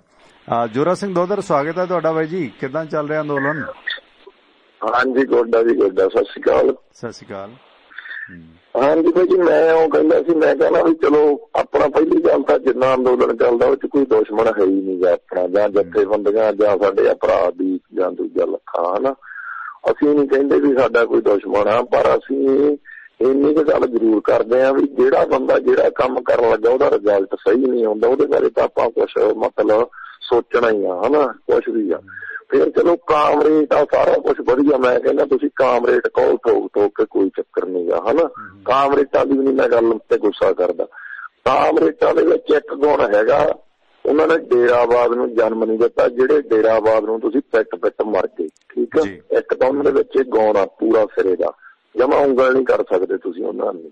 ਇਹ ਤੁਸੀਂ ਜੋ ਕੁਛ ਕੀਤਾ ਤੁਸੀਂ ਕੀਤਾ, ਓਕੇ। ਉਦੋਂ ਬਾਅਦ ਤੁਸੀਂ ਗੱਲ ਕਰਦੇ ਹੋ ਗੋਕੇ ਦੀ, ਉਹ ਬੰਦਾ ਆਪਦੀ ਫੇਸਬੁੱਕ ਤੇ ਇੰਨੀ ਵਧੀਆ ਗੱਲ ਲੈ ਕੇ ਉਹ ਮਟਾਉਂਦਾ ਕਾਹਤੋਂ ਵੀ ਲਾਲ ਕਿਲੇ ਤੇ ਜਾਣਾ ਤੇ ਗਏ ਸੀ ਤੇ ਮਗਰੋਂ ਹੁਣ ਉਹਨੂੰ ਚੇਤਾ ਆ ਗਿਆ, ਓਕੇ। ਫਿਰ ਉਦੋਂ ਬਾਅਦ ਦੇ ਵਿੱਚ ਮਤਲਬ ਉਹਨੇ ਮੁੰਡੇ ਨੇ ਜੋ ਵੀ ਕੀਤਾ, ਝੰਡਾ ਚੜਾਤਾ, ਵੀਰ ਸਿੱਧੂ ਨੇ ਜੋ ਕੁਛ ਕੀਤਾ, ਸਾਰੇ ਜਣੇ ਮਗਰ ਮੁੜਿਆ, ਉਹ ਵੀ ਨਾਲ ਆ ਜਾਂਦਾ। ਹੁਣ ਲੱਖੇ ਖਿਲਾੜੇ ਦੀ ਕਿਹੜੀ ਸਿਕਿਉਰਿਟੀ, ਉਹਨੂੰ ਤਾਂ ਪੁਲਿਸ ਫੜਦੀ ਨਹੀਂ, ਤੈਨੂੰ ਪੁਲਿਸ ਨੇ ਕਿਉਂ ਫੜਿਆ ਜਾਂ ਕਿਉਂ, ਇਹ ਕੀ ਗੱਲ ਹੋਈ? ਫਿਰ ਨੰਬਰ 2 ਤੇ ਜਿਹੜੇ ਬੰਦੇ, ਅਸੀਂ ਵੀ ਇਹਦੀ ਹਮਦਰਦੀ ਕਰਦੇ ਵੀ, ਅਸੀਂ ਐ ਹਮਦਰਦੀ ਨਹੀਂ ਕਰਦੇ ਕਿ ਸਾਡੇ ਪੰਜਾਬ 'ਚ ਸਾਡੇ ਭਰਾਵਾਂ 'ਚ ਬੇਇੱਜ਼ਤੀ ਨਹੀਂ ਹੋਣੀ ਚਾਹੀਦੀ ਜੀ। ਸਾਡੀ ਫੇਸਬੁੱਕ ਤੇ ਰਜਾਈਆਂ 'ਚ ਬਹਿ ਕੇ ਜਾਂ ਦੂਰ ਨੇੜੇ ਬਹਿ ਕੇ ਫੋਕੀ ਬਦਵਾਨੀ ਤੋਂ ਮੈਂ ਮਤਲਬ ਗਰੇਜ ਕਰਦਾ, ਮੈਨੂੰ ਚੰਗੀ ਨਹੀਂ ਲੱਗਦੀ ਇਹ। ਅਸੀਂ ਆਪਸ ਵਿੱਚ ਬਿਠਾ ਕੇ ਮਤਲਬ ਪਰਦੇ ਨਾਲ ਸੀਕਰੇਟੀ ਦੇ ਨਾਲ ਹੀ ਅਸੀਂ ਜੋ ਕਾਮਰੇਟ ਆ ਜਿਹੜੇ ਬਾਹਲੇ ਮਾੜੇ ਬੰਦੇ ਆ ਵੀ ਅਸੀਂ ਉਹਨਾਂ ਨੂੰ, ਜਿਨ੍ਹਾਂ ਨੇ ਮਤਲਬ ਸਾਨੂੰ ਜਗਾਤਾ ਵੀ ਤੁਹਾਡੇ ਭਾਈ ਬਿੱਲ ਏਦਾਂ ਦੇ ਆ ਗਏ ਤੇ ਇਕੱਠ ਕਰ ਲਏ, ਧੱਕੇ ਖਾਂਦੇ ਰਹੇ, ਰੁਲਦੂ ਸਿੰਘ ਮਾਨਸਰ ਕੇ ਕਹਿੰਦੇ 25 ਵਾਰੀ ਅਸੀਂ ਜੇਲ੍ਹ 'ਚ ਆਏ ਆ, ਜਾਂ ਥਾਣੇ ਦਾ ਤਾਂ ਸਾਨੂੰ ਪਤਾ ਹੀ ਕੋਈ ਨਹੀਂ ਅਸੀਂ ਕਿੰਨੀ ਕੁ ਵਾਰੀ ਗਏ। ਚਲੋ ਉਹਨਾਂ ਬੰਦਿਆਂ ਨੂੰ ਅਸੀਂ ਆਪਦੀ ਜੇਲ੍ਹ 'ਚ ਪੰਜੀ ਨਹੀਂ ਦਿੱਤੀ, ਜੇ ਕਿਸੇ ਨੇ ਦਿੱਤੀ ਹੋਊਗੀ ਤਾਂ ਉਹਨਾਂ ਦੇ ਉਹ ਖਾ ਕੇ ਹੋਣਗੇ, ਠੀਕ ਆ। ਹੁਣ ਤੁਸੀਂ ਜਿਹੜੇ ਦੂਜੇ ਬੰਦਿਆਂ ਨੂੰ ਤੁਸੀਂ ਪੈਸੇ ਭੇਜਦੇ ਆ, ਅੱਧੇ ਸੰਸਥਾ ਬਣੀਆਂ ਸੀ ਗੋਲਡੀ ਨੂੰ, ਉਹਨੂੰ ਪੈ ਨਿਕਲੇ, ਉਹਨੂੰ ਪੈ ਨਿਕਲੇ, ਉਹਦਾ ਹਿਸਾਬ ਹੈ ਉਹ ਗੱਡੀ ਲਈ ਫਿਰਦਾ, ਫਾਰਚੂਨਰ ਲਈ ਫਿਰਦਾ, ਕਿਸੇ ਦੇ ਪੈਸੇ ਕੋਈ ਖਾਂਦਾ, ਸਾਨੂੰ ਇਹਦੀ ਵੀ ਸਿਰਦਰਦੀ ਕੋਈ ਨਹੀਂ, ਉਹ ਵੀ ਅਗਲੇ ਦੀ ਮਰਜ਼ੀ ਆ, ਦਿਓ ਨਾ ਦਿਓ। ਪਰ ਰੌਲਾ ਤਾਂ ਇਹ ਆ ਵੀ ਕੰਮ ਵੀਰ ਸਿੱਧੂ ਨੇ ਕੀਤਾ, ਪਰਚੇ ਕਿਸਾਨ ਯੂਨੀਅਨਾਂ ਦੇ ਪ੍ਰਧਾਨਾਂ ਤੇ ਹੋਏ, ਉਹਨਾਂ ਨੇ ਤਾਂ ਇੱਕ ਵਾਰੀ ਵੀ ਨਹੀਂ ਕਿਹਾ ਵੀ ਸਾਡੇ ਦੇ ਪਰਚੇ ਕਰਾਤੇ ਇਹਨਾਂ ਨੇ, ਠੀਕ ਆ, ਉਹ ਵੀ ਗੱਲ ਵਿੱਚ ਹੀ ਕੀਤੀ ਗਈ। ਹੁਣ ਜਿਹੜੇ ਬੰਦੇ ਫੇਸਬੁੱਕ ਤੇ ਲਿਖਦੇ ਆ, ਮੈਂ ਤਾਂ ਫੇਸਬੁੱਕ ਨੂੰ ਜਿਵੇਂ ਕਹਿੰਦਾ ਨਫ਼ਰਤ ਹੋ ਗਈ ਮੈਨੂੰ ਤਾਂ ਫੋਨ ਤੋਂ, ਵੀ ਜਦੋਂ ਇੱਧਰ ਨੂੰ ਆਈ ਤਾਂ ਉਹਦੇ ਵਿੱਚ ਲਾਣਾ ਇੱਕ ਇਹੋ ਜਿਹਾ ਬੈਠਾ ਹੁੰਦਾ, ਮਤਲਬ ਚੰਗੀ ਗੱਲ ਦੇਖਣ ਨੂੰ ਨਹੀਂ ਜੀ ਕਰਦਾ, ਮਾੜੀ ਤਾਂ ਇੱਕ ਪਾਸੇ ਰਹੀ, ਹਨਾ। ਮੈਂ ਉਹ ਪੁੱਛਦਾ ਭਗਤ ਸਿੰਘ ਨਾਲ ਵੀ ਵੀਰ ਸਿੱਧੂ ਨੂੰ ਰਲਾਤਾ, ਸੰਤ ਜਰਨੈਲ ਸਿੰਘ ਭਿੰਡਰਾਜ ਤੋਂ ਮਗਰੋਂ ਯੋਧਾ ਆਇਆ ਉਹਦੇ ਮਗਰ ਵੀ ਵੀਰ ਸਿੱਧੂ ਹੀ ਆਇਆ, ਉਦੋਂ ਮਗਰੋਂ ਜੰਤ ਸਤਵੰਤ ਉਹਦੇ ਨਾਲ ਵੀ ਵੀਰ ਸਿੱਧੂ ਰਲਾਤਾ। ਮੈਨੂੰ ਇੱਕ ਗੱਲ ਦੀ ਸਮਝ ਨਹੀਂ ਲੱਗੀ ਵੀ ਉਹਨਾਂ ਬੰਦਿਆਂ ਨੇ, ਜਿਹੜੇ ਬੰਦੇ ਸੀ ਜਾਂ ਸੰਤ ਜਰਨੈਲ ਸਿੰਘ ਭਿੰਡਰਾਲੇ ਸੀ ਰਿਸਪੈਕਟਡ ਆ, ਠੀਕ ਆ, ਦੂਜੇ ਬੇਅੰਤ ਸਤਵੰਤ ਸੀ ਜਾਂ ਭਗਤ ਸਿੰਘ ਸੀ, ਵੀ ਉਹਨਾਂ ਬੰਦਿਆਂ ਨੇ ਮਤਲਬ ਕਿਸੇ ਨੇ ਝੰਡਾ ਲਾਇਆ ਤੇ ਭਾਈਦਾ ਦਿਖਾਤਾ ਜਾਂ ਉਹ ਕਰਤਾ ਵੀ ਇਹ ਜੀ ਘਟ ਗਿਆ ਜੀ ਗੱਲ, ਮੈਨੂੰ ਦੱਸੋ ਕਿਹਦੇ ਹਿੱਸੇ ਆਈ ਆ, ਕਿਉਂ ਕੀਤੀ ਉਹ? ਕੋਈ ਨਹੀਂ, 10 ਦਿਨਾਂ ਬਾਅਦ ਵੀ ਤੂੰ ਫੜਿਆ ਜਾਣਾ ਸੀ, ਮਹੀਨੇ ਬਾਅਦ ਵੀ ਫੜਿਆ ਜਾਣਾ, ਉਦੋਂ ਹੀ ਖੜ ਜਾਂਦਾ ਜਦੋਂ ਤੂੰ ਐਡੀ ਗੱਲ ਦੀ ਜ਼ਿੰਮੇਵਾਰੀ ਲੈਣਾ, ਆਪਣੇ ਦੇਸ਼ ਦੀ ਲੈਣਾ, ਝੰਡੇ ਦੇ ਲਈ ਜ਼ਿਕਰ ਪਾਉਂਦਾ। ਫਿਰ ਤੁਸੀਂ ਮਤਲਬ ਫੇਸਬੁੱਕ ਤੇ ਲਿਖਦੇ ਆ ਵੀ ਉਹ 10,000 ਵਾਲੇ ਰੈਂਟ ਦੇ ਰੂਮ ਦੇ ਵਿੱਚ ਰਹਿੰਦੇ ਆ। ਮੈਂ ਕਹਿੰਦਾ ਵੀ ਅਸੀਂ ਦੂਜੀ ਜਥੇਬੰਦੀ ਦੀ ਕੋਈ ਗੱਲ ਨਹੀਂ ਕਰਦੇ ਜਿਹੜੀਆਂ ਮੈਂ ਗੱਲਾਂ ਕਰਦਾ, ਅਸੀਂ ਕੱਲੀ ਅਗਰਾਹਾਂ ਦੀ ਕਰਦੇ ਹਾਂ। ਜਿੱਦਣ ਅਗਰਾਹਾਂ ਥੱਲੇ ਕੋਈ ਗੱਦਾ ਮਹਿੰਗਾ ਹੋਇਆ ਜਾਂ ਰੂਮ ਮਹਿੰਗਾ ਹੋਇਆ ਜਾਂ ਕੋਈ ਹੋਰ ਚੀਜ਼ ਮਹਿੰਗੀ ਹੋਈ, ਇੱਕ ਵੀ ਬੰਦਾ ਉਹਦੀ ਰਿਪੋਰਟ ਦਿਖਾ ਦੇਵੇ। ਤੇ ਦੂਜੀ ਮੈਂ ਤੁਹਾਡੇ ਵਾਲੀ ਗੱਲ ਤੋਂ ਗੱਲ ਲੈਣਾ, ਜਦੋਂ ਫੇਸਬੁੱਕ ਤੇ ਤੁਸੀਂ ਪਾਤਾ ਉਦਣ 26 ਨੂੰ ਵੀ ਦੀਪ ਸਿੱਧੂ ਰਾਤ ਦਾ ਸਾਨੂੰ ਇੰਸਟਾਗ੍ਰਾਮ ਲਟਰਾ ਪਟਰਾ ਜੋ ਵੀ ਸੋਸ਼ਲ ਮੀਡੀਆ, ਮੈਨੂੰ ਖਿਆਲ ਨਹੀਂ ਰਿਹਾ ਵੀ ਜੇ ਕਿਸੇ ਨੂੰ ਪਤਾ ਹੈਗਾ ਤਾਂ ਦੱਸ ਦੋ। ਵੀ ਹੁਣ ਉਦੋਂ ਮਤਲਬ ਉਹ ਗੱਲਾਂ ਵੀ ਤੁਸੀਂ ਕਲੇਸ਼ ਵਾਲੀਆਂ ਬਣਾ ਲਈਆਂ ਵੀ ਜੇ ਦੀਪ ਸਿੱਧੂ ਦੇ ਵਿੱਚ ਨੁਕਸ ਹੋਇਆ ਉਹ ਵੀ ਪਤਾ ਲੱਗ ਜੂ, ਜੇ ਨਾ ਨੁਕਸ ਹੋਇਆ ਉਹ ਵੀ ਪਤਾ ਲੱਗ ਜੂ, ਪਰ ਜਿੰਨੀਆਂ ਕਿ ਗਲਤੀਆਂ ਕਰਦੇ ਆ ਉਨੀਆਂ ਤੋਂ ਨਾਲ ਨਾਲ ਠੀਕ ਕਰੀ ਚੱਲ ਗਏ। ਗਾਹ ਵਾਲਾ ਬੰਦਾ ਗਲਤੀ ਮੰਨਣ ਨੂੰ ਤਿਆਰ ਹੋ ਗਈ, ਆਪਣੀਆਂ ਅੱਖਾਂ ਖੁੱਲੀਆਂ ਹੋਣ, ਆਪਣਾ ਉਹ ਲੈਂਦਾ ਕੁਛ ਨਹੀਂ। ਜੇ ਜੇਲ੍ਹ ਗਿਆ ਹੋ ਗਿਆ, ਜੇ ਕੋਈ ਚੰਗੀ ਮਾੜੀ ਕਹਿੰਦੇ ਤਾਂ ਉਹਨੂੰ ਕਹਿੰਦੇ ਆ, ਪਰ ਸਾਡੇ ਪੰਜਾਬ 'ਚ ਸਾਡੀ ਆਪਸ ਵਿੱਚ ਭਰਾਵਾਂ ਦੀ ਬੇਤਵਾਕੀ ਕਿਉਂ ਹੋਵੇ? ਅੱਗੇ ਬੇਤਵਾਕੀ ਦੇ ਸ਼ਿਕਾਰ ਹੀ ਹੋਏ ਨੇ। ਹੁਣ ਇੰਨੀ ਵੱਡੀ ਸਾਨੂੰ ਮਹਾਰਾਜ ਨੇ ਇੱਜ਼ਤ ਦਿੱਤੀ ਆ, ਕੋਈ ਪਾਰਟੀ ਵਾਲਾ ਸਾਡੇ ਅੱਖ 'ਚ ਪਾਇਆ ਨਹੀਂ ਰੜਕਦਾ, ਕੁੱਲ ਬੰਦਾ ਸਾਨੂੰ ਇੱਜ਼ਤ ਦਿੰਦਾ। ਦੁਬਾਰੇ ਫੇਰ ਮਹਾਰਾਜ ਨੇ ਫੁੱਲ ਕਿਰਪਾ ਕਰਤੀ। ਲੜਦੇ ਕਿਹੜੀ ਗੱਲ ਤੋਂ? ਕਿਹੜਾ ਬਿੱਲਾਂ ਵਾਲਾ ਕੰਮ ਕਰ ਲਗੇ। ਏਕਤਾ ਦੀ ਲੋੜ ਆ, ਚੰਗੇ ਮਾੜੇ ਆਪਾਂ ਭਰਮ ਭੁਲੇਖੇ ਬਾਅਦ 'ਚ ਨਿਕਲ ਜਾਣਗੇ। Thank you. ਇਹ ਇੱਕ ਕਿਸਾਨ ਦਾ ਦਰਦ ਹੈ, ਪੰਜਾਬ ਦਾ ਦਰਦ ਹੈ। ਦੇਖੋ ਜਿਵੇਂ ਸੈਂਟਰ ਨੇ ਚਾਹਿਆ ਸੀ, ਅਸੀਂ ਉਸੇ ਪਾਸੇ ਕਿਵੇਂ ਭਰਾ ਮਾਰੂ ਜੰਗ ਵੱਲ ਨੂੰ ਜਾ ਰਹੇ ਹਾਂ। ਜੇ ਕਿਸਾਨ ਜਥੇਬੰਦੀਆਂ ਗਲਤ ਨੇ, ਆਲੋਚਨਾ ਭਾਈ ਉਹਨਾਂ ਦੀ ਵੀ ਹੋਈ ਹੈ, ਉਹ ਆਪਣੇ ਤੌਰ ਤੇ ਫੈਸਲਾ ਕਰਨ 13 ਜਣੇ ਤੁਰੇ ਸੀ। ਤਾਂ ਮੇਰਾ ਪ੍ਰੋਗਰਾਮ ਗਲੋਬਲ ਪੰਜਾਬ ਤੇ ਵੇਖ ਲਿਓ ਕਿ ਕਿਵੇਂ ਜਗਜੀਤ ਸਿੰਘ ਡੱਲੇਵਾਲ ਨੇ ਕਾਲ ਕੱਟੀ ਸੀ, ਜਾਂ ਦਰਸ਼ਨਪਾਲ ਡਾਕਟਰ ਨੂੰ ਜਵਾਬ ਨਹੀਂ ਸੀ ਆਇਆ। ਜਿੱਥੇ ਇਹ ਗਲਤ ਨੇ, ਪੰਧੇਰ ਨੂੰ ਮੈਂ ਸਭ ਤੋਂ ਵੱਧ ਟਾਈਮ ਦਿੱਤਾ, ਮੇਰੇ ਤੇ ਰੋਸ ਵੀ ਹੈ। ਕਹਿੰਦੇ ਮੇਰੀ ਕੋਸ਼ਿਸ਼ ਸੀ ਕਿ ਜਿਹੜਾ ਮਿਲ ਜਾਂਦਾ ਕਾਲ ਕਰ ਲਓ, ਸਾਡੇ ਲਈ ਸਾਰੇ ਬਰਾਬਰ ਨੇ। ਜਿਹੜਾ ਈਜ਼ੀਲੀ ਕਾਲ ਚੱਕ, ਪੰਧੇਰ ਨੂੰ ਮੈਂ ਨਿੱਜੀ ਤੌਰ ਤੇ ਕਦੇ ਨਹੀਂ ਮਿਲਿਆ। ਜਿਹੜਾ ਕਾਲ ਚੱਕ ਲੈਂਦਾ ਸੀ ਜਾਂ ਗਲੋਬਲ ਪੰਜਾਬ ਦੇ ਸਟੂਡੀਓ ਤੋਂ, ਚਲੋ ਟਿਵਾਣਾ ਰੇਡੀਓ ਤੋਂ ਬਾਅਦ ਸ਼ੁਰੂ ਕੀਤਾ, ਤੇ ਜਿਹੜਾ ਕਾਲ ਸਟੂਡੀਓ 'ਚੋਂ ਫਾਰਵਰਡ ਕਰ ਦਿੰਦੇ ਸੀ ਉਹ ਆ ਜਾਂਦੀ ਸੀ ਮੈਨੂੰ। ਬੂਟਾ ਸਿੰਘ ਦੀ ਕਿੰਨੀ ਵਾਰੀ ਆਈ ਮੈਨੂੰ ਇਹ ਨਹੀਂ ਸੀ ਪਤਾ ਬੁਰਜ ਗਿੱਲ ਹੈ ਜਾਂ ਇਹ ਸ਼ਾਦੀਪੁਰ ਹੈ, ਹਨਾ। ਸੋ ਇਸ ਕਰਕੇ ਜਿਹੜਾ ਜਿੱਥੇ ਵੀ ਗਲਤ ਹੈ ਵੀਰੋ, ਭਾਵੇਂ ਉਹ ਕੈਪਟਨ ਹੈ, ਭਾਵੇਂ ਉਹ ਬਾਦਲ ਕੇ ਨੇ, ਭਾਵੇਂ ਉਹ ਆਮ ਆਦਮੀ ਪਾਰਟੀ ਹੈ ਜਾਂ ਕਾਮਰੇਡ ਨੇ, ਸੱਜੇ ਪੱਕੇ ਨੇ, ਕੋਈ ਮੇਰਾ ਪੱਤਰਕਾਰ ਉਸਤਾਦ ਨਹੀਂ ਹੈ। ਮੈਂ ਜੇ ਮਾੜਾ ਮੋਟਾ ਨਾ ਰਿਸਪੈਕਟ ਕਰਦਾ ਪੱਤਰਕਾਰੀ ਦੇ ਤੌਰ ਤੇ, ਸਲੂਟ ਕਰਦਾ, ਉਹ ਬਤੌਰ ਪੱਤਰਕਾਰ ਵੀ ਕਰਦਾ ਉਸ ਰੂਹ ਨੂੰ, ਉਹ ਹੈ ਸਰਦਾਰ ਕਰਤਾਰ ਸਿੰਘ ਸਰਾਭਾ, ਜਿਹੜਾ ਪਹਿਲਾ ਤੇ ਸਭ ਤੋਂ ਛੋਟੀ ਉਮਰ ਦਾ ਪੱਤਰਕਾਰ ਸੀ। ਇਹ ਮੈਂ ਹੁਣ ਨਹੀਂ, ਬਰਨਾਲੇ ਮੈਂ ਕਈ ਵਾਰੀ ਗਿਆ, ਜਿੱਦਾਂ ਸ਼ਹੀਦ ਸਰਦਾਰ ਸਾਹਿਬ ਦਾ ਦਿਹਾੜਾ ਹੁੰਦਾ ਉਦਾਂ ਹੀ ਇੰਡੀਆ ਦੇ ਵਿੱਚ ਪ੍ਰੈਸ ਡੇ ਹੁੰਦਾ। ਪਰ ਇਹ ਚੀਜ਼ਾਂ ਇਹਨਾਂ ਨੇ ਸਮਝਣੀਆਂ ਨਹੀਂ ਨਾ। ਜਗਦੀਪ ਸਿੰਘ ਸਵਾਗਤ ਹੈ ਤੁਹਾਡਾ, ਵੈਲਕਮ। ਸਤਿ ਸ਼੍ਰੀ ਅਕਾਲ ਟਵਾਣਾ ਜੀ। ਸਤਿ ਸ਼੍ਰੀ ਅਕਾਲ ਜੀ ਜਗਦੀਪ, ਸਵਾਗਤ ਤੁਹਾਡਾ। ਦੋ ਗੱਲਾਂ ਕਰਨੀਆਂ ਛੋਟੀਆਂ ਛੋਟੀਆਂ। ਪਹਿਲੀ ਗੱਲ ਛੋਟੀ ਜਿਹੀ ਆ ਕਿ ਸਿਕਿਉਰਿਟੀ ਦੇਣ ਤੇ ਸਿਕਿਉਰਿਟੀ ਨਾ ਲੈਣ ਦਾ ਸਭ ਤੋਂ ਵੱਡਾ ਕਾਰਨ ਇਹ ਵੀ ਹੋ ਸਕਦਾ ਕਿ ਅੱਜ ਕੱਲ ਬਹੁਤ ਉਹਨਾਂ ਸਫਾਈ ਕਰਨਾ ਇੱਕ ਤਰ੍ਹਾਂ ਦਾ, ਕਿ ਚਲੋ ਜੇਕਰ ਇਹਨਾਂ ਸਿਰ ਤੇ ਅਸੀਂ ਆਪਣੇ ਬਾਡੀਗਾਰਡ ਰੱਖਾਂਗੇ ਤੇ ਪਤਾ ਲੱਗਦੀ ਰਹੂਗੀ ਇਹਨਾਂ ਦੀ ਗੱਲਬਾਤ, ਤੇ ਉਹਨਾਂ ਵੀ ਨਾਲ ਲਈ ਹੋਊਗੀ ਇਸੇ ਕਰਕੇ ਕਿ ਹੋ ਸਕਦਾ ਵੀ ਸਾਡੀ ਜਾਸੂਸੀ ਕੀਤੀ ਜਾਵੇ। ਚਲੋ ਇੱਕ ਹੀ ਗੱਲ। ਵੀ ਦੂਜੀ ਗੱਲ ਜਿਹੜੀ ਮੇਨ ਆ, ਆਪਾਂ ਨਾ ਖਬਰ ਨੂੰ ਬੜਾ ਹਲਕੇ ਜਿਹੇ ਲੈ ਕੇ ਏਦਾਂ ਹੀ ਲੰਘ ਗਏ ਆ 2 ਮਿੰਟ ਵਿੱਚ। ਜਿਹੜਾ ਕੰਮ ਬਰਜਿੰਦਰ ਪਰਵਾਨੇ ਨੇ ਕੀਤਾ ਰਾਜਪੁਰੇ ਵਾਲੇ ਨੇ, ਇਹ ਇੱਕ ਛੋਟਾ ਕੰਮ ਨਹੀਂ ਹੈਗਾ। ਸਟੇਜ ਤੇ ਚੜ ਕੇ ਖੁੱਲ ਕੇ ਬੋਲਣ ਦਿਆ, ਤੇ ਤੁਸੀਂ ਉਹਦੀ ਬੈਕਗਰਾਉਂਡ ਦੇ ਵਿੱਚ ਜੰਕਾਰਿਆਂ ਦੀ ਆਵਾਜ਼ ਸੁਣਿਓ, ਬਹੁਤ ਜ਼ਿਆਦਾ ਵਿਗੜਿਆ ਯੂਥ ਉਹਦੇ ਮਗਰ ਲੱਗਾ ਪਿਆ ਆ। ਖਾਸ ਕਰ ਉਹਦਾ ਟਾਰਗੇਟ ਹੈਗਾ ਮਾਝੇ ਵਾਲੇ। ਹਮੇਸ਼ਾ ਆਪਣੀ ਗੱਲ ਵਿੱਚ ਕਹਿੰਦਾ ਕਿ ਮਾਝੇ ਵਾਲਿਓ ਕਿੱਦਾਂ, ਮਾਝੇ ਵਾਲਿਓ ਕਿੱਦਾਂ, ਮਾਝੇ ਵਾਲੇ ਸੂਰਮੇ। ਉਹਨੇ ਇੱਕ ਸੁਰਖਾਬ ਯੈਲੋ ਟਿਊਬ ਤੇ ਇੰਟਰਵਿਊ ਵੀ ਦਿੱਤੀ ਆ, ਮੈਂ ਤੁਹਾਨੂੰ ਲਿੰਕ ਭੇਜਿਆ, ਧਿਆਨ ਨਾਲ ਸੁਣ ਕੇ ਵੇਖਿਓ। ਉਹ ਬੰਦਾ ਇੱਕ ਤਰ੍ਹਾਂ ਦਾ ਸਲੀਪਰ ਜਿਹਨੂੰ ਜਿਹਾਦੀ ਤਿਆਰ ਕਰੀ ਦੇ ਨਾ, ਇਹ ਬਰਜਿੰਦਰ ਪਰਵਾਨਾ ਸਿੱਧੇ ਤੌਰ ਤੇ ਜਿਹਾਦੀਆਂ ਨੂੰ ਤਿਆਰ ਕਰਾਉਣ ਵਾਲੀ ਮਸ਼ੀਨ ਆ, ਜਿਹੜੀ ਕਿ ਸਿੱਖਾਂ ਦੇ ਮੁੰਡਿਆਂ ਨੂੰ ਅੱਤਵਾਦ ਵੱਲ ਧੱਕਣ ਵਾਲਾ ਮੇਨ ਬੰਦਾ ਆ। ਇਹ ਉਹੀ ਬੰਦਾ ਆ ਜਿਹੜਾ ਜਕਾਰੇ ਲੈ ਕੇ, ਜਿੱਦਾਂ ਕਹਿੰਦਾ ਨਾ ਕਿ ਗੁਰੂ ਕੀ ਨਿੰਦਾ ਸੁਣੇ ਨਾ ਕਾਨ, ਭੇਟਾ ਕਰ ਸੰਗ ਕਰੇ ਕਿਰਪਾਨ, ਇਹ ਉਸ ਟਾਈਪ ਵਾਲਾ ਬੰਦਾ ਆ। ਇਹਨੇ ਬਹੁਤ ਬੇੜਾਗਰ ਕਰਨਾ। ਮੇਰੇ ਖਿਆਲ ਨਾਲ ਇੱਕ ਪ੍ਰਾਈਮ ਖਬਰ ਹੋਣੀ ਚਾਹੀਦੀ ਸੀ ਇਸ ਬੰਦੇ ਤੇ। ਲਫ਼ਜ਼ ਮਾਰੇ ਨਹੀਂ ਪਲੀਜ਼, ਇਹ ਮੈਂ ਬੇਨਤੀ ਕਰਾਂਗਾ ਕਿਸੇ ਦੇ ਵੀ ਖਿਲਾਫ, ਕਿਉਂਕਿ ਜੇ ਪਰਵਾਨਾ ਕਹਿ ਰਿਹਾ ਆਪਾਂ ਉਹਨੂੰ ਵੀ ਕਹਿ ਰਹੇ, ਤੁਸੀਂ ਇਹ ਪਲੀਜ਼ ਲਫ਼ਜ਼ ਵਾਪਸ ਲਓ। ਚਲੋ ਠੀਕ ਹੈ, ਆਪਾਂ ਲਫ਼ਜ਼ ਵਾਪਸ ਲੈ ਲੈਨੇ ਆ, ਪਰ ਦਿਲੋਂ ਇਹੀ ਗੱਲ ਨਿਕਲਦੀ ਆ ਇਹਨੂੰ ਕੀ ਨਾ ਤੇ ਪਲੀਜ਼ ਨਹੀਂ ਜਗਦੀਪ ਨਹੀਂ, ਪਲੀਜ਼ ਆਪਾਂ ਇੱਕ ਮਿਆਰ ਰੱਖਿਆ ਹੋਇਆ। ਤੁਸੀਂ ਇਹਦੀਆਂ ਪਿਛਲੀਆਂ ਪ੍ਰੋਫਾਈਲ ਤੇ ਜਾ ਕੇ ਇਹਦੀਆਂ ਗੱਲਾਂ ਬਾਤਾਂ ਸੁਣੋਗੇ ਨਾ, ਤੁਹਾਨੂੰ ਸ਼ਰਮ ਆਊਗੀ। ਮੈਂ ਮਜ਼ਾਕ ਨਹੀਂ ਕਰਦਾ, ਤੁਸੀਂ ਸੁਣ ਕੇ ਵੇਖ ਲਓ। ਇਹਦੀਆਂ ਹਰਕਤਾਂ ਇੰਨੀਆਂ ਕਿ ਕੋਝੀਆਂ ਨਾ, ਇਹ ਤਾਂ ਗਰੀਬਾਂ ਨੂੰ ਕੁੱਟਦਾ ਆ। ਜਿਹੜਾ ਜੋ ਕਰਦਾ ਉਹ ਲੋਕਾਂ ਚ ਆ ਜਗਦੀਪ। ਇਹ ਫੇਸਬੁੱਕ ਤੇ ਲਾਈਵ ਹੋ ਕੇ ਨਾ ਲੋਕਾਂ ਦੀਆਂ ਧੀਆਂ ਭੈਣਾਂ ਨੂੰ ਵੀ ਖਿਲਾਰ ਲੈਂਦਾ, ਕਦੀ ਕਿਸੇ ਨੂੰ ਕੁੱਟ ਦਿੰਦਾ, ਕਦੀ ਕਿਸੇ ਨੂੰ ਕੁੱਟ ਦਿੰਦਾ। ਤੂੰ ਗੁਰੂ ਦੀ ਬੇਇੱਜ਼ਤੀ ਕੀਤੀ ਆ, ਤੂੰ ਪਰਨਾ ਨਹੀਂ ਬੰਨਿਆ, ਤੂੰ ਏਦਾਂ ਨਹੀਂ ਕੀਤਾ। ਤੁਹਾਨੂੰ ਇਹਦਾ ਪਿਛਲਾ ਰਿਕਾਰਡ ਮੇਰੇ ਖਿਆਲ ਨਾਲ ਪਤਾ ਨਹੀਂ ਹੈ। ਜੇ ਤੁਹਾਨੂੰ ਪਤਾ ਲੱਗ ਗਿਆ ਨਾ, ਜੀ ਬਸ ਇਹੀ ਗੱਲ ਆ ਨਾ ਵੀ ਤੁਹਾਡੇ ਮੂੰਹ ਸਾਡੇ ਮੂੰਹ ਗੱਲਾਂ ਕਿਉਂ ਨਿਕਲਦੀਆਂ, ਕਿਉਂਕਿ ਇਹਨੇ ਬੜੇ ਮਾੜੇ ਕਰਮ ਕੀਤੇ, ਗਰੀਬਾਂ ਨੂੰ ਬਹੁਤ ਕੁੱਟਿਆ ਨੇ। ਇਹ ਕੋਈ ਮਾੜੀ ਮੋਟੀ ਵਿਚਾਰਾ ਕੋਈ ਬੰਦਾ ਪੋਸਟ ਵੀ ਪਾ ਦਿੰਦਾ ਸੀ ਨਾ, 20 ਬੰਦੇ ਇਕੱਠੇ ਹੋ ਗਏ ਤੇ ਘਰ ਜਾ ਕੇ ਕੁੱਟ ਕੇ ਆਉਂਦੇ ਰਹੇ ਬੰਦੇ। ਇਹ ਬਹੁਤ ਖਤਰਨਾਕ ਐਸਟ ਹੈ ਬੰਦਾ। Okay thank you Jagdeep, thank you.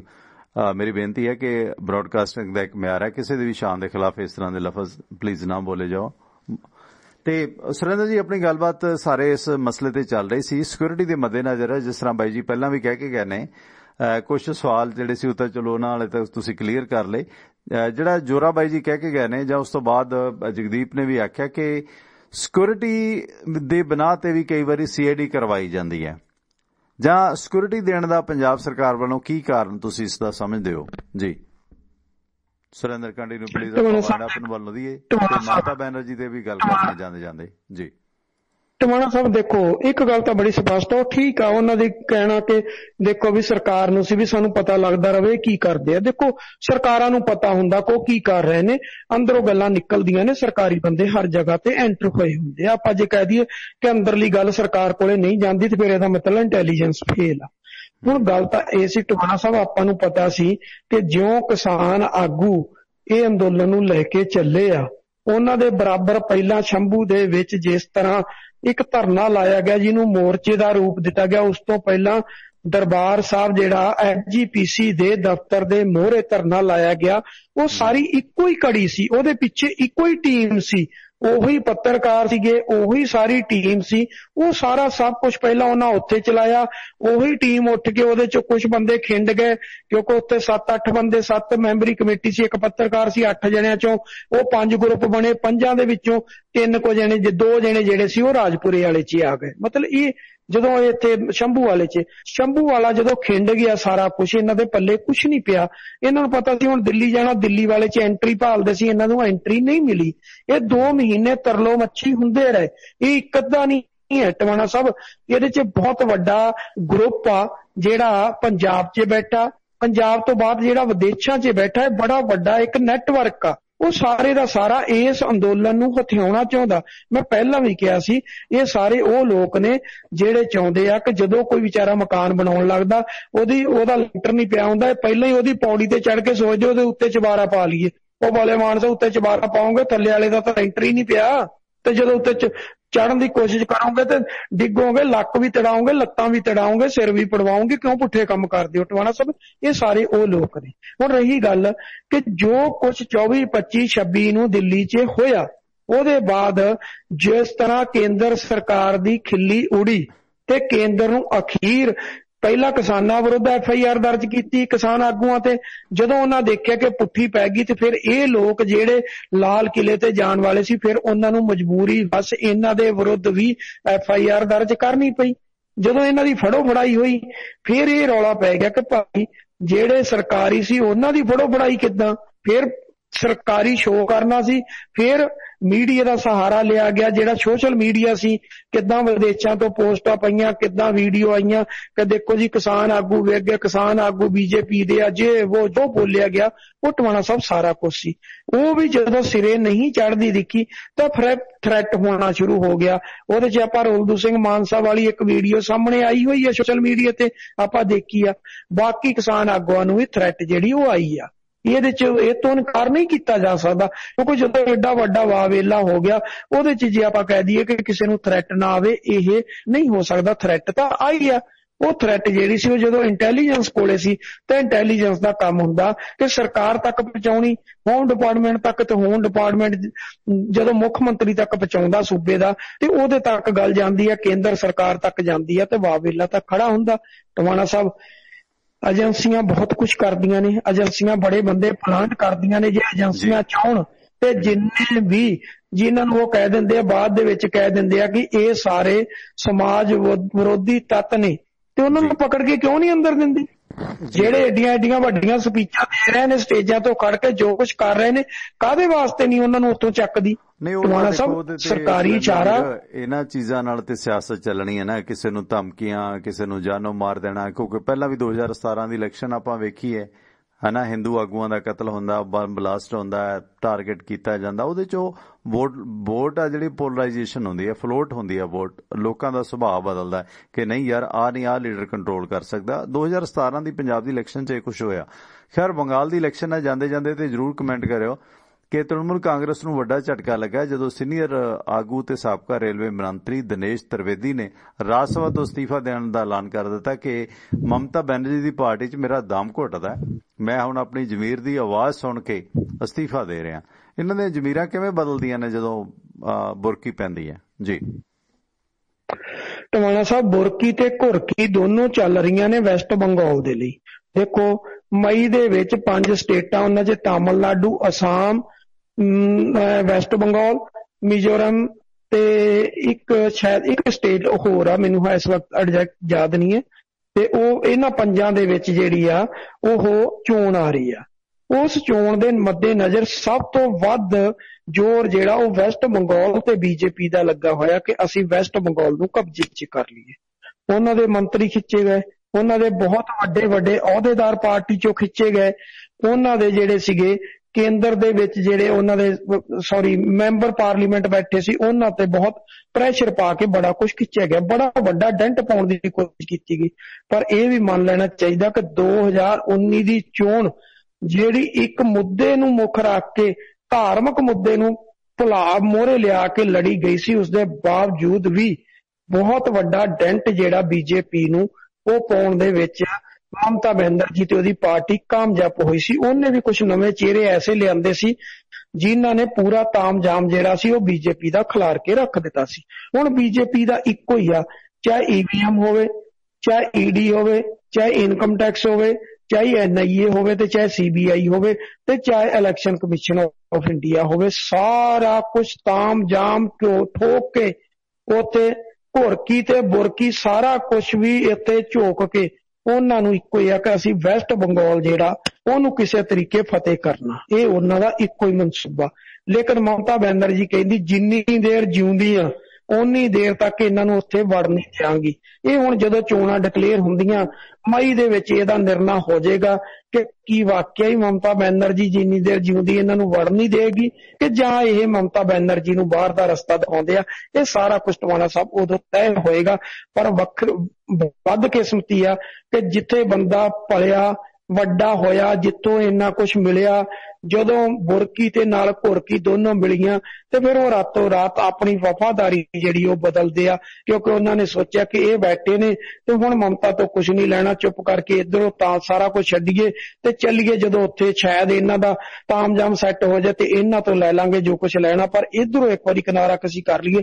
ਇਹੋ ਜਿਹੇ ਲੋਕ ਟਵਾਣਾ ਸਾਹਿਬ ਜਦੋਂ ਵੀ ਇਹ ਮੌਸਮ ਆਉਂਦਾ, ਮੌਸਮੀ ਬਟੇਰੇ ਜਿਹੜੇ ਨੇ ਉਸ ਮੌਸਮ ਦੇ ਵਿੱਚ ਜਿਹੜਾ ਉਹ ਰੰਗ ਬਦਲਦੇ ਨੇ। ਇਹ ਸੁਭਾਵਿਕ ਆ, ਇਹ ਚੱਲਦਾ ਆਇਆ ਤੇ ਇਹਨਾਂ ਰਾਜਨੀਤਿਕ ਲੋਕਾਂ ਲਈ ਇਸੇ ਤਰ੍ਹਾਂ ਚੱਲਦਾ ਰਹਿਣਾ, ਇਹਦੇ ਤੋਂ ਕੋਈ ਇਨਕਾਰ ਜਿਹੜਾ ਉਹ ਨਹੀਂ ਕੀਤਾ ਜਾ ਸਕਦਾ। ਜੀ ਸੁਰਿੰਦਰ ਜੀ, ਬਹੁਤ ਬਹੁਤ ਧੰਨਵਾਦ ਬਾਈ ਜੀ, ਮਿਹਰਬਾਨੀ, ਥੈਂਕ ਯੂ। ਮਿਹਰਬਾਨੀ, ਸਤਿ ਸ਼੍ਰੀ ਅਕਾਲ ਟਵਾਣਾ ਸਾਹਿਬ, ਸਤਿ ਸ਼੍ਰੀ ਅਕਾਲ ਜੀ। ਸਤਿ ਸ਼੍ਰੀ ਅਕਾਲ। ਸੋ ਰਾਜਨੀਤਿਕ ਮਾਮਲਿਆਂ ਦੇ ਮਾਹਰ ਤੇ ਵਕਾਲਤ ਨਾਲ ਵਾਬਸਤਾ ਸੁਰਿੰਦਰ ਸਿੰਘ ਜੁੜੇ ਸਨ। ਸੋ ਜਿਸ ਤਰ੍ਹਾਂ ਬੰਗਾਲ ਦੀ ਗੱਲ ਹੋਈ ਹੈ, ਫਿਰੋਜ਼ ਸ਼ਾਹ ਕੋਟਲਾ, ਫਿਰੋਜ਼ ਸ਼ਾਹ ਬਹੁਤ ਵੱਡਾ ਹਾਕਮ ਰਿਹਾ 14ਵੀਂ ਸਦੀ ਦੇ ਵਿੱਚ। ਮੈਂ ਜਿਵੇਂ ਅੱਜ ਠੱਗਾਂ ਦੇ ਉੱਤੇ ਵਿਰਾਸਤ ਦੀ ਗੱਲ ਨਾਲ ਕਰਦਾ, ਫਿਰ ਬੰਗਾਲ ਤੇ ਆ ਕੇ ਗੱਲ ਮੁੱਕਦੀ ਹੈ। ਜਿਵੇਂ ਕਹਿੰਦੇ ਆ ਨਾ ਕਿ ਠੱਗ ਚੋਰਾਂ ਯਾਰਾਂ ਦੇ ਕਦੇ ਨਾ ਨੇਤਰ ਗੁੱਝੇ ਰਹਿੰਦੇ, ਪੁੱਤ ਚੋਰੀ ਦੇ ਗੱਭਰੂ ਕਦੇ ਨਾ ਹੋਣ ਸਿਆਣੇ ਕਹਿੰਦੇ। ਸੋ ਹਰ ਕੇ ਸੰਤ ਨਾ ਆਖੀਏ ਬਨਾਰਸ ਕੇ ਠੱਗ, ਇਹ ਵੀ ਮਹਾਵਾਕ ਨੇ। ਸੋ ਠੱਗ ਵੀ ਆਪਣੇ ਦੇਵਤਿਆਂ ਨੂੰ ਪੂਜਦੇ ਨੇ ਤੇ ਠੱਗ ਜਦੋਂ ਪਹਿਲੇ ਸਮਿਆਂ ਦੇ ਵਿੱਚ ਆਵਾਜਾਈ ਦੇ ਬਹੁਤ ਘੱਟ ਸਾਧਨ ਹੁੰਦੇ ਸੀ, ਵਿਖੜੇ ਪੈਂਡਿਆਂ ਦੇ ਮੁਸਾਫਰਾਂ ਨੂੰ ਇਹ ਵੱਖੋ ਵੱਖਰੀਆਂ ਠੱਗੀਆਂ ਲਾ ਕੇ ਲੁੱਟਦੇ ਸੀਗੇ। ਤੇ ਇਸ ਦੌਰਾਨ ਜਿਹੜੇ ਨੇ ਇਹ ਮਸਜਿਦਾਂ ਸਰਾਵਾਂ ਬਣਾ ਕੇ ਵੀ ਲੋਕਾਂ ਨੂੰ ਠਹਿਰਾਉਂਦੇ ਸਨ, ਫਿਰ ਇਕੱਲੇ ਤੇ ਇਕੱਲੇ ਨੂੰ ਵੇਖ ਕੇ ਉਹਨਾਂ ਨੂੰ ਲੁੱਟ ਲੈਂਦੇ ਸਨ। ਸੱਜਣ ਠੱਗ ਇੱਕ ਪੁਰਾਤਨ ਠੱਗ ਹੈ ਜਿਸ ਨੂੰ ਗੁਰੂ ਸਾਹਿਬ ਨੇ ਸੁਧਾਰਿਆ ਸੀਗਾ। ਸੋ ਇਸ ਤਰ੍ਹਾਂ ਹੋਰ ਬਹੁਤ ਸਾਰੇ ਠੱਗ ਸੀਗੇ, ਸੰਤਾਂ ਸਾਧਾਂ ਬ੍ਰਾਹਮਣਾਂ ਦੇ ਵੇਸ ਦੇ ਵਿੱਚ ਰਟਨ ਕਰਦੇ ਰਹੇ ਨੇ ਤੇ ਕਈ ਠੱਗ ਮਸ਼ਹੂਰ ਬੜੇ ਹੋਏ ਨੇ। ਤੇ ਮਲਾਹਾਂ ਦੇ ਰੂਪ ਦੇ ਵਿੱਚ ਵੀ ਠੱਗੀ ਕਰਦੇ ਸੀ। ਦਰਿਆਵਾਂ ਨੂੰ ਪਾਰ ਕਰਾਉਣ ਵੇਲੇ ਇਕੱਲਾ ਤੇ ਇਕੱਲਾ ਬੰਦਾ ਵੇਖ ਕੇ ਉਹਨੂੰ ਆਪਣਾ ਬੇੜੀ 'ਚ ਬਿਠਾ ਲੈਂਦੇ ਤੇ ਫਿਰ ਅੱਧ ਵਿਚਕਾਰ ਜਾ ਕੇ ਡੋਬ ਦਿੰਦੇ। ਜਿਵੇਂ ਅੱਜ ਕੱਲ੍ਹ ਬਹੁਤ ਸਾਰੇ ਤੁਸੀਂ ਵੇਖੋ ਕਿ ਲੁਧਿਆਣੇ ਵਰਗੇ ਸ਼ਹਿਰਾਂ ਦੇ ਵਿੱਚ 2-2 3-3 ਜਣੇ ਰਿਕਸ਼ੇ 'ਚ ਜਾਂਦੇ ਹੁੰਦੇ ਆ, ਆਟੋ ਰਿਕਸ਼ੇ 'ਚ। ਉਹ ਦੇਖਣ ਨੂੰ ਲੱਗੇਗਾ ਸਵਾਰੀਆਂ ਨੇ, ਹੈ ਨਾ, ਇੱਕ ਡਰਾਈਵਰ ਬਣ ਜਾਂਦਾ, ਬਾਕੀ ਸਵਾਰੀਆਂ। ਅਣਜਾਣ ਬੰਦਾ ਚੜ੍ਹ ਜਾਂਦਾ ਕਿ ਚਲੋ 2-4 ਬੈਠੇ ਨੇ ਤੇ ਉਹ ਉਸ ਨੂੰ ਕਤਲ ਕਰਦੇ ਨੇ। ਕਿਉਂਕਿ ਦਿੱਲੀ ਦਾ ਦਾਮਨੀ ਕੇਸ ਇਸ ਦੀ ਮਿਸਾਲ ਸੀ ਕਿ ਕਿਵੇਂ ਉਸ ਬੱਚੀ ਦੇ ਨਾਲ ਜਬਰ ਜਨਾਹ ਹੋਇਆ। ਭਾਰਤ ਪੂਰੀ ਦੁਨੀਆ 'ਚ ਬਦਨਾਮ ਹੋਇਆ ਸੀ ਦਾਮਨੀ ਕੇਸ ਕਰਕੇ, ਨਿਰਭਇਆ ਕੇਸ ਕਰਕੇ। ਸੋ ਦਿੱਲੀ ਦੇ ਵਿੱਚ ਠੱਗਾਂ ਦੀ ਬਹੁਤ ਆਦਤ ਰਹੀ ਹੈ ਮੁੱਢ ਕਦੀਮ ਤੋਂ, ਕਿਉਂਕਿ ਜਿਹੜੇ ਵੱਡੇ ਸ਼ਹਿਰ ਨੇ ਉੱਥੇ ਵੱਡੀਆਂ ਠੱਗੀਆਂ ਲੱਗਦੇ ਨੇ, ਉੱਥੇ ਠੱਗ ਵਿਹਲੜ ਕਿਸਮ ਦੇ ਲੋਕ ਹੋ ਜਾਂਦੇ ਨੇ। ਦਿੱਲੀ ਠੱਗਾਂ ਦੀ ਰਾਜਧਾਨੀ ਵੀ ਰਹੀ ਹੈ। ਫਿਰੋਜ਼ ਸ਼ਾਹ ਕੋਟਲਾ ਨੇ, ਜਿੱਦਾਂ ਫਿਰੋਜ਼ ਸ਼ਾਹ ਕੋਟਲਾ ਮੈਦਾਨ ਵੀ ਬਣਿਆ, ਉਹਦਾ ਜਿਹੜਾ ਰੂਲਰ ਰਿਹਾ 14ਵੀਂ ਸਦੀ ਦੇ ਵਿੱਚ ਫਿਰੋਜ਼ ਸ਼ਾਹ ਨੇ ਦਿੱਲੀ ਦੇ ਵਿੱਚ ਕਈ ਹਜ਼ਾਰ ਠੱਗ ਫੜੇ ਸਨ, ਪਰ ਉਹਨਾਂ ਨੂੰ ਮਾਰਨ ਦੀ ਬਜਾਏ ਉਸਨੇ ਉਸ ਨੂੰ ਸੁਨਸਾਨ ਇਲਾਕੇ ਬੰਗਾਲ, ਅਸਾਮ ਵੱਲ ਨੂੰ ਧੱਕ ਦਿੱਤਾ, ਖਾਸ ਕਰਕੇ ਬੰਗਾਲ ਵੱਲ ਨੂੰ, ਜਿਸ ਕਰਕੇ ਇਹਨਾਂ ਦੇ ਜਿਹੜੇ ਬਹੁਤੇ ਵੰਸ਼ਜ ਨੇ ਹੁਣ ਜਾਤ ਵਿਸ਼ੇਸ਼ ਨਾਲ ਨਾ ਜੁੜੇ ਹੋਏ ਹਿਸਟੋਰਿਕ ਪੱਖ ਨੇ, ਸ਼ਾਇਦ ਬਨਾਰਸ ਵੱਲ ਨੂੰ ਧੱਕਿਆ ਹੋਵੇ ਜਾਂ ਕਿੱਧਰ ਨੂੰ ਧੱਕਿਆ ਹੋਵੇ, ਇਹ ਚੀਜ਼ਾਂ ਰਹੀਆਂ ਨੇ ਕਿ ਬੰਗਾਲ ਵੱਲ ਨੂੰ ਉਹਨਾਂ ਠੱਗਾਂ ਨੂੰ ਫਿਰੋਜ਼ ਸ਼ਾਹ ਕੋਟਲੇ ਨੇ ਧੱਕ ਦਿੱਤਾ ਸੀ, ਛੱਡ ਦਿੱਤੇ ਸੀ। ਬਹੁਤੇ ਠੱਗ ਧਾਰਮਿਕ ਰਹੁ ਰੀਤਾਂ ਵੀ ਕਰਦੇ ਨੇ, ਤੇ ਇਹ ਠੱਗ ਸ਼੍ਰੀ ਕਾਲੀ ਦੇਵੀ ਦੀ ਸ਼੍ਰੀ ਕਾਲੀ ਦੇਵੀ ਦਾ ਜਿਹੜਾ ਰੂਪ ਹੈ ਅਗਰੈਸਿਵ ਵਾਲਾ, ਉਸ ਦੀ ਆਰਾਧਨਾ ਕਰਦੇ ਨੇ ਤੇ ਸੁੱਖਾਂ ਸੁੱਖਦੇ ਨੇ। ਤੇ ਕਈ ਠੱਗ ਆਪਣੀ ਰੱਸੀ ਜਾਂ ਪੱਲੇ ਦੇ ਨਾਲ ਸ਼ਿਕਾਰ ਦਾ ਜਿਹੜਾ ਹੈਗਾ ਗਲ ਘੁੱਟਦੇ ਨੇ, ਗਰਦਨ ਘੁੱਟ ਕੇ ਮਾਰ ਦਿੰਦੇ ਨੇ, ਜਾਂ ਕਈ ਪੁਜਾਰੀਆਂ ਤੋਂ ਫਕੀਰਾਂ ਤੋਂ ਖਾਸ ਤਰ੍ਹਾਂ ਦੇ ਮੰਤਰ ਵੀ ਫੁਕਵਾਉਂਦੇ ਨੇ ਆਪਣੀਆਂ ਠੱਗੀਆਂ ਦੇ ਵਾਸਤੇ। ਸੋ ਦਿੱਲੀ ਦੇ ਨੇੜੇ ਰਹਿਣ ਵਾਲੇ ਜਿਹੜੇ ਮੁਸਲਮਾਨ ਕਮਿਊਨਿਟੀ ਦੇ ਠੱਗ ਨੇ, ਉਹ ਸੂਫੀ ਜਿਹੜਾ ਹੈਗਾ ਨਿਜ਼ਾਮੁਦੀਨ ਔਲੀਆ, ਉਸ ਦੀ ਵੀ ਜ਼ਿਆਰਤ ਕਰਦੇ ਨੇ। ਜਾਣੀ ਕਿ ਇਹਨਾਂ ਦਾ ਇਸ਼ਟ ਹੁੰਦਾ ਕਿ ਠੱਗੀ ਮਾਰੀਏ, ਠੱਗੀ ਚੋਂ ਕੁਝ ਪੈਸਾ ਦਾਨ ਕਰੀਏ। ਉਹ ਜਿਹੜੇ ਨੇ ਉਹਨਾਂ ਨੂੰ ਵੀ ਉਹ ਪੂਜਦੇ ਨੇ, ਜਿਸ ਤਰ੍ਹਾਂ ਕੁਝ ਸ਼੍ਰੀ ਕਾਲੀ ਦੇਵੀ ਨੂੰ ਵੀ ਪੂਜਦੇ ਨੇ ਤੇ ਕੁਝ ਨਿਜ਼ਾਮੁਦੀਨ ਔਲੀਆ ਸਾਹਿਬ ਨੂੰ ਵੀ ਪੂਜਦੇ ਨੇ। ਇਹ ਆਪਣੇ ਕੋਲ ਠੱਗ ਬੂਟੀ ਰੱਖਦੇ ਨੇ, ਅਸਲ ਦੇ ਵਿੱਚ ਉਹ ਜ਼ਹਿਰੀਲਾ ਮਾਦਾ ਹੁੰਦਾ ਜਿਹੜਾ ਸੁੰਘਾ ਕੇ ਇਹ ਲੁੱਟਦੇ ਨੇ। ਤੇ ਠੱਗਾਂ ਦਾ ਜਿਹੜਾ ਦੇਵਤਾ ਹੁੰਦਾ ਉਹਦਾ ਕੋਈ ਰੂਪ ਨਹੀਂ ਹੈ, ਇਹ ਅਸਲ ਦੇ ਵਿੱਚ ਇੱਕ ਖਾਸ ਕਿਸਮ ਦੇ ਦੇਵਤੇ ਦੀ, ਜਿਹਨੂੰ ਠੱਗ ਦਿਓ ਕਿਹਾ ਜਾਂਦਾ, ਉਸ ਦੀ ਪੂਜਾ ਕਰਦੇ ਨੇ। ਧਰਤੀ ਤੇ ਮਿੱਟੀ ਦੀ ਕੋਈ ਮੂਰਤ ਜੀ ਬਣਾ ਲੈਂਦੇ ਨੇ ਤੇ ਫਿਰ ਹਲਦੀ ਦੇ ਨਾਲ ਉਸ ਤੇ ਲਕੀਰਾਂ ਜੀਆਂ ਪਾ ਲੈਂਦੇ ਨੇ ਤੇ ਇਹ ਉਸ ਨੂੰ ਪੂਜਦੇ ਨੇ। ਸੋ ਹਰਿਆਣਾ ਦੇ ਵਿੱਚ ਜਿਹੜੀ ਇੱਕ ਬੈਂਕ ਡਕੈਤੀ ਹੋਈ ਸੀ, ਤੁਹਾਨੂੰ ਪਤਾ ਹੋਣਾ ਕਿ ਉਹ ਬੈਂਕ ਡਕੈਤੀ ਬਹੁਤ ਵੱਡੀ ਸੀ, ਕਰੋੜਾਂ ਰੁਪਏ ਦੀ ਸੀ, ਤੇ ਉਸ ਦੌਰਾਨ ਲੁੱਟੇ ਗਏ ਪੈਸੇ ਦੇ ਵਿੱਚੋਂ ਬਹੁਤ ਸਾਰਾ ਪੈਸਾ, ਸ਼ਾਇਦ 10ਵਾਂ ਸੌਂਦ ਹੋਵੇ, ਕੁਝ ਵੀ ਹੋਵੇ, ਇਹਨਾਂ ਠੱਗਾਂ ਨੇ ਜਦੋਂ ਸ਼੍ਰੀ ਕਾਲੀ ਦੇਵੀ ਮੰਦਿਰ 'ਚ ਚੜਾਇਆ ਤਾਂ ਸੀਸੀਟੀਵੀ ਫੁਟੇਜ ਜਦੋਂ ਪੁਲਿਸ ਨੇ ਚੈੱਕ ਕੀਤੀ, ਉੱਥੇ ਉਹਨਾਂ ਨੂੰ ਡਾਊਟ ਹੋਇਆ ਵੀ ਇਹ ਬੰਦੇ ਇੰਨੀਆਂ ਨੋਟਾਂ ਦੀਆਂ ਦਥੀਆਂ ਨੇ ਜਿਹੜੀਆਂ ਪਾਈ ਜਾ ਰਹੇ ਨੇ ਗੋਲਕ ਦੇ ਵਿੱਚ ਕਾਲੀ ਦੇਵੀ ਦੀ ਮੰਦਿਰ ਦੀ 'ਚ। ਤੇ ਉੱਥੋਂ ਜਦੋਂ ਫਿਰ ਉਹ ਸੀਸੀਟੀਵੀ ਲਈ ਸ਼੍ਰੀ ਕਾਲੀ ਦੇਵੀ ਮੰਦਿਰ ਤੋਂ, ਤੇ ਫਿਰ ਉਹ ਸੀਸੀਟੀਵੀ ਫੁਟੇਜ ਉਸ ਬੈਂਕ ਡਕੈਤੀ ਨਾਲ ਮਿਲਾਈ ਤੇ ਉਹ ਪਤਾ ਲੱਗਿਆ ਕਿ ਸੇਮ ਬੰਦੇ ਸੀਗੇ। ਹੁਣ ਤਾਂ ਇਹਨਾਂ ਨੂੰ ਪਤਾ ਲੱਗਿਆ ਨਾ ਕਿ ਹਰ ਜਗ੍ਹਾ ਸੀਸੀਟੀਵੀ ਕੈਮਰੇ ਨੇ, ਪਹਿਲਾਂ ਇਹ ਚੀਜ਼ਾਂ ਨਹੀਂ ਸੀਗੀਆਂ, ਕਿਉਂਕਿ ਜੇ ਇਹ 2010 ਦੇ ਵਿੱਚ ਸੀਸੀਟੀਵੀ ਕੈਮਰੇ ਪਟਿਆਲਾ ਦੇ ਸ਼੍ਰੀ ਕਾਲੀ ਦੇਵੀ ਮੰਦਿਰ 'ਚ ਲਗਾਏ ਸੀਗੇ। 52 ਅਵਤਾਰ ਮੰਦਿਰ ਦੇ ਉਹ ਪ੍ਰਮੁੱਖ ਨੇ ਜਿਨ੍ਹਾਂ ਨੇ ਇਹ ਕੀਤਾ ਸੀ, ਮਹੰਤ। ਹਾਲਾਂਕਿ ਉਦੋਂ ਮਤਲਬ 2 ਲੱਖ ਰੁਪਏ ਮਹੀਨਾ ਆਮਦਨ ਹੁੰਦੀ ਸੀ, ਪਰ ਸੀਸੀਟੀਵੀ ਕੈਮਰੇ ਲੱਗਣ ਤੋਂ ਬਾਅਦ ਸ਼੍ਰੀ ਕਾਲੀ ਦੇਵੀ ਮੰਦਿਰ ਦੀ ਆਮਦਨ 30 ਲੱਖ ਪਹੁੰਚ ਗਈ ਸੀ।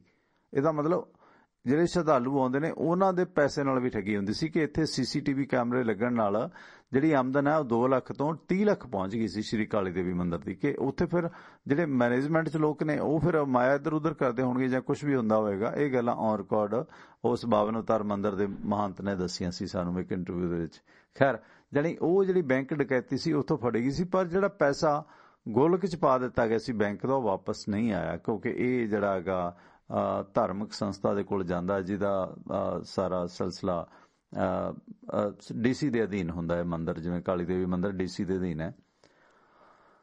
ਤੇ ਇਸ ਦੌਰਾਨ ਇਹ ਜਿਹੜੀ ਬੂਟੀ ਰੱਖਦੇ ਨੇ ਉਹਨੂੰ ਠੱਗ ਬੂਟੀ ਕਹਿੰਦੇ ਨੇ ਤੇ ਠਗਿਓਲੀ ਵੀ ਕਹਿੰਦੇ ਨੇ। ਇਸ ਦੇ ਵਿੱਚ ਬੂਟੀ ਦਾ ਸੱਤ ਹੁੰਦਾ ਹੈ ਜਾਂ ਕਿਸੇ ਮਿੱਠੇ 'ਚ ਮਿਲਾ ਕੇ ਖਿਲਾ ਦਿੰਦੇ ਨੇ, ਮੁਸਾਫਰ ਬੇਹੋਸ਼ ਵੀ ਹੋ ਜਾਂਦਾ, ਉਸ ਦਾ ਧਨ ਮਾਲ ਲੁੱਟ ਕੇ ਪੱਤਰਾ ਵਾਚ ਜਾਂਦੇ ਨੇ। ਇਸ ਠੱਗ ਬੂਟੀ ਨੂੰ ਠੱਗ ਮੋਹਰਾ ਵੀ ਕਿਹਾ ਜਾਂਦਾ, ਭਾਵ ਠੱਗਾਂ ਦਾ ਜ਼ਹਿਰ, ਤੇ ਕਈ ਲੋਕ ਇਸ ਨੂੰ ਠੱਗ ਮੋਹੀ ਵੀ ਕਹਿੰਦੇ ਨੇ। ਸੋ ਇਹ ਇੱਕ ਜ਼ਹਿਰੀਲਾ, ਕਿਉਂਕਿ ਧਤੂਰਾ ਜਾਂ ਹੋਰ ਚੀਜ਼ਾਂ ਹੁੰਦੀਆਂ ਨੇ, ਉਹਨਾਂ ਨੂੰ ਪਤਾ ਹੁੰਦਾ ਕਿ ਇਹਦਾ ਇੰਨੀ ਕੁ ਦੇਰ ਅਸਰ ਹੈ। ਸੋ ਇਸ ਕਰਕੇ ਇਹ ਠੱਗੀਆਂ ਬਹੁਤ ਕਿਸਮ ਦੀਆਂ ਨੇ। ਸੋ ਸਾਡਾ ਕੰਮ ਹੈ ਤੁਹਾਨੂੰ ਠੱਗਾਂ ਤੋਂ, ਚੋਰਾਂ ਡਾਕੂਆਂ ਤੋਂ ਸੁਚੇਤ ਕਰਨਾ, ਧਰਮ ਦੇ ਨਾਂ ਤੇ ਜਿਹੜੇ ਠੱਗੀਆਂ ਮਾਰਦੇ ਨੇ, ਸਮਾਜ ਨੂੰ ਵੰਡਦੇ ਨੇ, ਉਹਨਾਂ ਲੋਕਾਂ ਦੇ ਖਿਲਾਫ ਜਾਗਰੂਕ ਕਰਨਾ। ਭਾਵੇਂ ਇਸ ਜੌਬ ਦੇ ਵਿੱਚ ਰਹਿੰਦੇ ਬਹੁਤ ਸਾਰੇ ਜੋਖਮ ਨੇ, ਉਹ ਝੱਲਣੇ ਪੈਣੇ ਆ, ਪਰ ਜਿਹੜੇ ਲੋਕਾਂ ਨੂੰ ਇਹ ਵਹਿਮ ਹੈ ਨਾ ਕਿ ਸ਼ਾਇਦ ਡਰਾ ਧਮਕਾ ਕੇ ਉਹ ਆਪਣੀ ਗੱਲ ਮਨਵਾ ਲੈਣਗੇ, ਇਹ ਵੀਰੋ ਤੁਹਾਡਾ ਵਹਿਮ ਹੈ। ਅਸੀਂ ਸ਼ਾਇਦ ਤੁਹਾਡੀ ਜਾਂ ਸੋਸਾਇਟੀ ਦੀ ਭਲਾਈ ਦੇ ਵਾਸਤੇ ਇਹ ਕੁਝ ਕਰ ਰਹੇ ਹਾਂ। ਤੁਸੀਂ ਗੁੰਮਰਾਹ ਹੋ ਜਾਂਦੇ ਹੋ, ਜਜ਼ਬਾਤੀ ਹੋ ਜਾਂਦੇ ਹੋ, ਕਿਉਂਕਿ ਇਹਨਾਂ ਜਜ਼ਬਾਤਾਂ ਨੇ ਘਾਤ ਪੰਜਾਬ ਦੇ ਹਮੇਸ਼ ਕਰਾਏ ਨੇ। ਇਸ ਗੱਲ ਦਾ ਤੁਹਾਨੂੰ ਇਲਮ ਹੋਣਾ ਚਾਹੀਦਾ। ਸਿਆਸਤਦਾਨ ਲੋਕ ਨੇ, ਉੱਚੇ ਸੁੱਚੇ ਲੁੱਚੇ ਲੋਕ ਹੁੰਦੇ ਨੇ ਇਹ, ਤੇ ਬੜੇ ਤਰੀਕੇ ਦੇ ਨਾਲ ਤੁਹਾਨੂੰ ਧਰਮ ਮਜਹਬ ਦੇ ਨਾਂ ਤੇ ਗੁੰਮਰਾਹ ਕਰ ਜਾਂਦੇ ਨੇ। ਤੁਸੀਂ ਧਰਮ ਮਜਹਬ ਦੀ ਆੜ ਦੇ ਵਿੱਚ ਆ ਕੇ ਆਪਣੇ ਆਪ ਨੂੰ ਕੌਮ ਦੇ ਹੀਰੇ ਬਣਨ ਦੀ ਕੋਸ਼ਿਸ਼ ਕਰਦੇ ਹੋ। ਪਹਿਲਾਂ ਕਿੰਨੇ ਲੋਕ ਇਹਨਾਂ ਨੇ ਖਪਾ ਦਿੱਤੇ ਨੇ। ਸੋ ਇਸ ਤਰ੍ਹਾਂ ਦੇ ਵਰਤਾਰਿਆਂ ਤੋਂ ਬਚਣ ਦੀ ਜ਼ਰੂਰਤ ਹੈ। ਕੋਈ ਸਾਂਸ ਸੁਨੇਹਾ ਹੋਵੇ ਤਾਂ ਤੁਸੀਂ 9876309655 ਨੰਬਰ ਤੇ ਸੰਪਰਕ ਕਰ ਸਕਦੇ ਹੋ ਤੇ ਜਾਂ ਫਿਰ ਜਿਹੜਾ ਹੈਗਾ WhatsApp ਤੇ ਵੀ ਮੈਸੇਜ ਕਰ ਸਕਦੇ ਹੋ, ਸੇਮ ਨੰਬਰ ਤੇ ਰਿਕਾਰਡਡ ਮੈਸੇਜ ਛੱਡ ਸਕਦੇ ਹੋ। ਤੇ ਕੱਲ ਸ਼ਨੀਵਾਰ ਹੈ, ਕੋਸ਼ਿਸ਼ ਰਹੇਗੀ ਕੱਲ ਫਿਰ ਸਵੇਰੇ 8 ਤੋਂ 10 ਤੇ ਸ਼ਾਮ ਨੂੰ 7 ਤੋਂ 9 ਤੁਹਾਡੇ ਨਾਲ ਹਾਜ਼ਰੀ ਭਰੀ ਜਾ ਸਕੇ। ਤੇ ਕੋਈ ਹੋਰ ਜਾਣਕਾਰੀ ਹੋਵੇ ਤਾਂ ਤੁਸੀਂ 9876309655 ਨੰਬਰ ਤੇ ਸੰਪਰਕ ਵੀ ਕਰ ਸਕਦੇ ਹੋ। ਪ੍ਰੋਗਰਾਮ ਦੇ ਵਿੱਚ ਇਸ ਨੰਬਰ ਤੇ ਕਾਲ ਹੁੰਦੀ ਹੈ। ਸਾਡੀਆਂ ਐਪਸ ਤੁਹਾਨੂੰ ਮਿਲਣਗੀਆਂ ਐਂਡਰਾਇਡ ਤੇ ਆਈਫੋਨ ਤੇ, ਸੋ tivanaradio.com ਪੇਜ ਤੇ ਜਾ ਕੇ ਤੁਸੀਂ ਉੱਥੇ ਇਹ ਐਪਸ ਡਾਊਨਲੋਡ ਕਰ ਸਕਦੇ ਹੋ। ਕੋਈ ਸਾਂਸ ਨੇ ਸਪੋਰਟ ਕਰਨੀ ਚਾਹੋ, ਪ੍ਰੋਗਰਾਮ ਦੀ ਸਬਸਕ੍ਰਿਪਸ਼ਨ ਜਾਂ ਪ੍ਰੋਗਰਾਮ ਨੂੰ ਸਪਾਂਸਰ ਕਰਾਉਣਾ ਚਾਹੁੰਦੇ ਹੋ ਤਾਂ ਵੀ ਆਪ ਦਾ ਸਵਾਗਤ ਹੈ। ਕੋਈ ਬੰਦਸ਼ ਨਹੀਂ ਹੈ। ਜੇ ਤੁਹਾਨੂੰ ਪ੍ਰੋਗਰਾਮ ਪਸੰਦ ਲੱਗਦੇ ਨੇ ਤਾਂ ਤੁਸੀਂ ਇਹਨਾਂ ਨੂੰ ਇਸ਼ਤਿਹਾਰ ਦਵਾ ਸਕਦੇ ਹੋ, ਨਹੀਂ ਤੇ ਰੱਬ ਰਾਖਾ ਜਿੰਨੀ ਸਾਡੀ ਵਿੱਤ ਹੋਏਗੀ ਚਲਾਉਣ ਦੀ ਕੋਸ਼ਿਸ਼ ਕਰਾਂਗੇ ਜਦੋਂ ਤੱਕ ਚੱਲ ਸਕਿਆ। ਸੋ ਇਸ ਦੇ ਨਾਲ ਹੀ ਮੈਂ ਪਰਮਿੰਦਰ ਸਿੰਘ ਟਿਵਾਣਾ ਆਪ ਸਭ ਸੱਜਣਾਂ ਤੋਂ ਆਗੇ ਚਾਹਾਂਗਾ। ਸਾਡੇ ਰਿਪੀਟ ਪ੍ਰੋਗਰਾਮ ਤੁਹਾਨੂੰ ਟਿਵਾਣਾ ਰੇਡੀਓ ਦੇ YouTube ਪੇਜ ਤੇ ਮਿਲਣਗੇ। ਸਬਸਕ੍ਰਾਈਬ ਕਰੋਗੇ, ਸ਼ੇਅਰ ਕਰੋ। ਇਹਨਾਂ ਗੁਜ਼ਾਰਿਸ਼ਾਂ ਦੇ ਨਾਲ ਹੀ ਦਿਓ ਆ ਗਿਆ। ਧੰਨਵਾਦ ਤੁਹਾਡਾ ਤੇ ਸਾਡਾ। ਰੱਬ ਰਾਖਾ। ਸਤਿ ਸ਼੍ਰੀ ਅਕਾਲ। ਟਿਵਾਣਾ ਰੇਡੀਓ ਦੇ ਸਤਿਕਾਰਤ ਸਰੋਤਿਓ, ਇਹ ਇਸ ਵਕਤ ਰਿਪੀਟ ਪ੍ਰੋਗਰਾਮ ਹੈ। ਇਹ ਸੂਚਨਾ ਮੈਂ ਸਾਂਝੀ ਕਰ ਰਿਹਾ ਤੇ ਇਸ ਪ੍ਰੋਗਰਾਮ ਦਾ ਜਿਹੜਾ ਲਾਈਵ ਦਾ ਸਮਾਂ ਹੈ ਉਹ ਇਹ ਹੈ ਸੋਮਵਾਰ ਤੋਂ ਸ਼ਨੀਵਾਰ ਤੱਕ ਸਵੇਰੇ 8 ਵਜੇ ਤੋਂ ਲੈ ਕੇ 10 ਵਜੇ ਤੱਕ ਤੇ ਸ਼ਾਮ ਨੂੰ 7 ਵਜੇ ਤੋਂ ਲੈ ਕੇ 9 ਵਜੇ ਤੱਕ ਇਹ ਪ੍ਰੋਗਰਾਮ ਲਾਈਵ ਹੁੰਦਾ ਹੈ। ਸਵੇਰੇ 8 ਤੋਂ 10 ਤੇ ਸ਼ਾਮ ਨੂੰ 7 ਤੋਂ 9 ਲਾਈਵ ਹੁੰਦਾ ਹੈ, ਜਿਸ ਦੇ ਵਿੱਚ ਰਾਜਨੀਤਿਕ ਮਾਮਲਿਆਂ ਦੇ ਮਾਹਰ ਸੁਰਿੰਦਰ ਸਿੰਘ ਵੀ ਆਪਣੇ ਨਾਲ ਜੁੜਦੇ ਨੇ ਤੇ ਤੁਸੀਂ ਵੀ ਜੁੜਦੇ ਹੋ। ਉਸ ਦੇ ਵਾਸਤੇ ਤੁਸੀਂ ਕਾਲ ਕਰਨੀ ਹੈ 9876309655 ਤੇ ਸਾਡੇ ਇਹਨਾਂ ਪ੍ਰੋਗਰਾਮਾਂ ਨੂੰ ਟਿਵਾਣਾ ਰੇਡੀਓ ਦੇ ਵੈਬਸਾਈਟ ਪੇਜ ਤੇ ਵੀ ਸੁਣਿਆ ਜਾ ਸਕਦਾ। ਉੱਥੇ ਤੁਹਾਨੂੰ ਆਈਫੋਨ ਤੇ ਐਂਡਰਾਇਡ ਐਪਸ ਮਿਲਣਗੀਆਂ, ਡਾਊਨਲੋਡ ਕਰੋ। ਟਿਵਾਣਾ ਰੇਡੀਓ ਦੇ ਰਿਪੀਟ ਪ੍ਰੋਗਰਾਮ YouTube ਪੇਜ ਤੇ ਮਿਲਣਗੇ, ਉਹ ਵੀ ਉੱਥੋਂ ਤੁਸੀਂ ਲਿੰਕ ਲੈ ਸਕਦੇ ਹੋ। ਸਬਸਕ੍ਰਾਈਬ ਕਰੋ। ਜੇ ਸਾਡੇ ਪ੍ਰੋਗਰਾਮਾਂ ਨੂੰ ਪਸੰਦ ਕਰਦੇ ਹੋ ਤਾਂ ਤੁਸੀਂ ਸਪਾਂਸਰ ਵੀ ਕਰਾ ਸਕਦੇ ਹੋ, ਸਬਸਕ੍ਰਿਪਸ਼ਨ ਵੀ ਲੈ ਸਕਦੇ ਹੋ, ਜਾਂ ਆਪਣੇ ਕਿਸੇ ਵਪਾਰ ਕਾਰੋਬਾਰ ਦੀ ਐਡਵਰਟਾਈਜ਼ ਕਰਾਉਣੀ ਹੈ ਕਿਸੇ ਦੋਸਤ ਦੀ ਤਾਂ ਉਸ ਨੂੰ ਵੀ ਸੁਜੈਸਟ ਕਰ ਸਕਦੇ ਹੋ। ਉਸ ਦੇ ਵਾਸਤੇ ਤੁਸੀਂ ਸਾਡੇ ਨਾਲ ਸੰਪਰਕ ਕਰ ਸਕਦੇ ਹੋ। ਪ੍ਰੋਗਰਾਮਾਂ ਦੇ ਲਾਈਵ ਹੋਣ ਦਾ ਸਮਾਂ ਪਰਮਿੰਦਰ ਟਿਵਾਣਾ ਦਾ ਜਿਹੜਾ ਮੇਰਾ ਫੇਸਬੁੱਕ ਪੇਜ ਹੈ ਜਾਂ ਫੇਸਬੁੱਕ ਆਈਡੀ ਹੈ ਉਸ ਤੋਂ ਤੁਹਾਨੂੰ ਸੂਚਨਾ ਮਿਲਦੀ ਰਹੇਗੀ। ਸੋ ਇਹ ਸੀ ਜ਼ਰੂਰੀ ਸੂਚਨਾ। ਤੇ ਕਾਲ ਟੂ ਲਿਸਨ ਨੰਬਰ ਹੈ ਅਮਰੀਕਾ ਦੇ ਵਿੱਚ 667-930-9260। ਇਸ ਨੰਬਰ ਤੇ ਕਾਲ ਟੂ ਲਿਸਨ ਜਿਹੜੇ ਨੰਬਰ ਤੇ ਕਾਲ ਕਰਕੇ ਅਮਰੀਕਾ ਦੇ ਵਿੱਚ ਤੁਸੀਂ ਇਹਨਾਂ ਪ੍ਰੋਗਰਾਮਾਂ ਨੂੰ ਸੁਣ ਸਕਦੇ ਹੋ। 667-930-9260 ਯਾਨੀ ਕਿ 667-930-9260 ਤੇ ਕਾਲ ਕਰਕੇ ਵੀ ਪ੍ਰੋਗਰਾਮਾਂ ਨੂੰ ਲਾਈਵ ਸੁਣ ਸਕਦੇ ਹੋ।